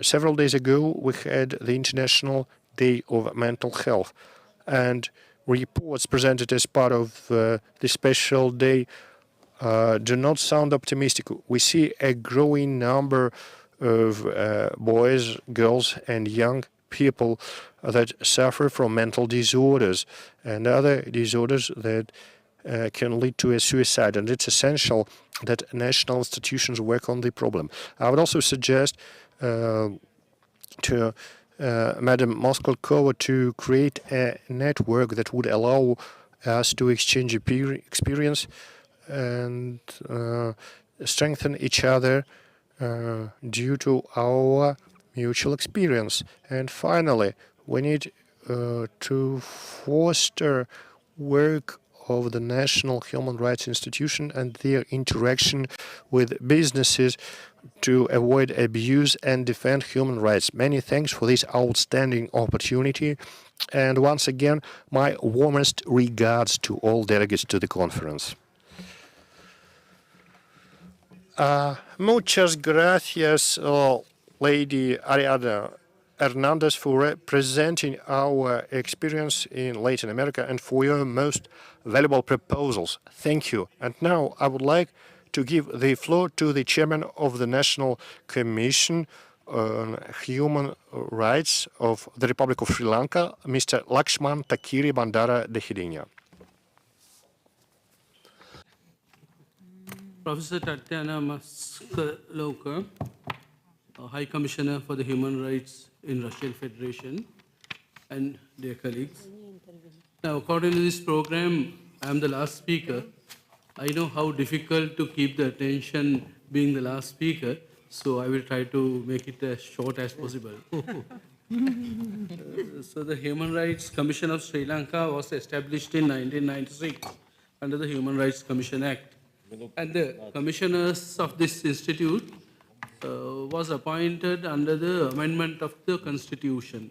The Constitution was amended to appoint the commissioners and the judges to the higher courts and the senior officers with the approval of the Constitutional Council, which represent the parliamentarians of the government party as well as the opposition party.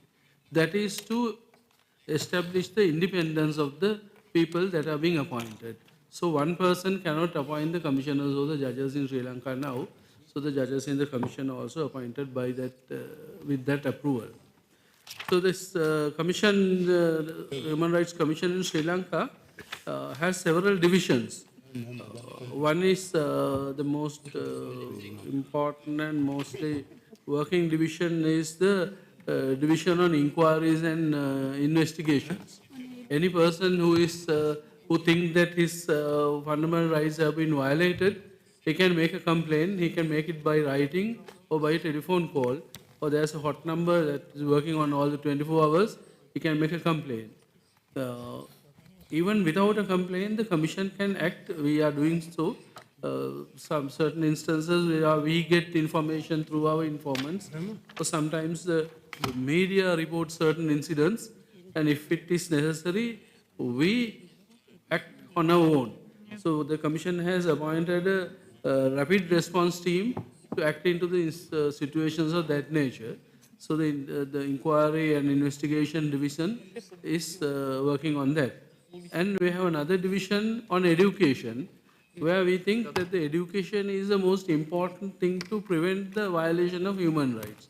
The education division now, for the moment, they are doing education programs with the general public and the officers of the police and the tri-forces and the prison and other detention centers to educate them. And we are on discussion with the Ministry of Education to include the include this human rights subject into the school syllabus, because some people we have noted that they don't know what the human rights are and they don't know where to complain. So at least if we can give a little education to the students, we think that it will be useful. The other division, another division that we are having is the international relations division, where we are dealing with all these international institutes where they are interested in the human rights violations as well as other rights of the parties, of the citizen. That is one area that we are specializing. And we have another division where we do research, because if we are going to work only as Sri Lankans, that will be difficult. We think that we will have to study what the other countries in the world are doing, what their reports are, what are the situation, what are the incidents that they are facing, and how they have acted to those things. So we have a research division to study those things and to report. So with all those things, we are going ahead with the Human Rights Commission. So Sri Lanka is a very small country, you all know, but still we are having 10 branches all throughout the country where the people can go into a branch and make a complaint. If it is possible, the branch will inquire into it, or otherwise they will report it to the head office in Colombo. And in our law, there's a special provision, but very rarely we use it. If a person who cannot afford to come and make a complaint to the commission, commission can make a payment to that person to come and make the payment. That provision is there. If a disabled person is undergoing any human right violation or something like that, we make that payment, not to all the people, because otherwise we will not be able to work. So that provision is also there. So considering these good practices, those are the areas where we are doing it. And with all the international human rights institutes, we are working together. And I think it is very best to have, as suggested by the former speaker, to have a network where we can get together, we can share our experiences, which will be useful for the others. So that's all that I am going to say. And I again thank the Institute, Eurasian Human Rights Ombudsman Alliance, and their officers for their kind hospitality that extended towards us from the arrival. Thank you very much.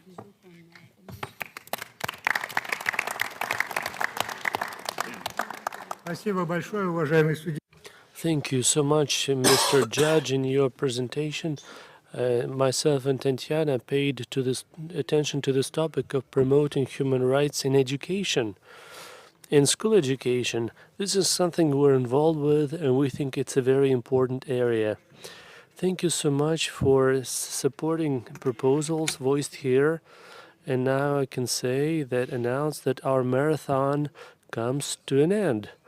But we still have a time for discussion for those who wanted to speak with some short messages with comments or proposals. I have some applications here. I would like to give the floor within 3 minutes. Anas Ruslana Neshmari, Commissioner for Human Rights of the Republic of Abkhazia.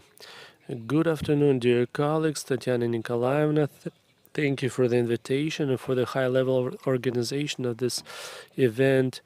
Just in a couple of minutes, Abkhazia participates in such an event for the first time. I would like to tell you about our institution, and the institution Ombudsman Abkhazia has a history. The current situation is characterized by becoming independent from other government bodies.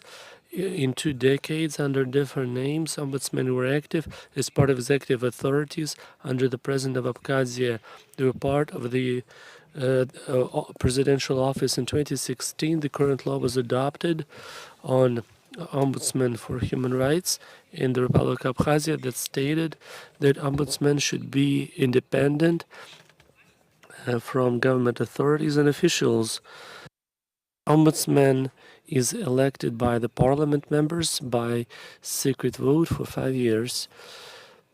The mandate is quite broad.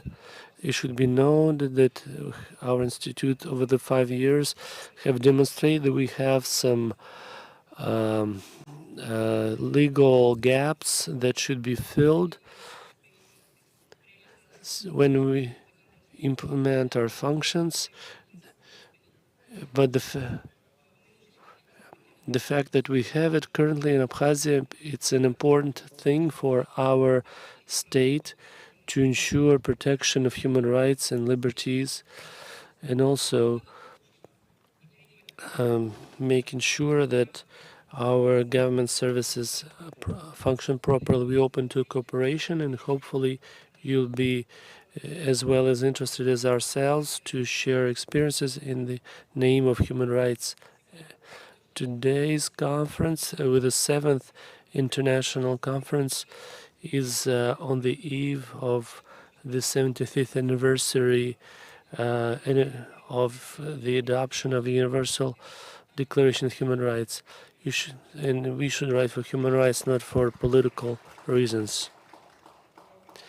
Now I would like to give the floor Mr. Tasoyev, Commissioner for Human Rights under the President of South Ossetia.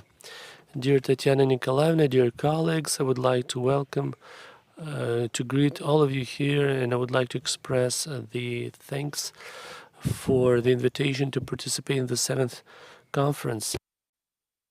Today's conference is important because Ombudsman's competencies are key, because effectiveness of activities depend on this. The Republic of South Ossetia is a young state whose development took place in difficult conditions. For a long time we were considered an unrecognized state, and that also put pressure on our development. It was difficult to develop a government institution, also in human rights sphere, in conditions of economic transport blockade on the part of Georgia. And that continued on until 2008, August of 2008, when the Republic of South Ossetia was recognized by the Russian Federation and some other states. Since then, South Ossetia, with the support of Russian Federation, got a real impetus for development, and the institution of Ombudsman as well. As a young institution, it was formed in 2006, and today Ombudsman is appointed by presidential decree and reports to the president. Of course, it's an issue, it's still debatable. There are different views whether such model is beneficial, because there are some advantages and disadvantages to it. Today, activities of Ombudsman for human rights are based on the regulation on Ombudsman that spells out powers, competencies. Because this institution is fairly young, we have understanding that we need to develop further. In going forward, the development of this institute should be linked to an adoption of special law that spells out its independence, effectiveness, and responsibility before the society. Such a law should help create favorable legal environment to protect human rights and strengthen democratic principles. I would like to thank once again Tatiana Nikolaevna for the invitation. South Ossetia is open and ready to develop its cooperation with Ombudsman to share experiences in human rights protection and in bilateral and multilateral cooperation. Thank you. Thanks. We have another representative from South Ossetia. I would like to give the floor to Madam Gioeva, Commissioner for Children's Rights. Dear Tatiana Nikolaeva, dear organizers of the 7th International Scientific and Practical Conference, I would like to thank you for this honor to participate in this event. I would like to use this opportunity and greet all the participants of the conference. At the same time, name Venezuela, Mr. Ruiz of Venezuela, and also Dallas Mungi of Nicaragua. The states were one of the first to recognize South Ossetia as an independent state. Our people, in line with Constitution, is a democratic, a social state where protection of human rights and small people, children are a priority. The goal of our conference is sharing best practices of ombudsmen, and should be noted that my personal practice of working on this position is only 6 months. Over this time, my main objective in human rights protection was to achieve the goal of including a children's ombudsman, becoming part of the general system, developing measures to interact and coordinate activities with General Prosecutor's Office, with the judicial system, and with the Ministry of Internal Affairs to systematize, analyze information on violation of children's rights and quickly respond to situations. One of the priorities is preventive response to potential violations of children's rights in education environment, family environment. Measures were taken to create my activities with the social segment of our South Ossetian government and with local administrations. It helped to quickly resolve problems which were signaled in complaints related to housing or anything, basically, those that affect the well-being of children, also coordination issues and interregional aspects of coordination in Northern Caucasus, but the main result was achieved when we implemented an MOU on children's rights between commissioners of the Russian Federation, Maria Lvova-Belova, and Commissioner for Children's Rights of South Ossetia. So they took place in 2023 in June. Currently, most articles of the memorandum are implemented or are in the process of being implemented. We're thankful to Maria Alexeyevna for the support, for sending teachers and children doctors for diagnostics and treatment of children, and for holding a workshop for local authorities. The Russian office provided help to us, material and equipment was provided, and many thanks to the Russian Federation for that. We also signed an agreement with North Ossetia Alania, and we have a draft memorandum that will shortly signed with the Commissioner for Children's Rights in the Republic of Abkhazia. Our international conference gives us a good chance to expand our joint activities in terms of international cooperation. Some of the speeches we heard, such proposals, we are a small nation of small South Ossetia. We'll be thankful to the participants of the conference for providing support in human rights activities. Its recommendations of the conference will be clear guideline to improve organizational and ideological foundations of Commissioner for Children's Rights in South Ossetia. Today, the conference, we heard about Commission on Human Rights of CIS. The same information was contained in the article from Madam Miskalkova published in the Rossiyskaya Gazeta newspaper. From my perspective, her role should be reflected as an integrator in the resolution of the conference. It would be worthwhile to include the Republic of South Ossetia and Abkhazia as part of the commission as observers. And lastly, we as participants of this conference representing various ethnic groups and confessions, but we are united. But the most important thing, we protect human rights, and most importantly, right for life and freedom. So wish peace to all of you. Thanks. Thank you for your emotional proposals and speech. I have another application. So the head of investigation office of Malawi, Marki Gianni Kingwera, over to you. So you have 3 minutes, please. Please stay within that limit. First of all, I would like to thank the organizers of this workshop for inviting us, Malawi, Office of the Ombudsman, to come here and participate in this important conference. Having listened to the presentations before, I won't have much to say. I have only 3 minutes. I'll first of all talk about Office of the Ombudsman as an office which was established by the Constitution of the 1994 in the Republic of Malawi.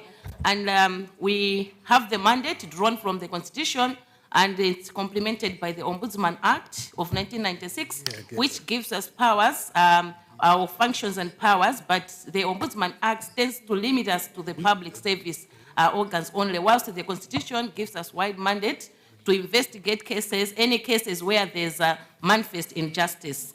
Having said that, I will just go straight to the challenges that we have as an office.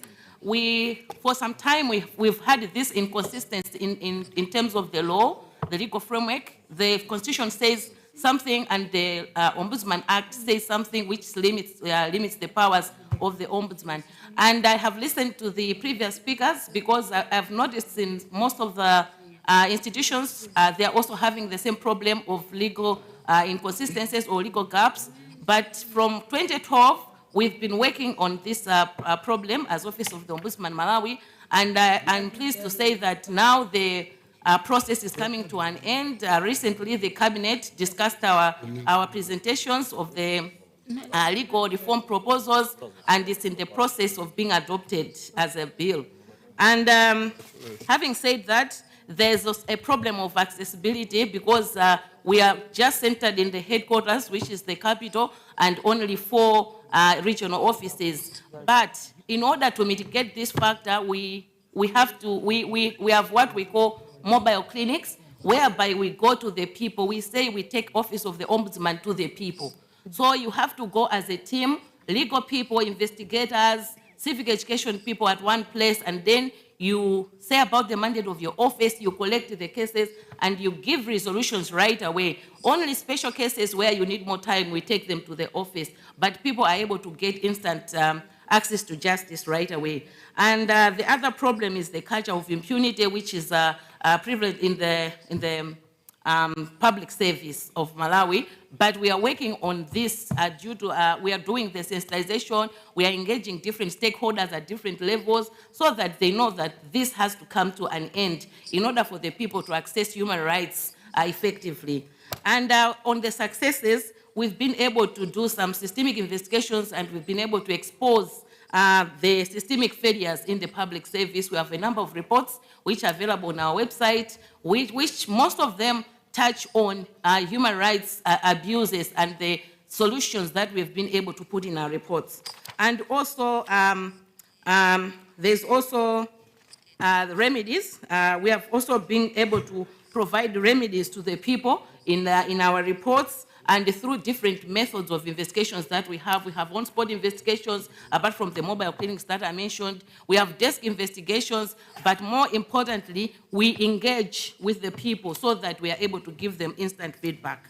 I think I can end there. I think my 3 minutes has come to an end, but thank you for this opportunity because we weren't on the program, but I thought it was important that we are here. We have to speak about our country. Thank you very much.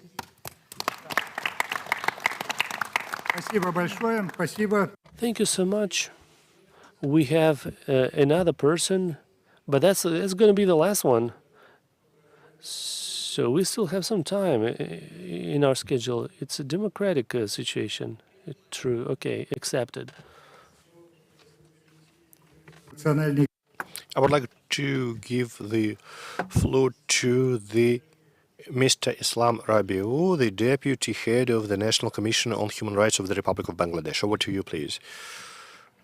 Thank you, organizer, for inviting National Human Rights Commission of Bangladesh. National Human Rights Commission Bangladesh established in 2009.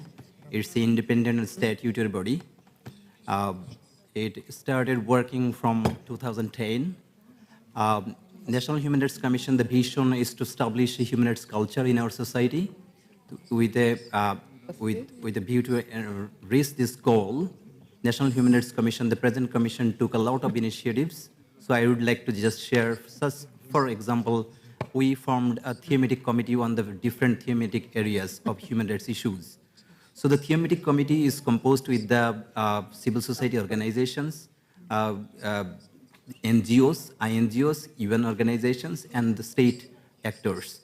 So we usually have our meeting, regular meeting in the commission, and we discuss on the issues and we make recommendation to the government. And since we have a very limited resources, we don't have reach out to the remote areas, so we have a district human rights defender committee, protection committee. So this committee is also composed with the state actors and NGOs, INGOs. So they are actually our helping hand. So they usually share their information, human rights violation cases, and so on. So we usually take into our cognizance, and we also can have our suo motu jurisdiction. And we also have some. We also conduct a public hearing. We can learn the situation that the remote area that is having and what kind of experiences they are going through. So we usually go to this remote area and have our public hearings from them. Last on the list, we usually recommend to the government to enact law. For an example, lastly, we recommended to the government to enact anti-discrimination law. Since in our society there is a discrimination between the caste and many things. So we recommended to the government to enact the law. So the government well accepted these recommendations, and under all the after all the formalities, now this law is in the parliament. So we believe that it is going to be enacted very soon. Finally, I would like to conclude with the sentence that the National Human Rights Commission is a bridge between the rights holder and the duty bearer. So we are the voice of the unheard, and we strongly believe that our network, our experiences that we share here, and for the whole day, I took lots of notes. And I strongly believe this information, this experience will greatly help to our commission to take more initiatives to address human rights violation in my country. So finally, thank you very much thank you very much, Madam Chair, the Chief Ombudsperson of Russian Federation. Russia is the true friend of Bangladesh.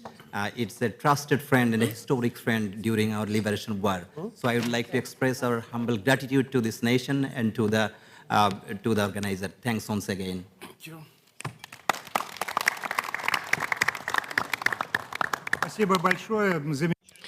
Many thanks. This fresh breeze, a wonderful image, and we can probably close our discussion with that. But I would like to ask if we have other persons willing to speak up. Just please introduce yourself.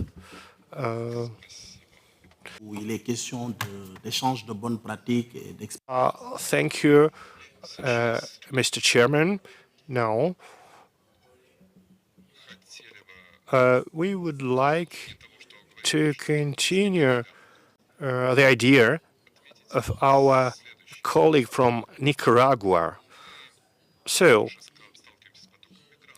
we would like to note that we also face a flow of migrants and people from our country, Senegal,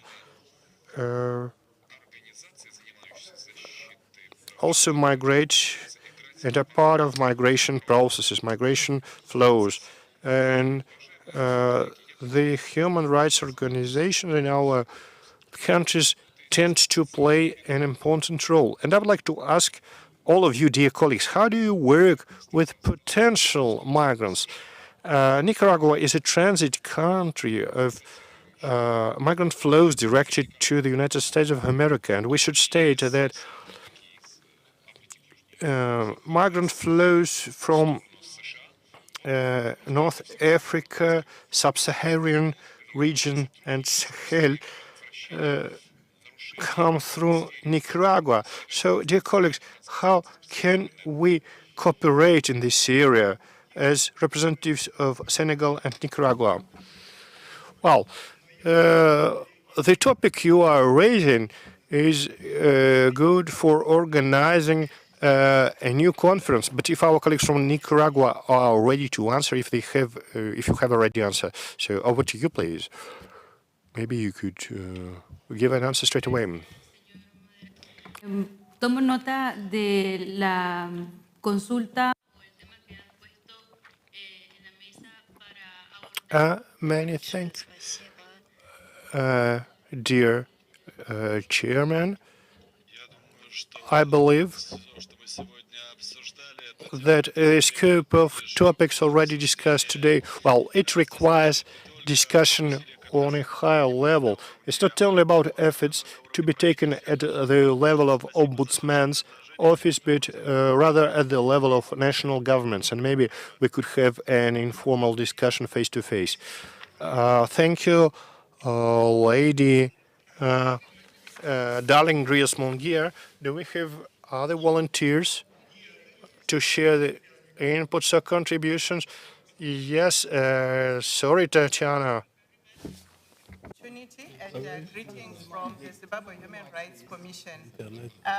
For us, we're not on the program, but from the deliberations that were made here by the different ombudsman institutions, we have a few takeaways that we think we really need to highlight. We have noted the issue of a human rights action plan. I think this is a building block for a human rights culture in our respective jurisdictions. And we have also noted the issue of a good governance guide. In Zimbabwe, we have been reviewing service standards or client service charters of public institutions. And this can be a good working document for us to use to review the performance of public institutions. And we have also noted that other jurisdictions have submitted special reports to Parliament and to the President on implementation of recommendations. I think this can help in eliminating a culture of impunity where institutions disregard the recommendations made by ombudsman institutions. And also the issue of regional and international cooperation. I found it very critical, especially the issue of a joint monitoring, which was mentioned by one representative in the morning session. So thank you very much for having us, and I hope the deliberations that are made here will also be shared with the rest of the participants, maybe through the report and the best practices that have been shared. I hope they will be documented so that we can all benefit from what other countries are doing. Thank you.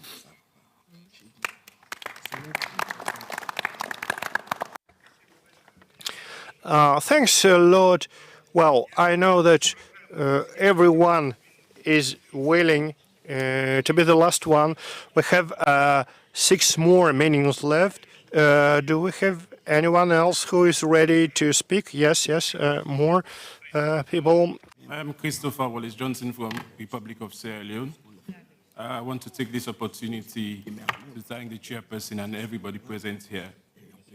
This is the first time in 5 years since the Office of the Ombudsman of the Republic of Sierra Leone is participating in a program related to good governance. And as I speak, we've been for close to 10 months now without an ombudsman since the end of the tenure of the previous ombudsman. But nonetheless, what we've gathered here today, we'll take back home, we implement best practices, and I assure you we'll continue to cooperate with all other organizations as time goes on. Thank you very much.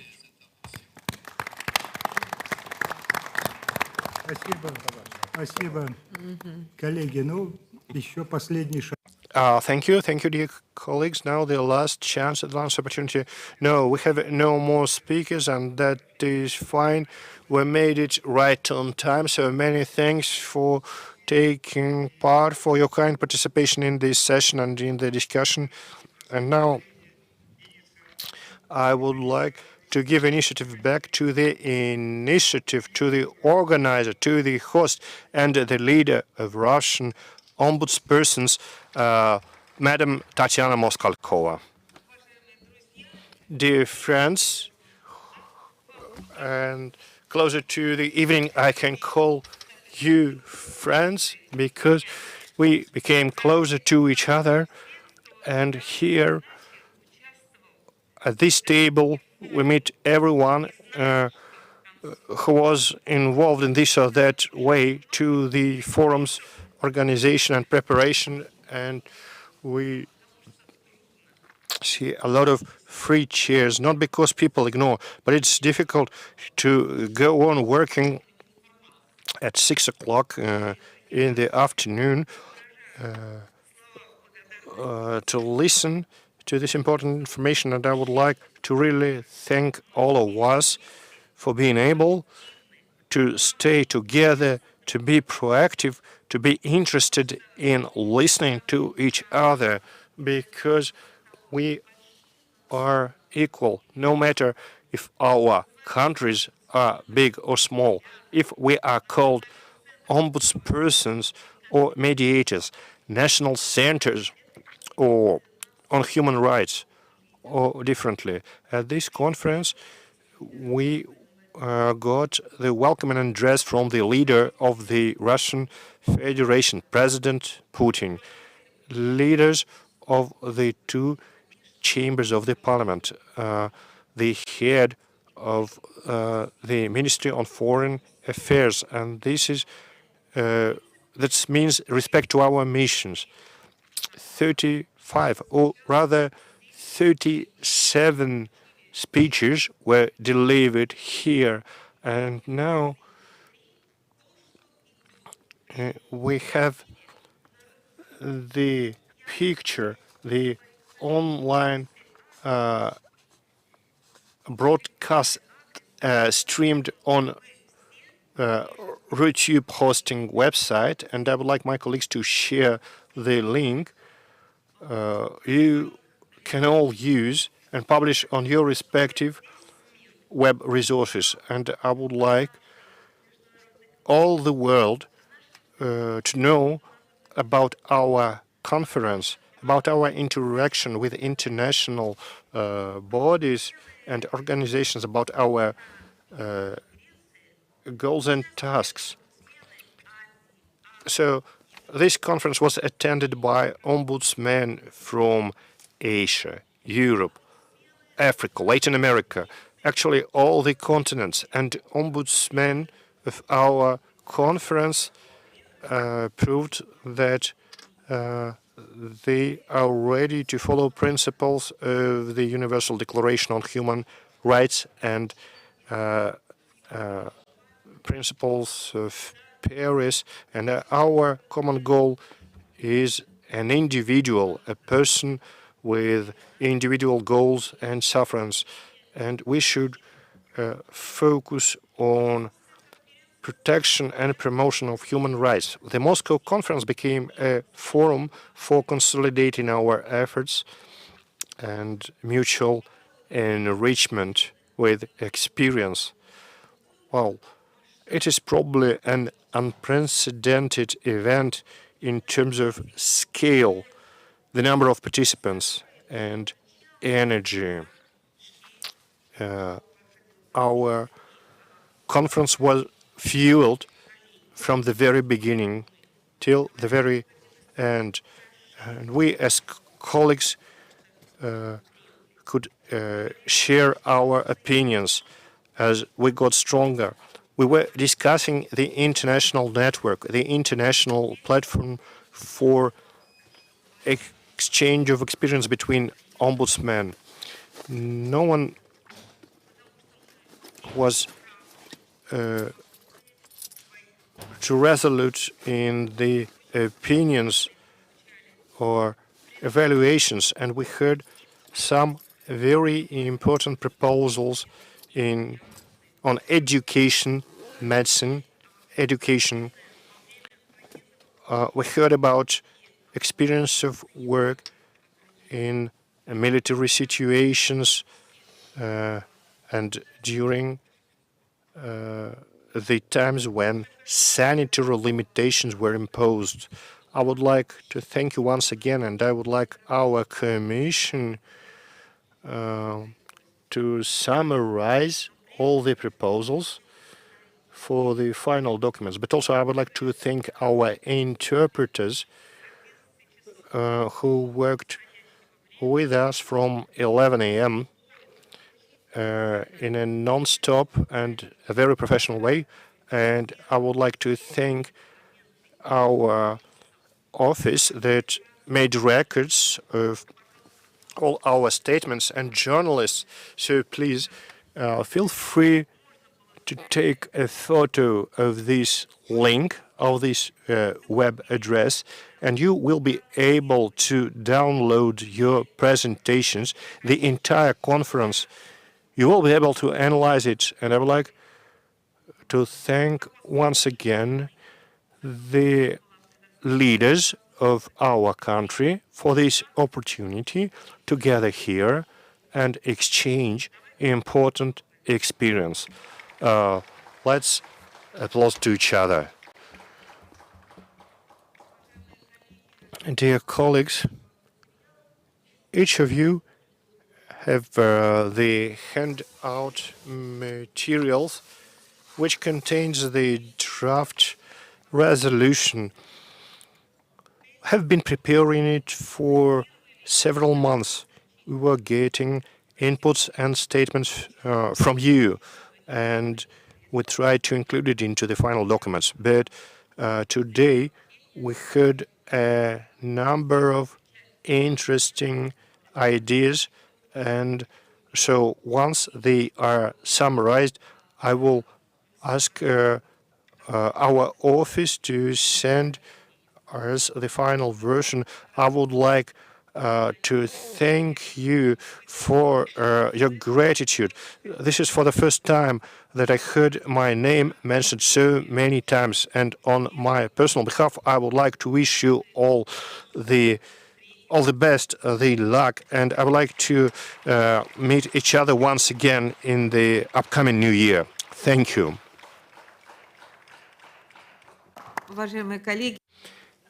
Dear colleagues, we would like to